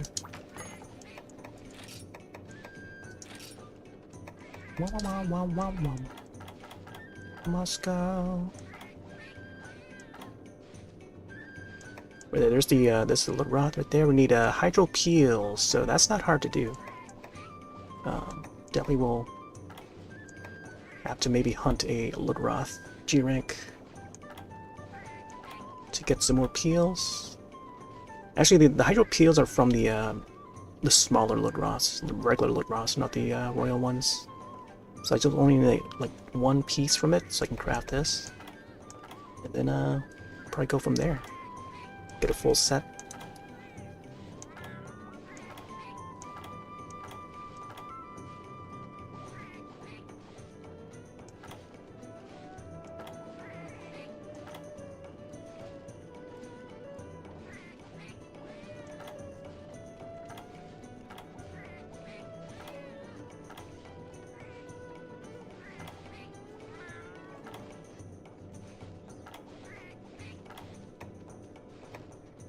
It's a Droth one.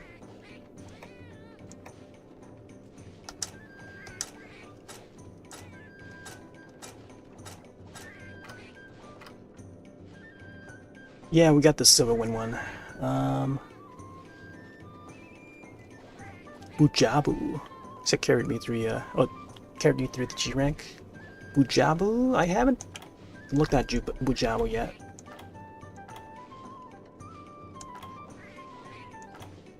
I don't think I've seen that one. It must have not unlocked for me.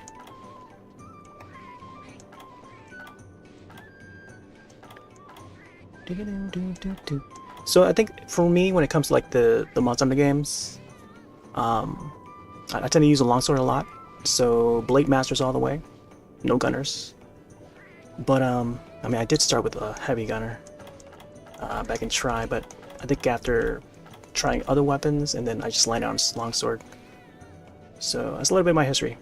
But I usually go with either like Ludroth as like the base armor or starting armor, and then work my way towards like Rathian or Rathalos even. Sometimes Rathian, depending on how difficult the game will be.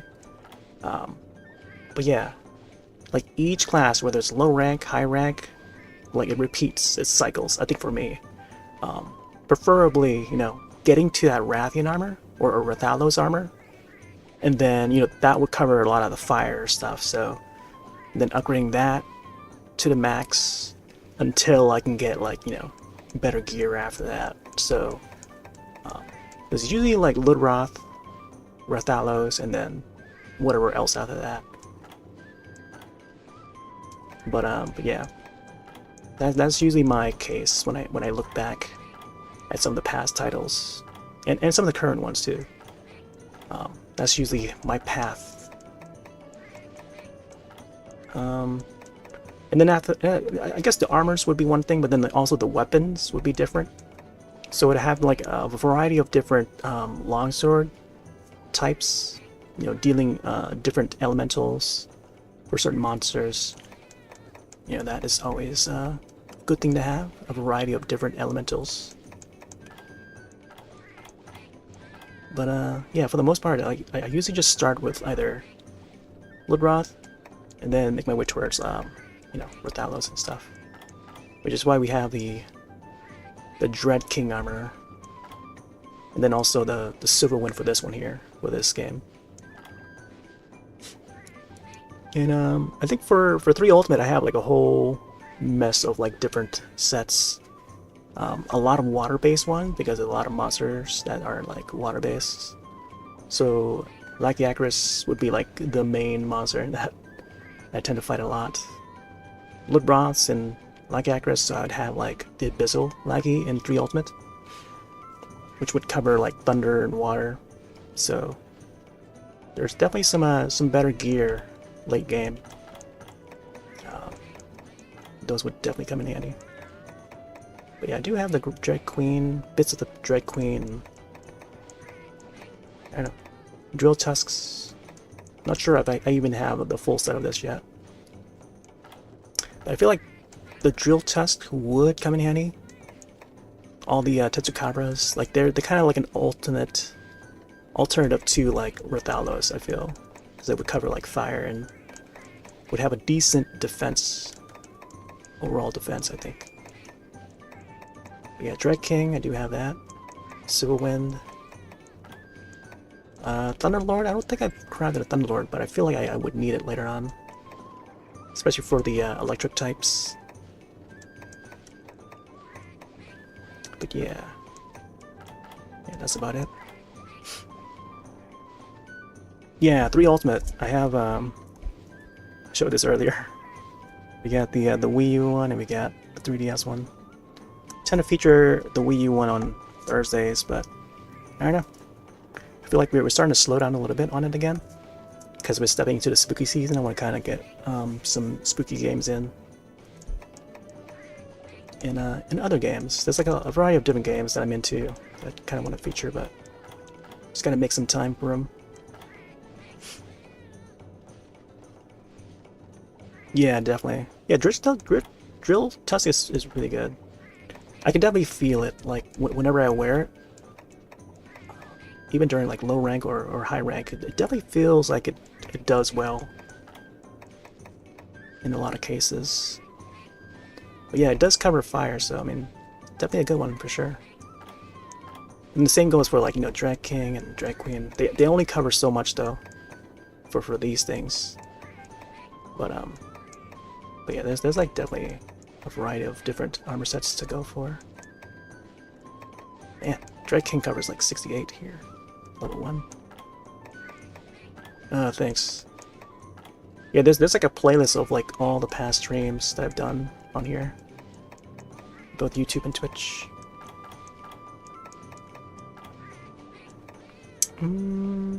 Let's see, Ludroth.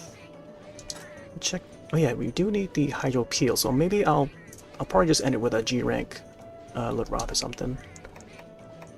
Let's see what else. Oh yeah, I also crafted like some of the Nintendo skins. So like the Vario suit, I think I got the full set already. Blade version though, Blade class Vario suit. Oh, I feel like I should craft the pirate one. Because September would be the great pirate month. Oh, look at the Buccaneer! Yeah, I feel like I should craft that. Maybe this and this, we'll see. I like how the Dynamic Glow has the headphones. And it glows too. It's like RGB headphones. Oh, it's got the Zero suit.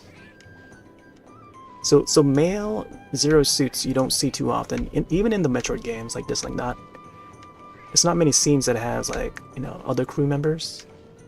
Unless you're playing like Metroid Other M or something, you'll see plenty of them. But like solo Samus sort of games, you mostly just see Samus and then the creatures that she's hunting. But yeah, there is a Zero suit in this. And Samus coin. I gotta get some more Samus coins so I can craft this this version here. But yeah, I got the Vario suit, which is fun. Fun to use. I accidentally crafted 2 Dread King helmets for some reason. Oh boy. Okay, so Ludroth, we got the helmet. That's what we're wearing now. Let's see. I'm not sure if I can upgrade these. Oh, that's right. We need true armor spheres for these. That's another thing too. Like it's tough to find true armor spheres unless you're fighting like, I don't know, Elder Dragons or something. And yeah, some of those tougher Elder Dragons quests, that's where you would get the true armor spheres. And yeah, and then with those you can upgrade these armor pieces even further.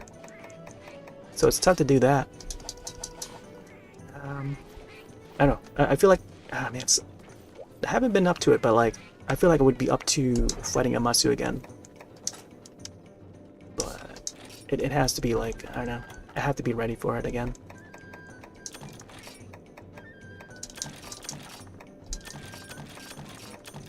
Yeah, I could try to do it now and maybe do a better job, even a better job than what I did last time, and get him down quicker. But I feel like it would take like a much longer hunt than what I intend to go on for tonight. So might want to say that either for next time or something. At least, you know, it'll be like an idea to do for next time. We'll see. You never had to farm armor spheres, so you really... Oh, really? Wow. Yeah, no. For me, it's always having to farm armor spheres. Yeah, like that's how difficult, like, I challenge myself. Like, I set the challenge for myself. And even in 3 Ultimate, like, I'm still searching for, like, true armor spheres, even in that game. Like, even though I have, like, you know, all the gear that I want, but, like, if I want to continue getting more gear, and then also upgrading the current gear that I have, like, I have to have true armor spheres, you know? And getting that... Ooh, there's a new Elder Dragon added here. Lao Shan Lung, whoa. That's an oldie but goodie. That's a long fight too, Lao Shan Lung. Has begun rampaging to the Shred and is expected to head through the number of inhabitant heritors. Hunter's Guild has set up a defense line at the fortress in a nearby area, but they're short-handed, and that means trouble. They've come to us asking for any skilled hunters we can spare. Nice. Normally, I'd not let them steal away my precious hunters for losing change, but for an Elder Dragon, I can make an exception. Talk to the quest sender. He'll explain the situation in greater detail. Remember that you have a fortress to defend. This is not your run-of-the-mill hunt. Stay sharp. Keep a clear head. Oh man, that's this entire night alone, I couldn't keep a clear head. Thinking about food, thinking about movies, shows, ranting about them. Right on the hunt. Oh man.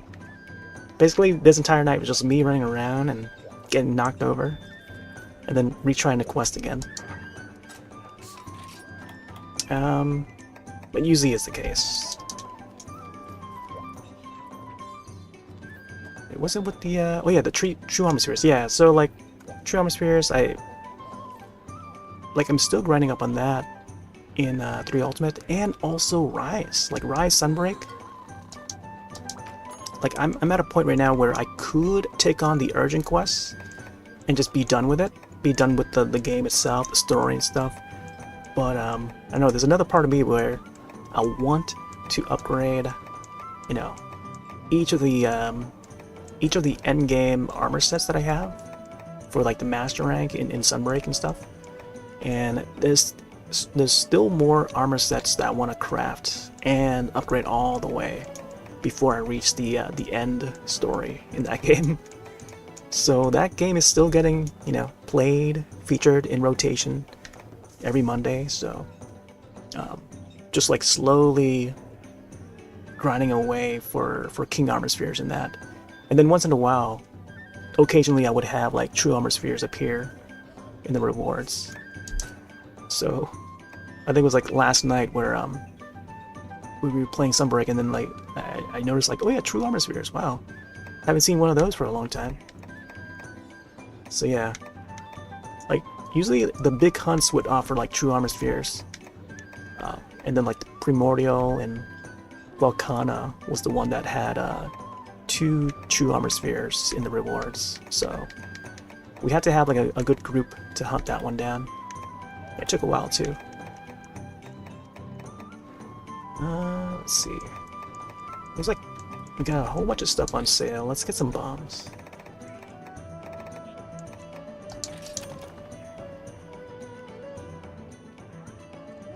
So loud as hell, you know, which, oh yeah, that definitely, I know how that guy would go. Yeah, he is one tough guy. And especially if you're melee, if you're playing melee weapons, oof, tough luck. That guy, man. That guy's like hunting a, that guy's like soloing a Diamoralis. Except Diamoralis, he stays in like a single area, but then he also goes into water, so he comes out of the water, goes back in, you know, he goes on land and then goes back into the water, but like if you don't hit him enough times, you know, he'll still like try to crawl at you and knock you over. But yeah, that guy is tough too. Like all the Elder Dragons, like all the large Elder Dragons, they're tough to take down. They take some time. So unless you strategize and, you know the ins and outs. But I like some of the more casual Elder Dragons, like I don't know, the what's his name again? Oh, the Gen Moran, yeah, the Gen Morans. Or both the Morans, like they're more slower paced, but like it doesn't require like timely movements where, you know, when and where to ring the gong or hit the gong or hit the Dragonators and stuff. But yeah, it's good to know the monsters. All right, man, I wish I could just like purchase some flash bombs. Yeah, Diamoralis, yeah. Oh, I didn't get to sell her the garbage.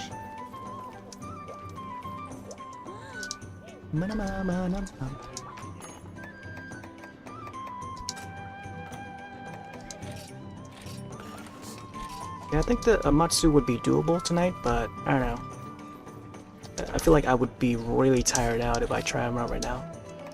So I'm probably just gonna take it easy and just like do a Royal Woodroth instead. I do need that Hydro Peel pieces though. Just one piece, and then I'll be able to upgrade a little more, or get that last piece of the this armor. Oh, I need to go back down there so I can craft the Moscarl. That's what I forgot to do. I want to get the complete Moscarl set for the season. I also need to cook some meats too, so I can craft some more megas.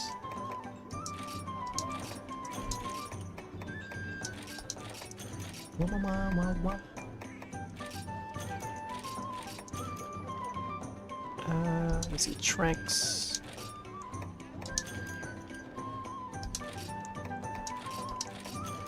Starting to run out of spots for items.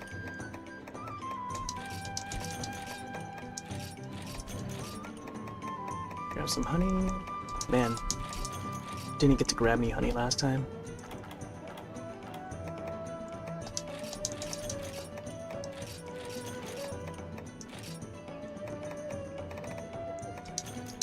Might as well bring like a bunch of whetstones. Man, I feel like I should cook some meats while I'm there, but man, just not enough pocket space to bring them all.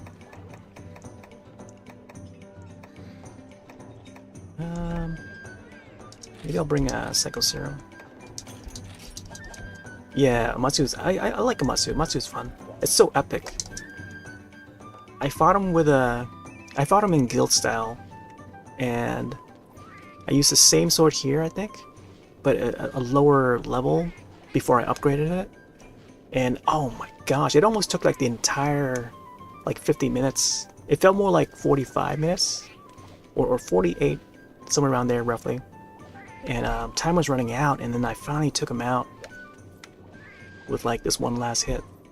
And then I saw like the ending cinematic, and the sun rose, the clouds cleared. It was such an epic moment. It's like, wow.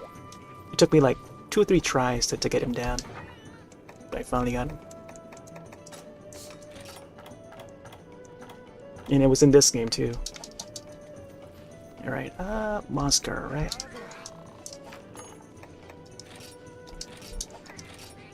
Moss Girl. Not sure if I crafted the head yet. Let's take a look.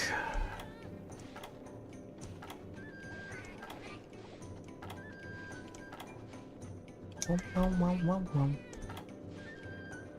the Mufa. Oh my gosh, the Mufa.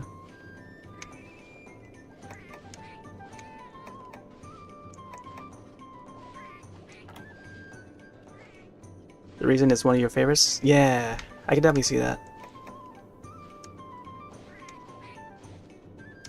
This one looks fancy. One thing that would match this, we can't mix and match, but like I would love to wear this Banaber hat with like, I don't know, like a skeleton like body or something. But then you have to wear it separately. But the hats aren't like separate from the masks. Like they're all counted as like headgear, so you can't really mix and match that way. Wish we could though.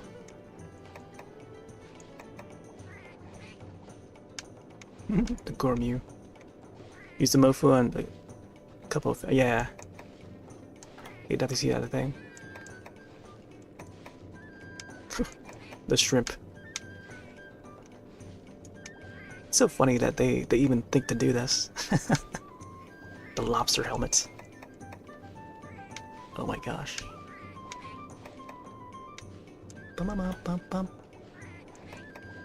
Man, I don't know what it. Let's see, 60. Oh, here it is. Mascara. Oh yeah.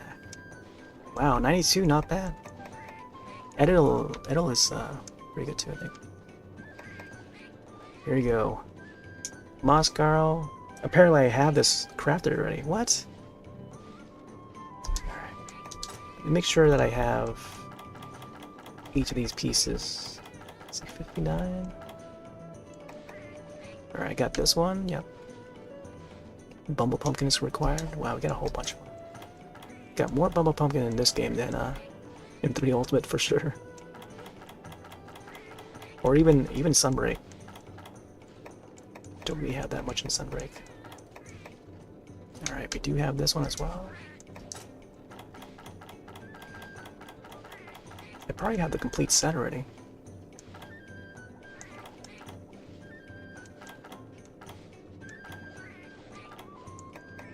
Yep, got this one.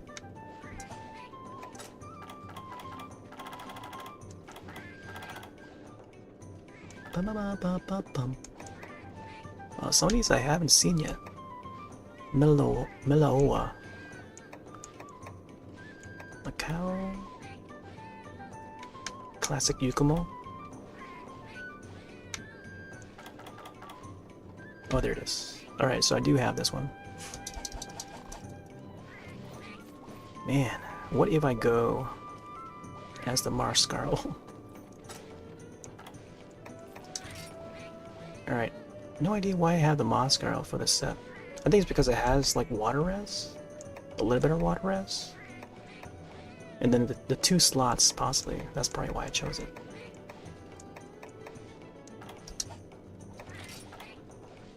Okay, so it does have health, and then water attack, and then marathon runner. And that's about it. Alright. Let's go take this Ludroth and be done with it.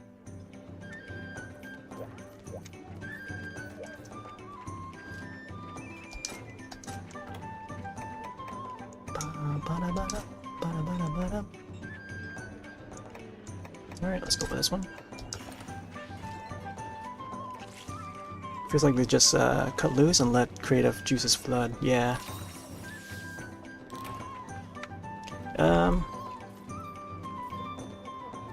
Yeah, I feel like it's a combination of like past gen and just meshing that all together into one single game. Which turns out to be this game. And same thing with weapons and the monsters themselves. It's a G rank 3. I think after finishing that what's the month that we just hunted? The Seregios. Must have been a key quest to unlock this G rank 3. Interesting. Alright, so urgent quest has come in. Slay a Laoshan Lung. Yikes. These Laoshan Lung attacks are quite unusual. You'd better make sure you take care on this one. Here is today's list on your perusal. Alright. So I'm not going to take on this Laoshan Lung just yet. I just want to craft my Ludroth armor to the fullest first.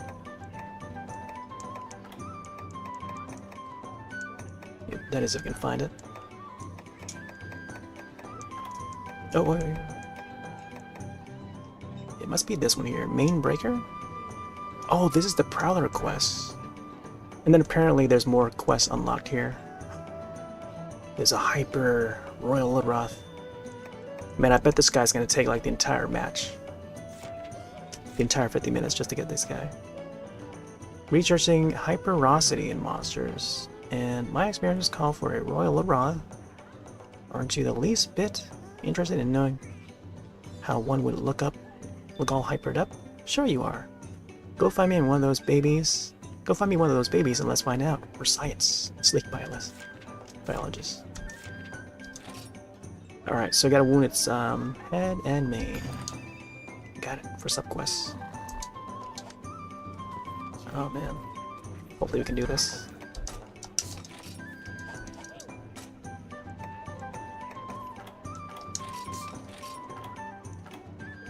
Alright, so we got Tranks. Do we have enough bombs? Alright. I think this will be the last one.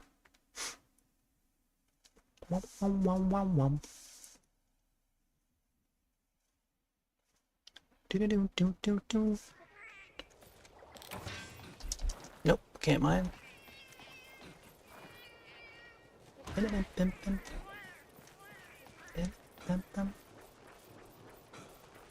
Yeah, I like that this quest is taking place in Misty Peaks. I tend to hunt the purple Ludroth a lot in 3 Ultimates. They're great for like starter monsters and then like ending the session with a purple Ludroth. I don't know, it just feels comfy for me, I think.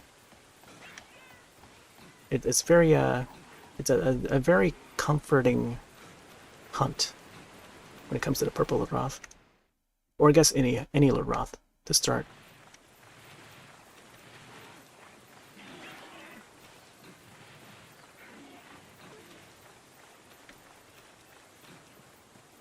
Oh yeah, purple Ludroth. Purple Ludroth is exclusive to 3 Ultimate. I think I don't remember if they were in Try or not. It's been a long time since I played Try. But man, 3 Ultimate, there's some exclusive monsters in that. They're just more about the color. Not much difference when it comes to like the movement of monsters, but it's just the purple version is just a more poison type. It's just how Royal Ludroth would shoot out their water balls, except they're poison balls instead, or the venoms, I guess. So it's a little more challenging than a regular Royal Ludroth, but and they appear more pink. They're not like yellow like this guy here. They're more pink colored, even though they call them purple Ludroths, but they're actually like more pinker colored.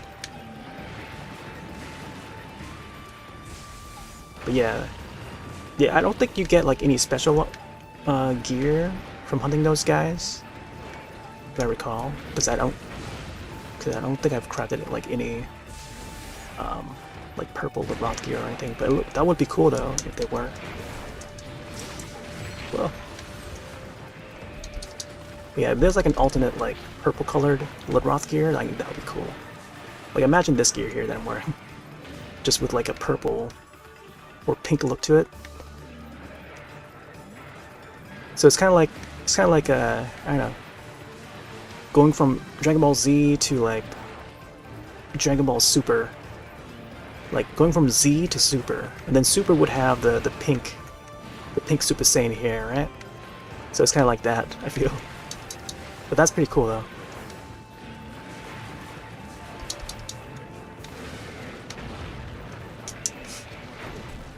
Color armor? No, I don't. No, you can't. You can't color your armor. Oh, actually, you can. Yeah, you can't color your armor in that game. I just don't think I've done much of the coloring in that, aside from like the underwear or the inner clothing that you wear in that game, and that's about it. I don't think I've ever colored my my armor in that, like the hunting armor.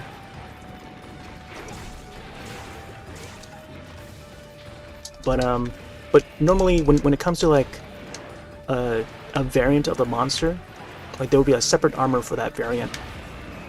Like I can think of like Rathalos, and then there's like silver Rathalos, so you get the silver gear, and then the gold Rathian versus regular Rathian. But I think for purple Ludroth, I don't think you get a different gear. Purple Ludroth, if I recall. I might have to double check on that, because I had them so many times that I didn't realize that if there was such a set.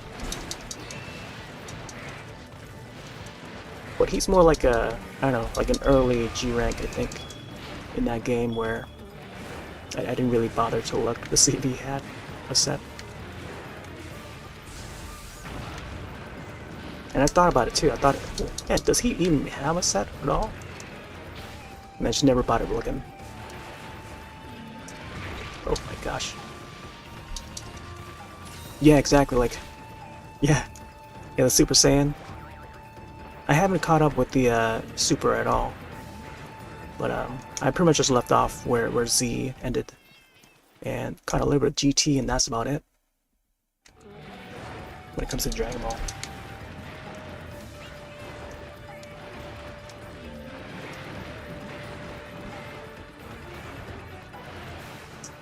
But here's good things about it, though. I saw that they're bringing back the War of the Gods, Dragon Ball's the Dragon Ball movie, War of the Gods, back to theaters through Fathom events. So the movie that came out like 10 years ago is coming back to show in theater. That's pretty neat. No! Oh my gosh, still got hit. For a moment I thought I escaped it, but still got hit by it.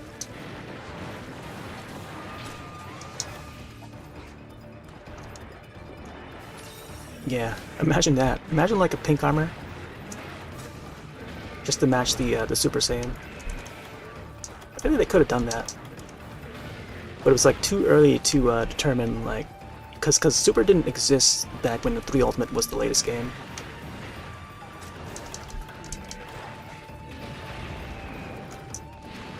I feel like they could have done it for this game, I think, since this came out like a little later. Actually, Generations was like, wait, so 4, and then 4 Ultimate, or aka 4G, and then Cross and Double Cross were like 2015, 2016, and then it took like a couple more years after that for it to reach America. Oh my gosh, that water.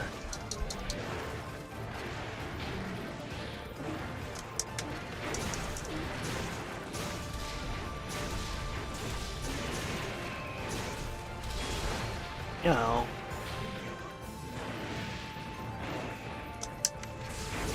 Ooh. Okay, let's whip me that with a tail.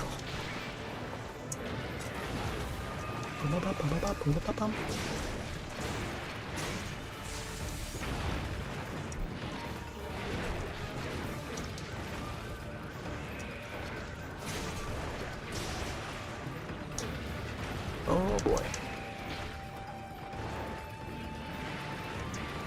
I feel like I need to sharpen.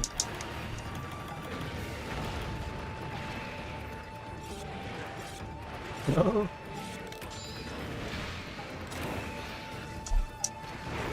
Oh yeah, we gotta break the main, right? The subquest. Did I just like hit his arm? Oh my hand! So dramatic, LeBron. Yeah, get him, Boomy.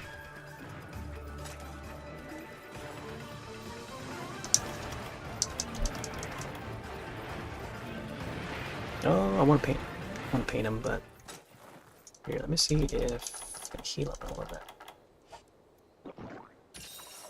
bit. Yeah, this is one little hit. I feel like I should have clipped that with a switch, but I was like striking down off to its side, but it looked like it's like shaved a little piece of his like elbow or nail or something. Like chipped his nail, maybe. It just like fell right over. Oh my gosh.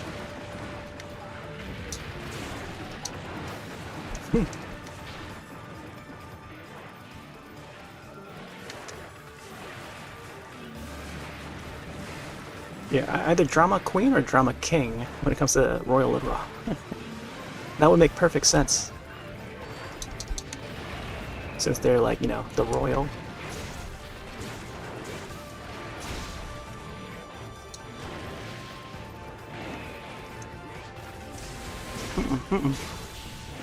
Oh, I thought the tail was gonna hit.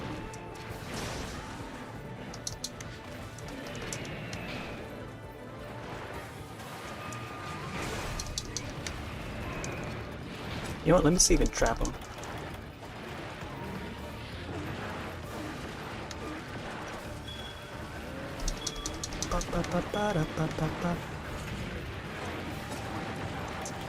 Got some big bombs for you.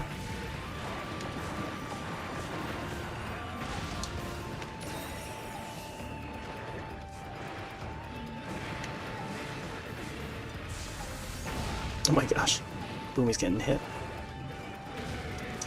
Ooh, right into it.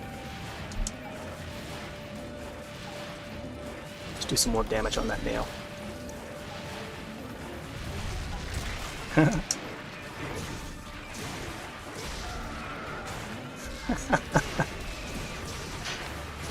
Oh man.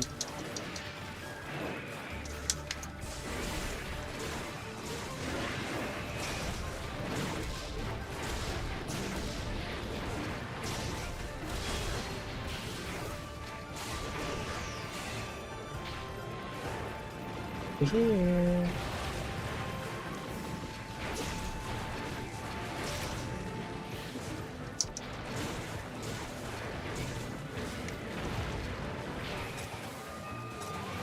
Might have to sharpen again. Oh yeah, let me paint him.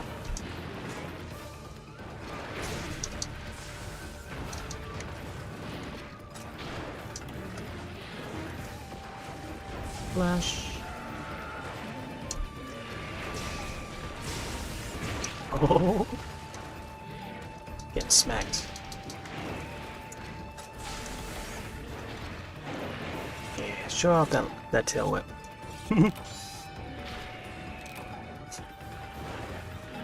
Oh yeah, hey Scott. For sure. For shizzle.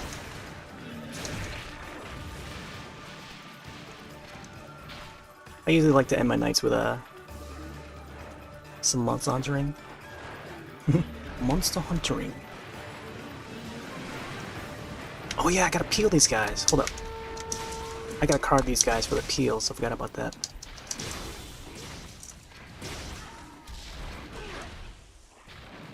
So you can get at least one. Let's go, Boomy. Oh, how dare. Monster bone. Just grant out some 4 ultimate. Oh, nice. Bet you're enjoying that, huh? Man, Capcom had like a great sale when Nintendo was closing out their eShop and stuff. And like, you can get like Monster Hunter games for like $3. Like $4 each or something like that. For me, I always prefer the physical version, so I would have like, you know, 3 ultimate and stuff there. And the lowest the physicals would go for would be like 15. Which you can get it like, I don't know, used or something.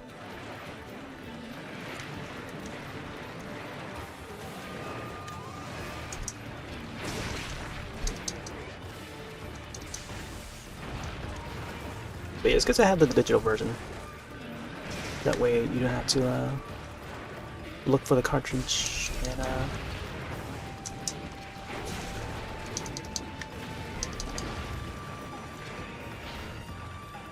and having to swap the cartridges out.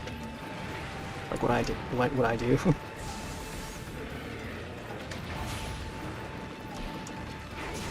But for me, I kind of like swapping the cartridges out. Just the act of them.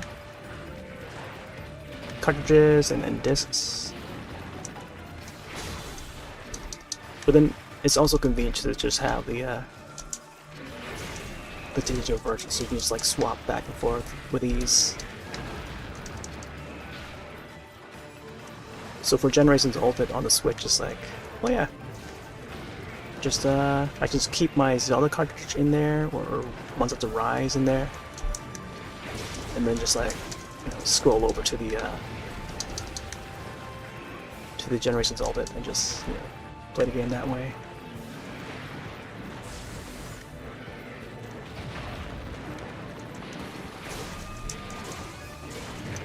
Whoa!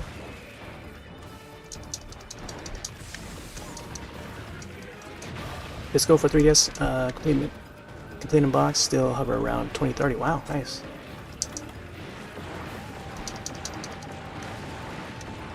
That's still pretty good for that old of a game.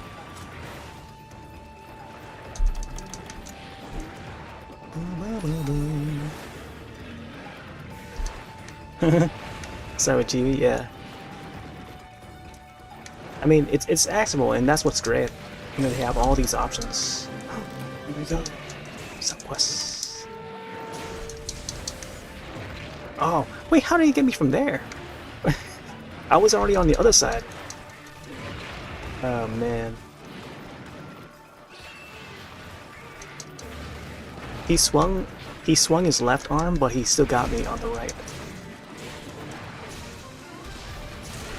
Ooh, there we go, got the tail. Yeah, I love Lilroth. Lilroth is probably one of my favorites. Oh my gosh. Lilroth and Baroth.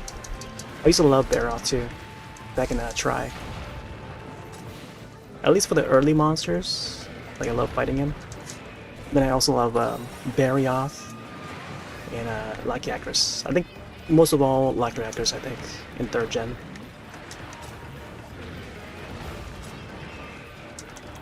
Man, I still gotta get that peel though.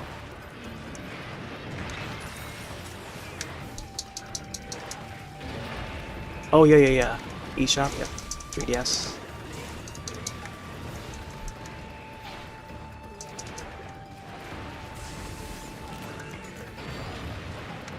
I mean, it's good to own like a physical copy for all the games.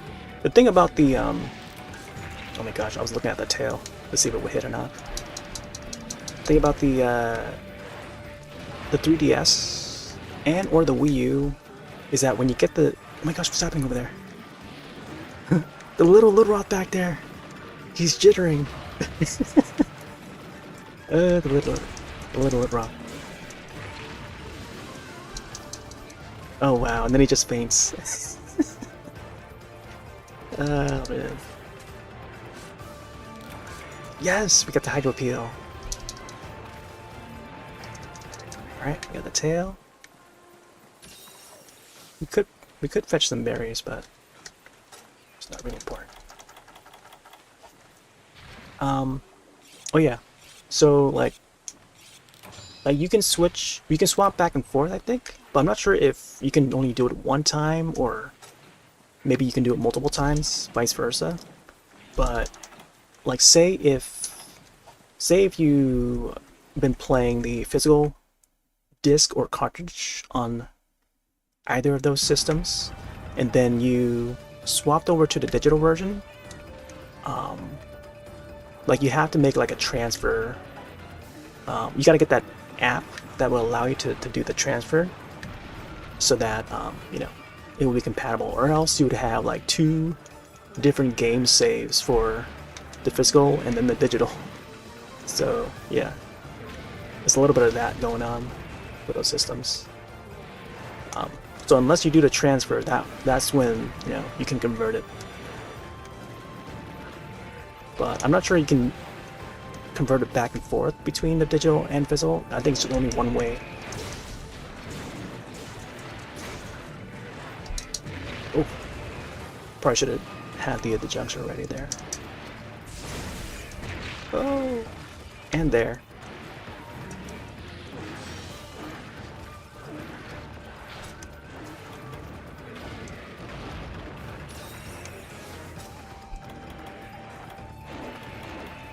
Oh, I don't have any more dashies.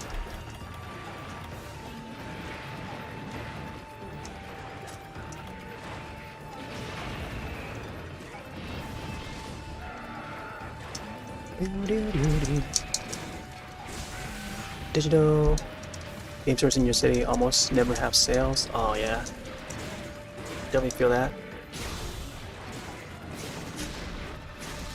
There's also like online sales too.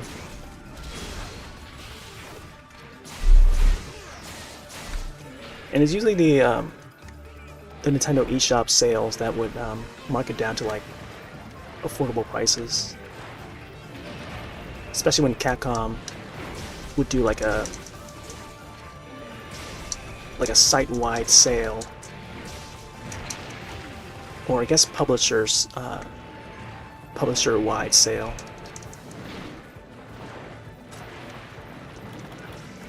Like what they have right now on Steam, they I think they have a special Tokyo Game Show sale going on for Capcom, because they got a lot of stuff to announce during upcoming Tokyo Game Show, which I think is occurring tonight. I think it's happening in like 3 hours. Just reminded myself. Yeah, Tokyo Game Show is occurring in like 3 hours. So I'm pretty curious to see what they're going to announce. I know for sure they're going to show Monster Hunter Now, since that game just launched. So they'll probably announce like, I don't know, upcoming updates. Maybe there's a new monster that they're going to announce for that game. I know that they mentioned like there's going to be an original monster for Monster Hunter Now, and that is yet to be revealed, so they could announce that. And then I've got what else? I don't know if they're gonna detail any new Monster Hunter stuff after that, because they're basically done with Sunbreak. The last update's already released. Oh boy!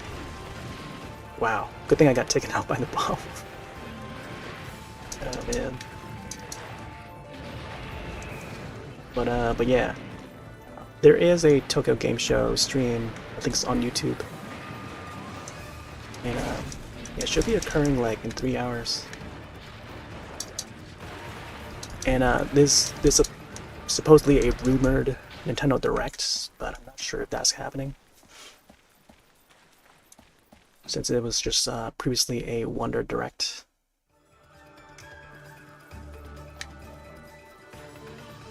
My ideal Monster Hunter 6? I think the next... It doesn't necessarily have to be Monster Hunter 6, like the title itself, but like a next iteration Monster Hunter. I'd like it to be like, I don't know, a celebratory one where it celebrates like the 20 years of Monster Hunter. Maybe also in a similar vein as what they've done here with Generations and Generations Ultimate, where they have like a barrage of past monsters in one game. It doesn't have to be this format, but I don't know. I kind of what they did with like Sunbreak and announcing some of those past monsters, like the 4th gen monsters, Gormagala, Astalos, Seregios, like those were some of the great announcements that they could have saved for the next, like, you know, anniversary Monster Hunter game. Yeah, I think that's a good way to call it, like an anniversary Monster Hunter game. So in the same vein as Generations, and yeah, just having fun with it. Maybe with each anniversary Monster Hunter, they would do the arts like how they did with Generations. Because I know there's a group of people that want that arts back, the Hunter arts and stuff. But I don't know. And then there's another group that doesn't really enjoy the arts very much. I do like some of the specials though, like how I use the Sakura Slash and some of that in combination with like the strikes that I do with these hits and stuff. But I know some people just go all out with all those you know, all the options that's available. Man, my stamina just continues to go. Whoa! I was gonna time it right so that it falls over. Oh, can't roll backward.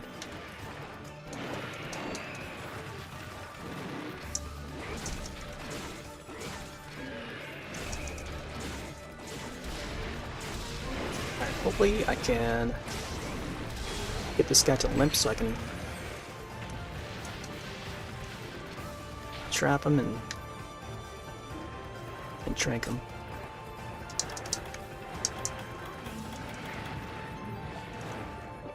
Nope, not limping yet. Alright. Let's go see if there's any more. Actually, you know what? I'm just gonna use my ancient. Let's get that stamina up. Cause I feel like this guy is almost finished anyway, so sharpen real quick. Yeah, like a celebratory Monster Hunter, anniversary Monster Hunter would be just fine. And just like, you know, just maybe rebuilding this game. It doesn't necessarily have to be like a remake of this game, but maybe in a similar fashion. Brand new title, but in a similar fashion, using the RE engine, you know. Yeah, using the RE engine So RE Engine Monster Hunter built from the ground up, and yeah, celebrating the 20 years. So 20 years of monsters, and then I guess include all the maybe not all, but like include a lot of the variants that we don't normally see for the mainline series. So they've got a whole bunch of like variants on the mobile games. Like Monster Hunter Explorer was a Japan release Monster Hunter mobile game, and in that game there's a whole bunch of variants, very interesting ones that's never to be seen again, or we had not seen in like home console Monster Hunter. And I don't know, would be neat to see those in some shape or form.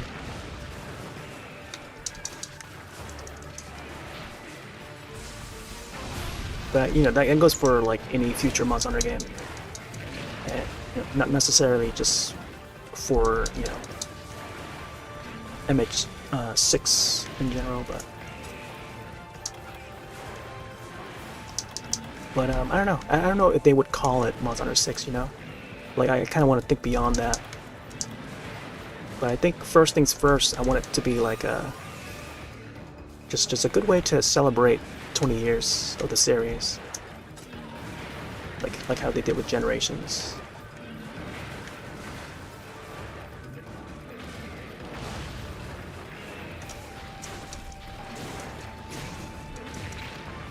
But I feel like if they want to cater to the Monster Hunter audience, like the overall majority of players now in 2023, and then moving on into 2024, is that they're gonna try and cater to the world players, because that's where the majority of players are. I think there's a big chunk of world players that still exists and are just waiting for that next, you know, world like Monster Hunter.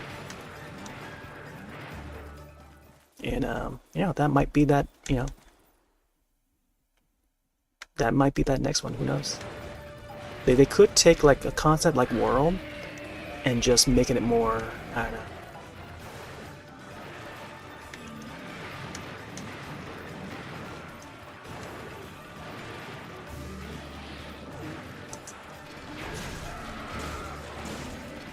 Making it more like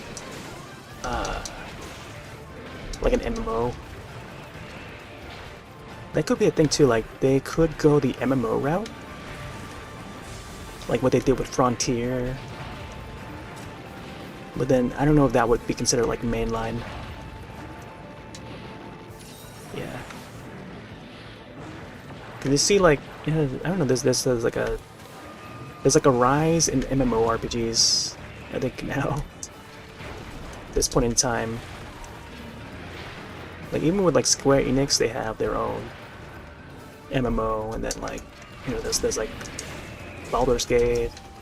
There's the Souls games too, but it's not really like MMO-ish. So they cannot. I don't think they would ignore the Souls crowd. You know, that's where the world players come in. Like they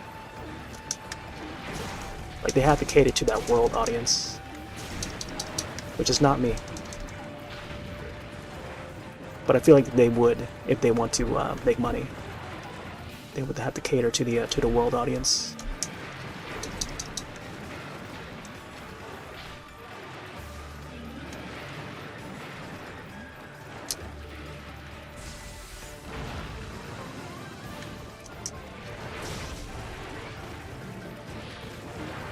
It's like a lot of the ideas that I thought they would and could do back in Rise and Rise Sunbreak, they went the path that I didn't want them to go. Towards Sunbreak, I mean, like partially, like halfway, like it's just more so like the setting stuff is fine. I'm fine with, but like it's just the monster selections and how they brought you know, more of the past monsters from like, you know, 4th gen. It's like, where's the new stuff, you know? I'm waiting for the new stuff. And like, they have the 3 lords, and that was fine. But I would have wanted more like variants of the 3 lords. And we only had that one variant that is Primordial Malzeno. And that was the end of the game, and that was it. That was all the updates. Like, I would have wanted more like, I don't know, another variant of like Luna Garen or Garengo, but like, we didn't have those. So I feel like they kind of, I don't know, they kind of dropped the ball for me on that part. But then at the same time, you know, there's a few things with Sunbreak that I wish they could have done, but they didn't do.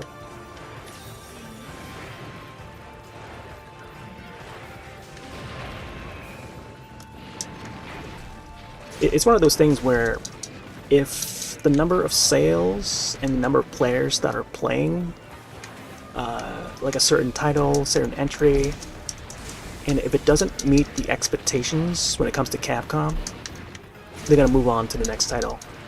That's usually how it is. They'll continue to move on.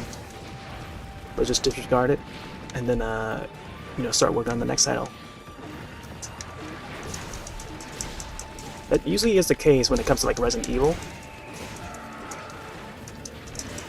Like, if they don't sell a certain number of copies, and even though it looks like a big number, like from our point of view, but like for Capcom, it's not the expected number of sales for them.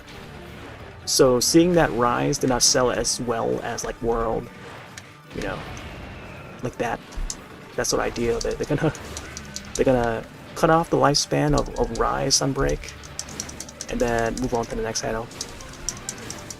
So that's where Monster Hunter Now comes in, so they can garner enough money for, you know, to make the next Monster Hunter, or continue on with the franchise.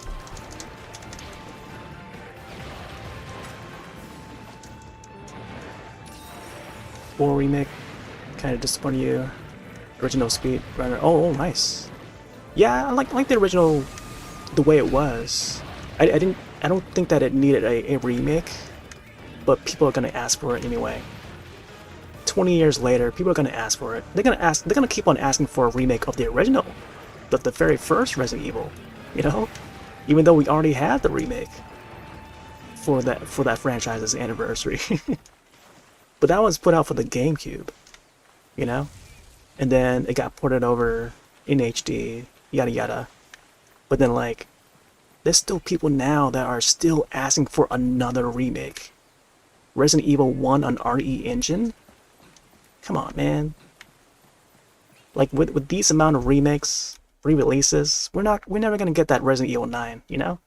Like, where's that Resident Evil 9? You know? Had they not thought about that?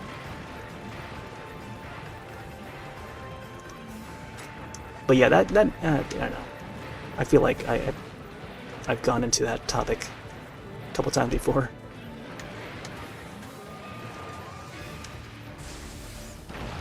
But yeah, I feel like the newer generation, like they're continuously gonna ask for remakes after remakes, not enough originals.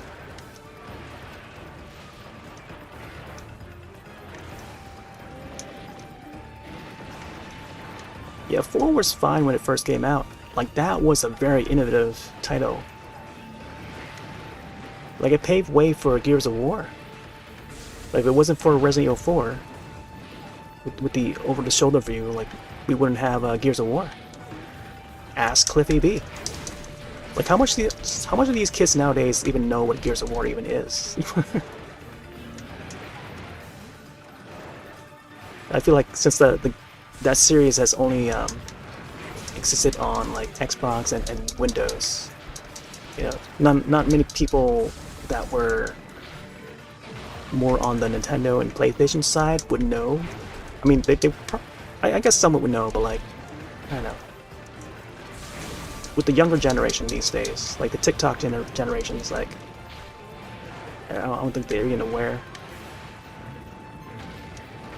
of some of these past titles. Even though like it doesn't seem like long ago, but like, you know, after like a decade or a decade and a half, that's when you start seeing like a younger group of people, a younger generations of players that are just like hopping onto like these newer systems. And you know, they didn't really get to experience some of those past titles. So therefore they're asking for these remakes of past titles that's already been remade, which is so odd.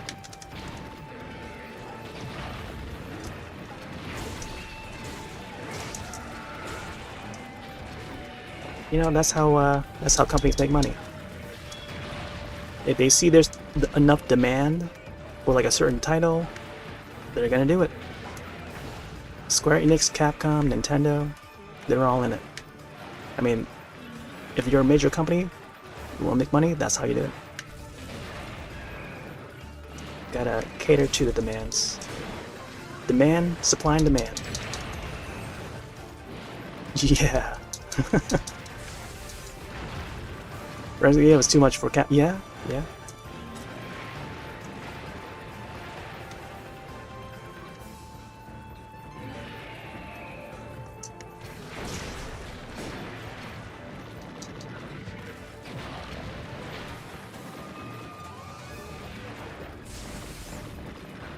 I know that the Resident Evil team is always looking for like fresh ideas.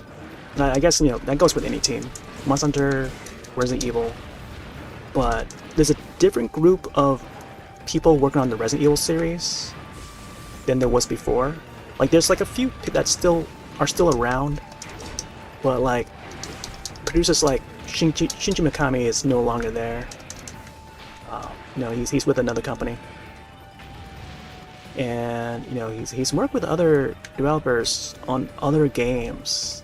Like he's done a variety of games in the past, but I feel like he's won with the Resident Evil series, you know, since the first one.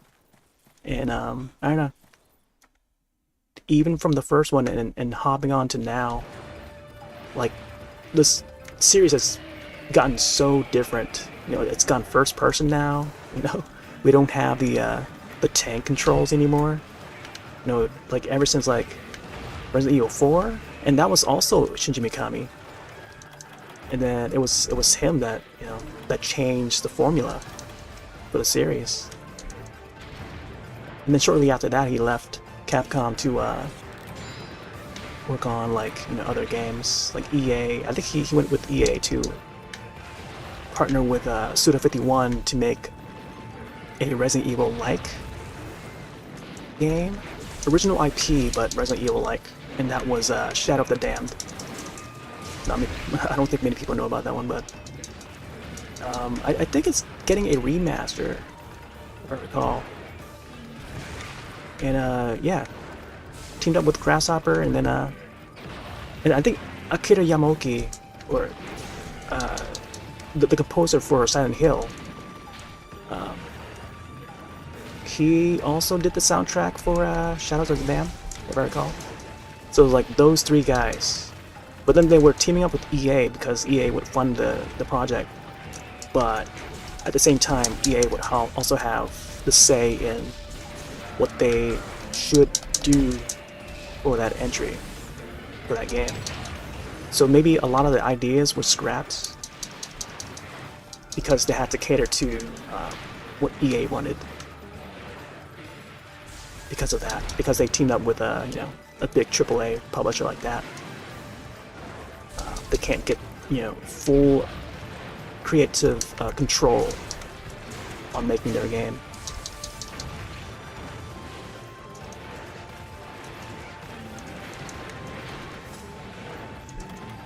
But that is usually the case when it comes to like, you know, projects like that.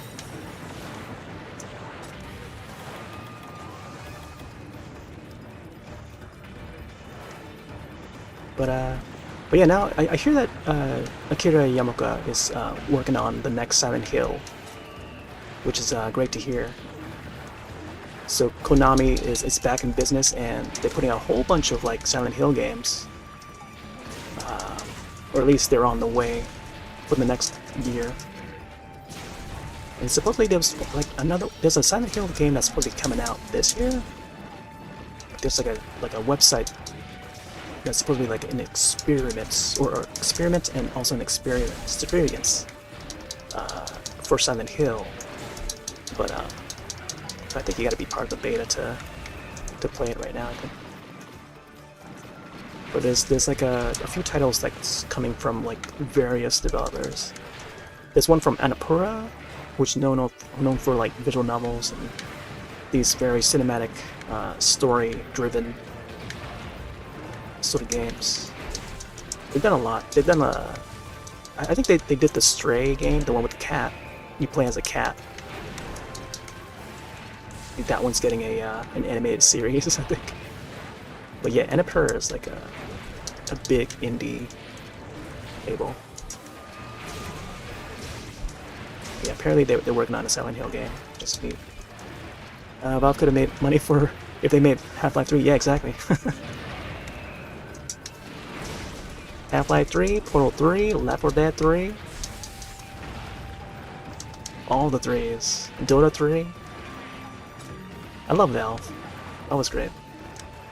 Valve does, they borrow influence from like Nintendo. I know Gabe Newell, he's a big fan of Nintendo. He's a big Mario fan too.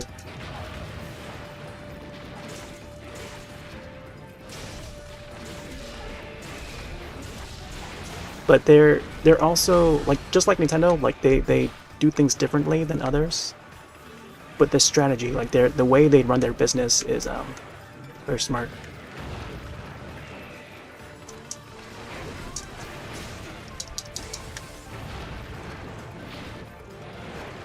Man, this Roadrock's going nowhere.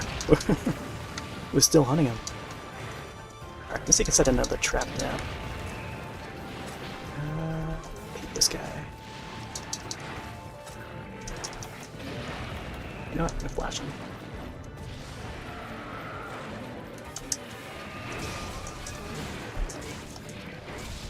Whoa! Man, that still caught me.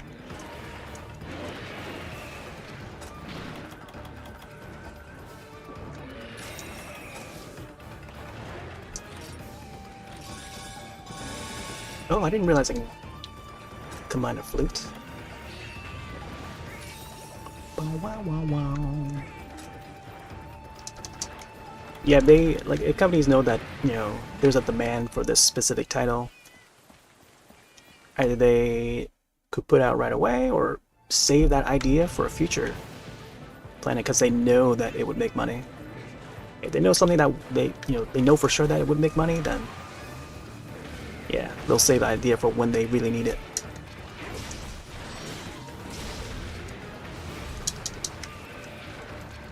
In the case of like Square Enix, look at how long it took for like Final Fantasy VII Remake to happen. Yeah, that was like a rumor back in like PS3 era.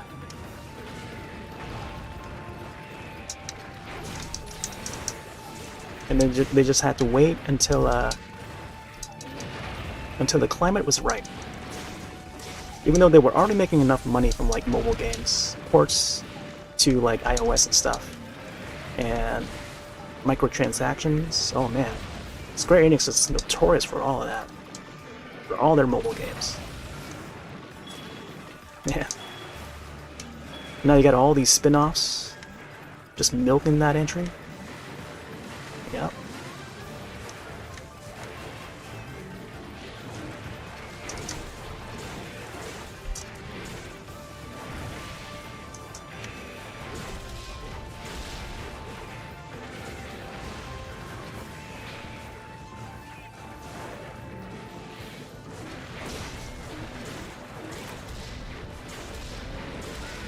Oh, there you go. Oh, 5 minutes left. Hopefully I can get this guy to limp.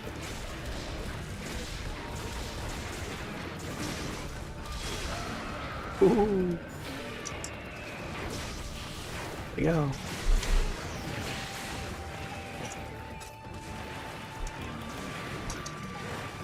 Whoa. Let's get some drinks in.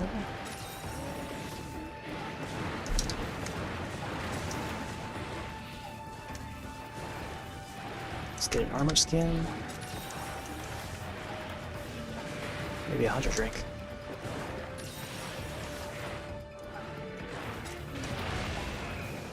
Oh, this might be a bad spot to sharpen.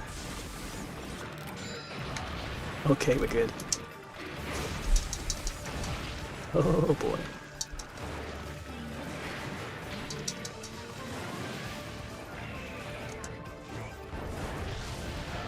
Nice, nice. Oh man.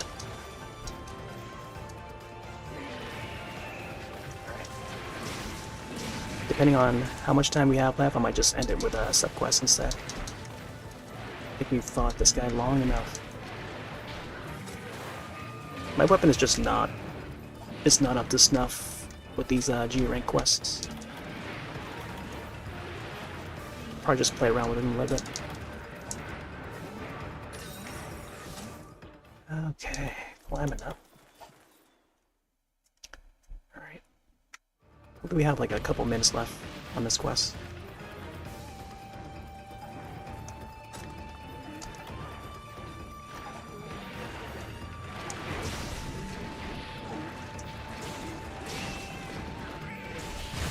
Ooh. Yo.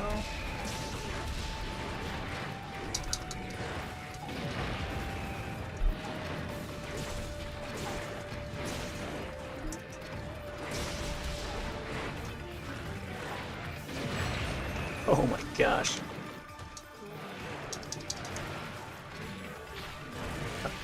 Let's get one more combo. Ooh, there you go.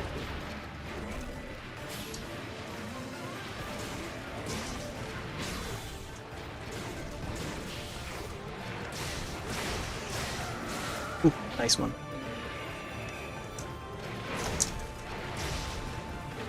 Man, this guy is still going. Alright. Now let me put a shock trap down.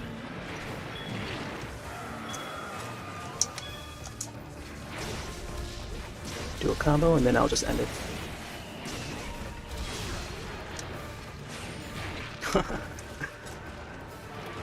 Alright.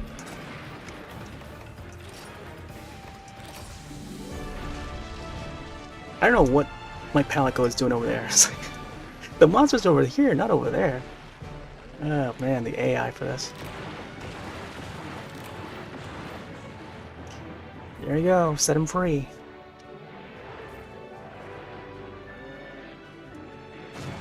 Ah man, what a session.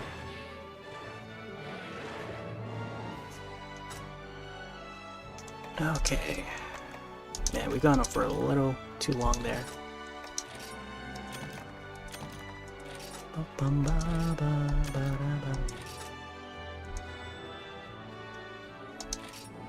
gonna sell this one.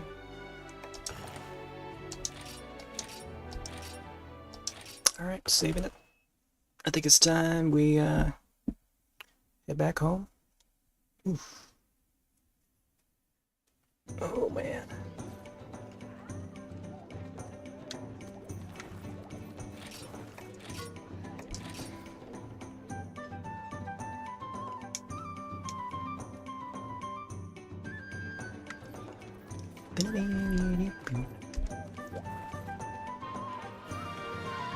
Oh nice, we get some mushrooms.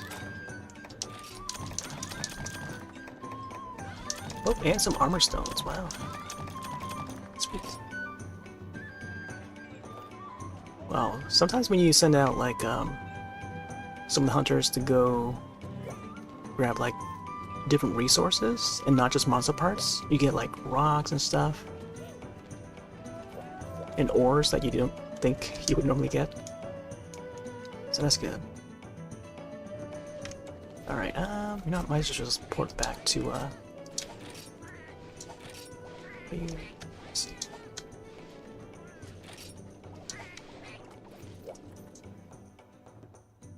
Trying to find the button to go back to Berna. Oh, there we go. Okay, Berna. Wait, there's something over at Suratorium. Must be like a ticket or something. Yep.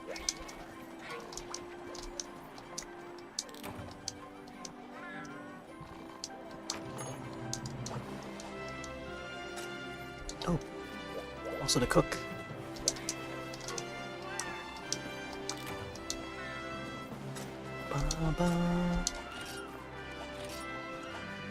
Man, I never know what button it is to... Okay, so it's X. X is the button. Is there something else?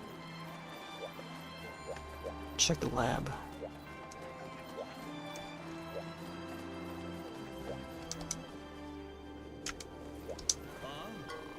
Ba, ba, ba, ba. Digging the constellations on the globe. Hunter notes. Nice. I like how there's like a Kodapeko little toy over here. Not sure what that is. Could be a hat or something. But it wiggles all around later on. Wow, apparently there's some quests over here too. I'll just head to Berna. We gotta end this. Doom doom doom doom doom doom.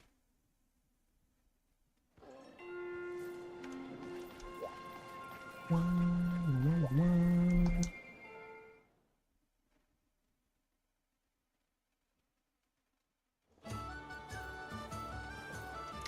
Bum ba dum bum bum ba. Check the Meowsa hunters.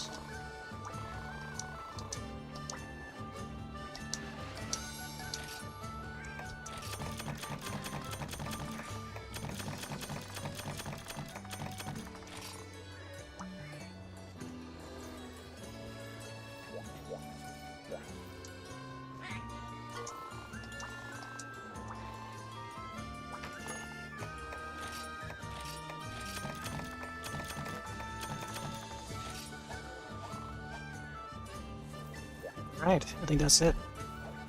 Yeah, I think for tomorrow I could do some art.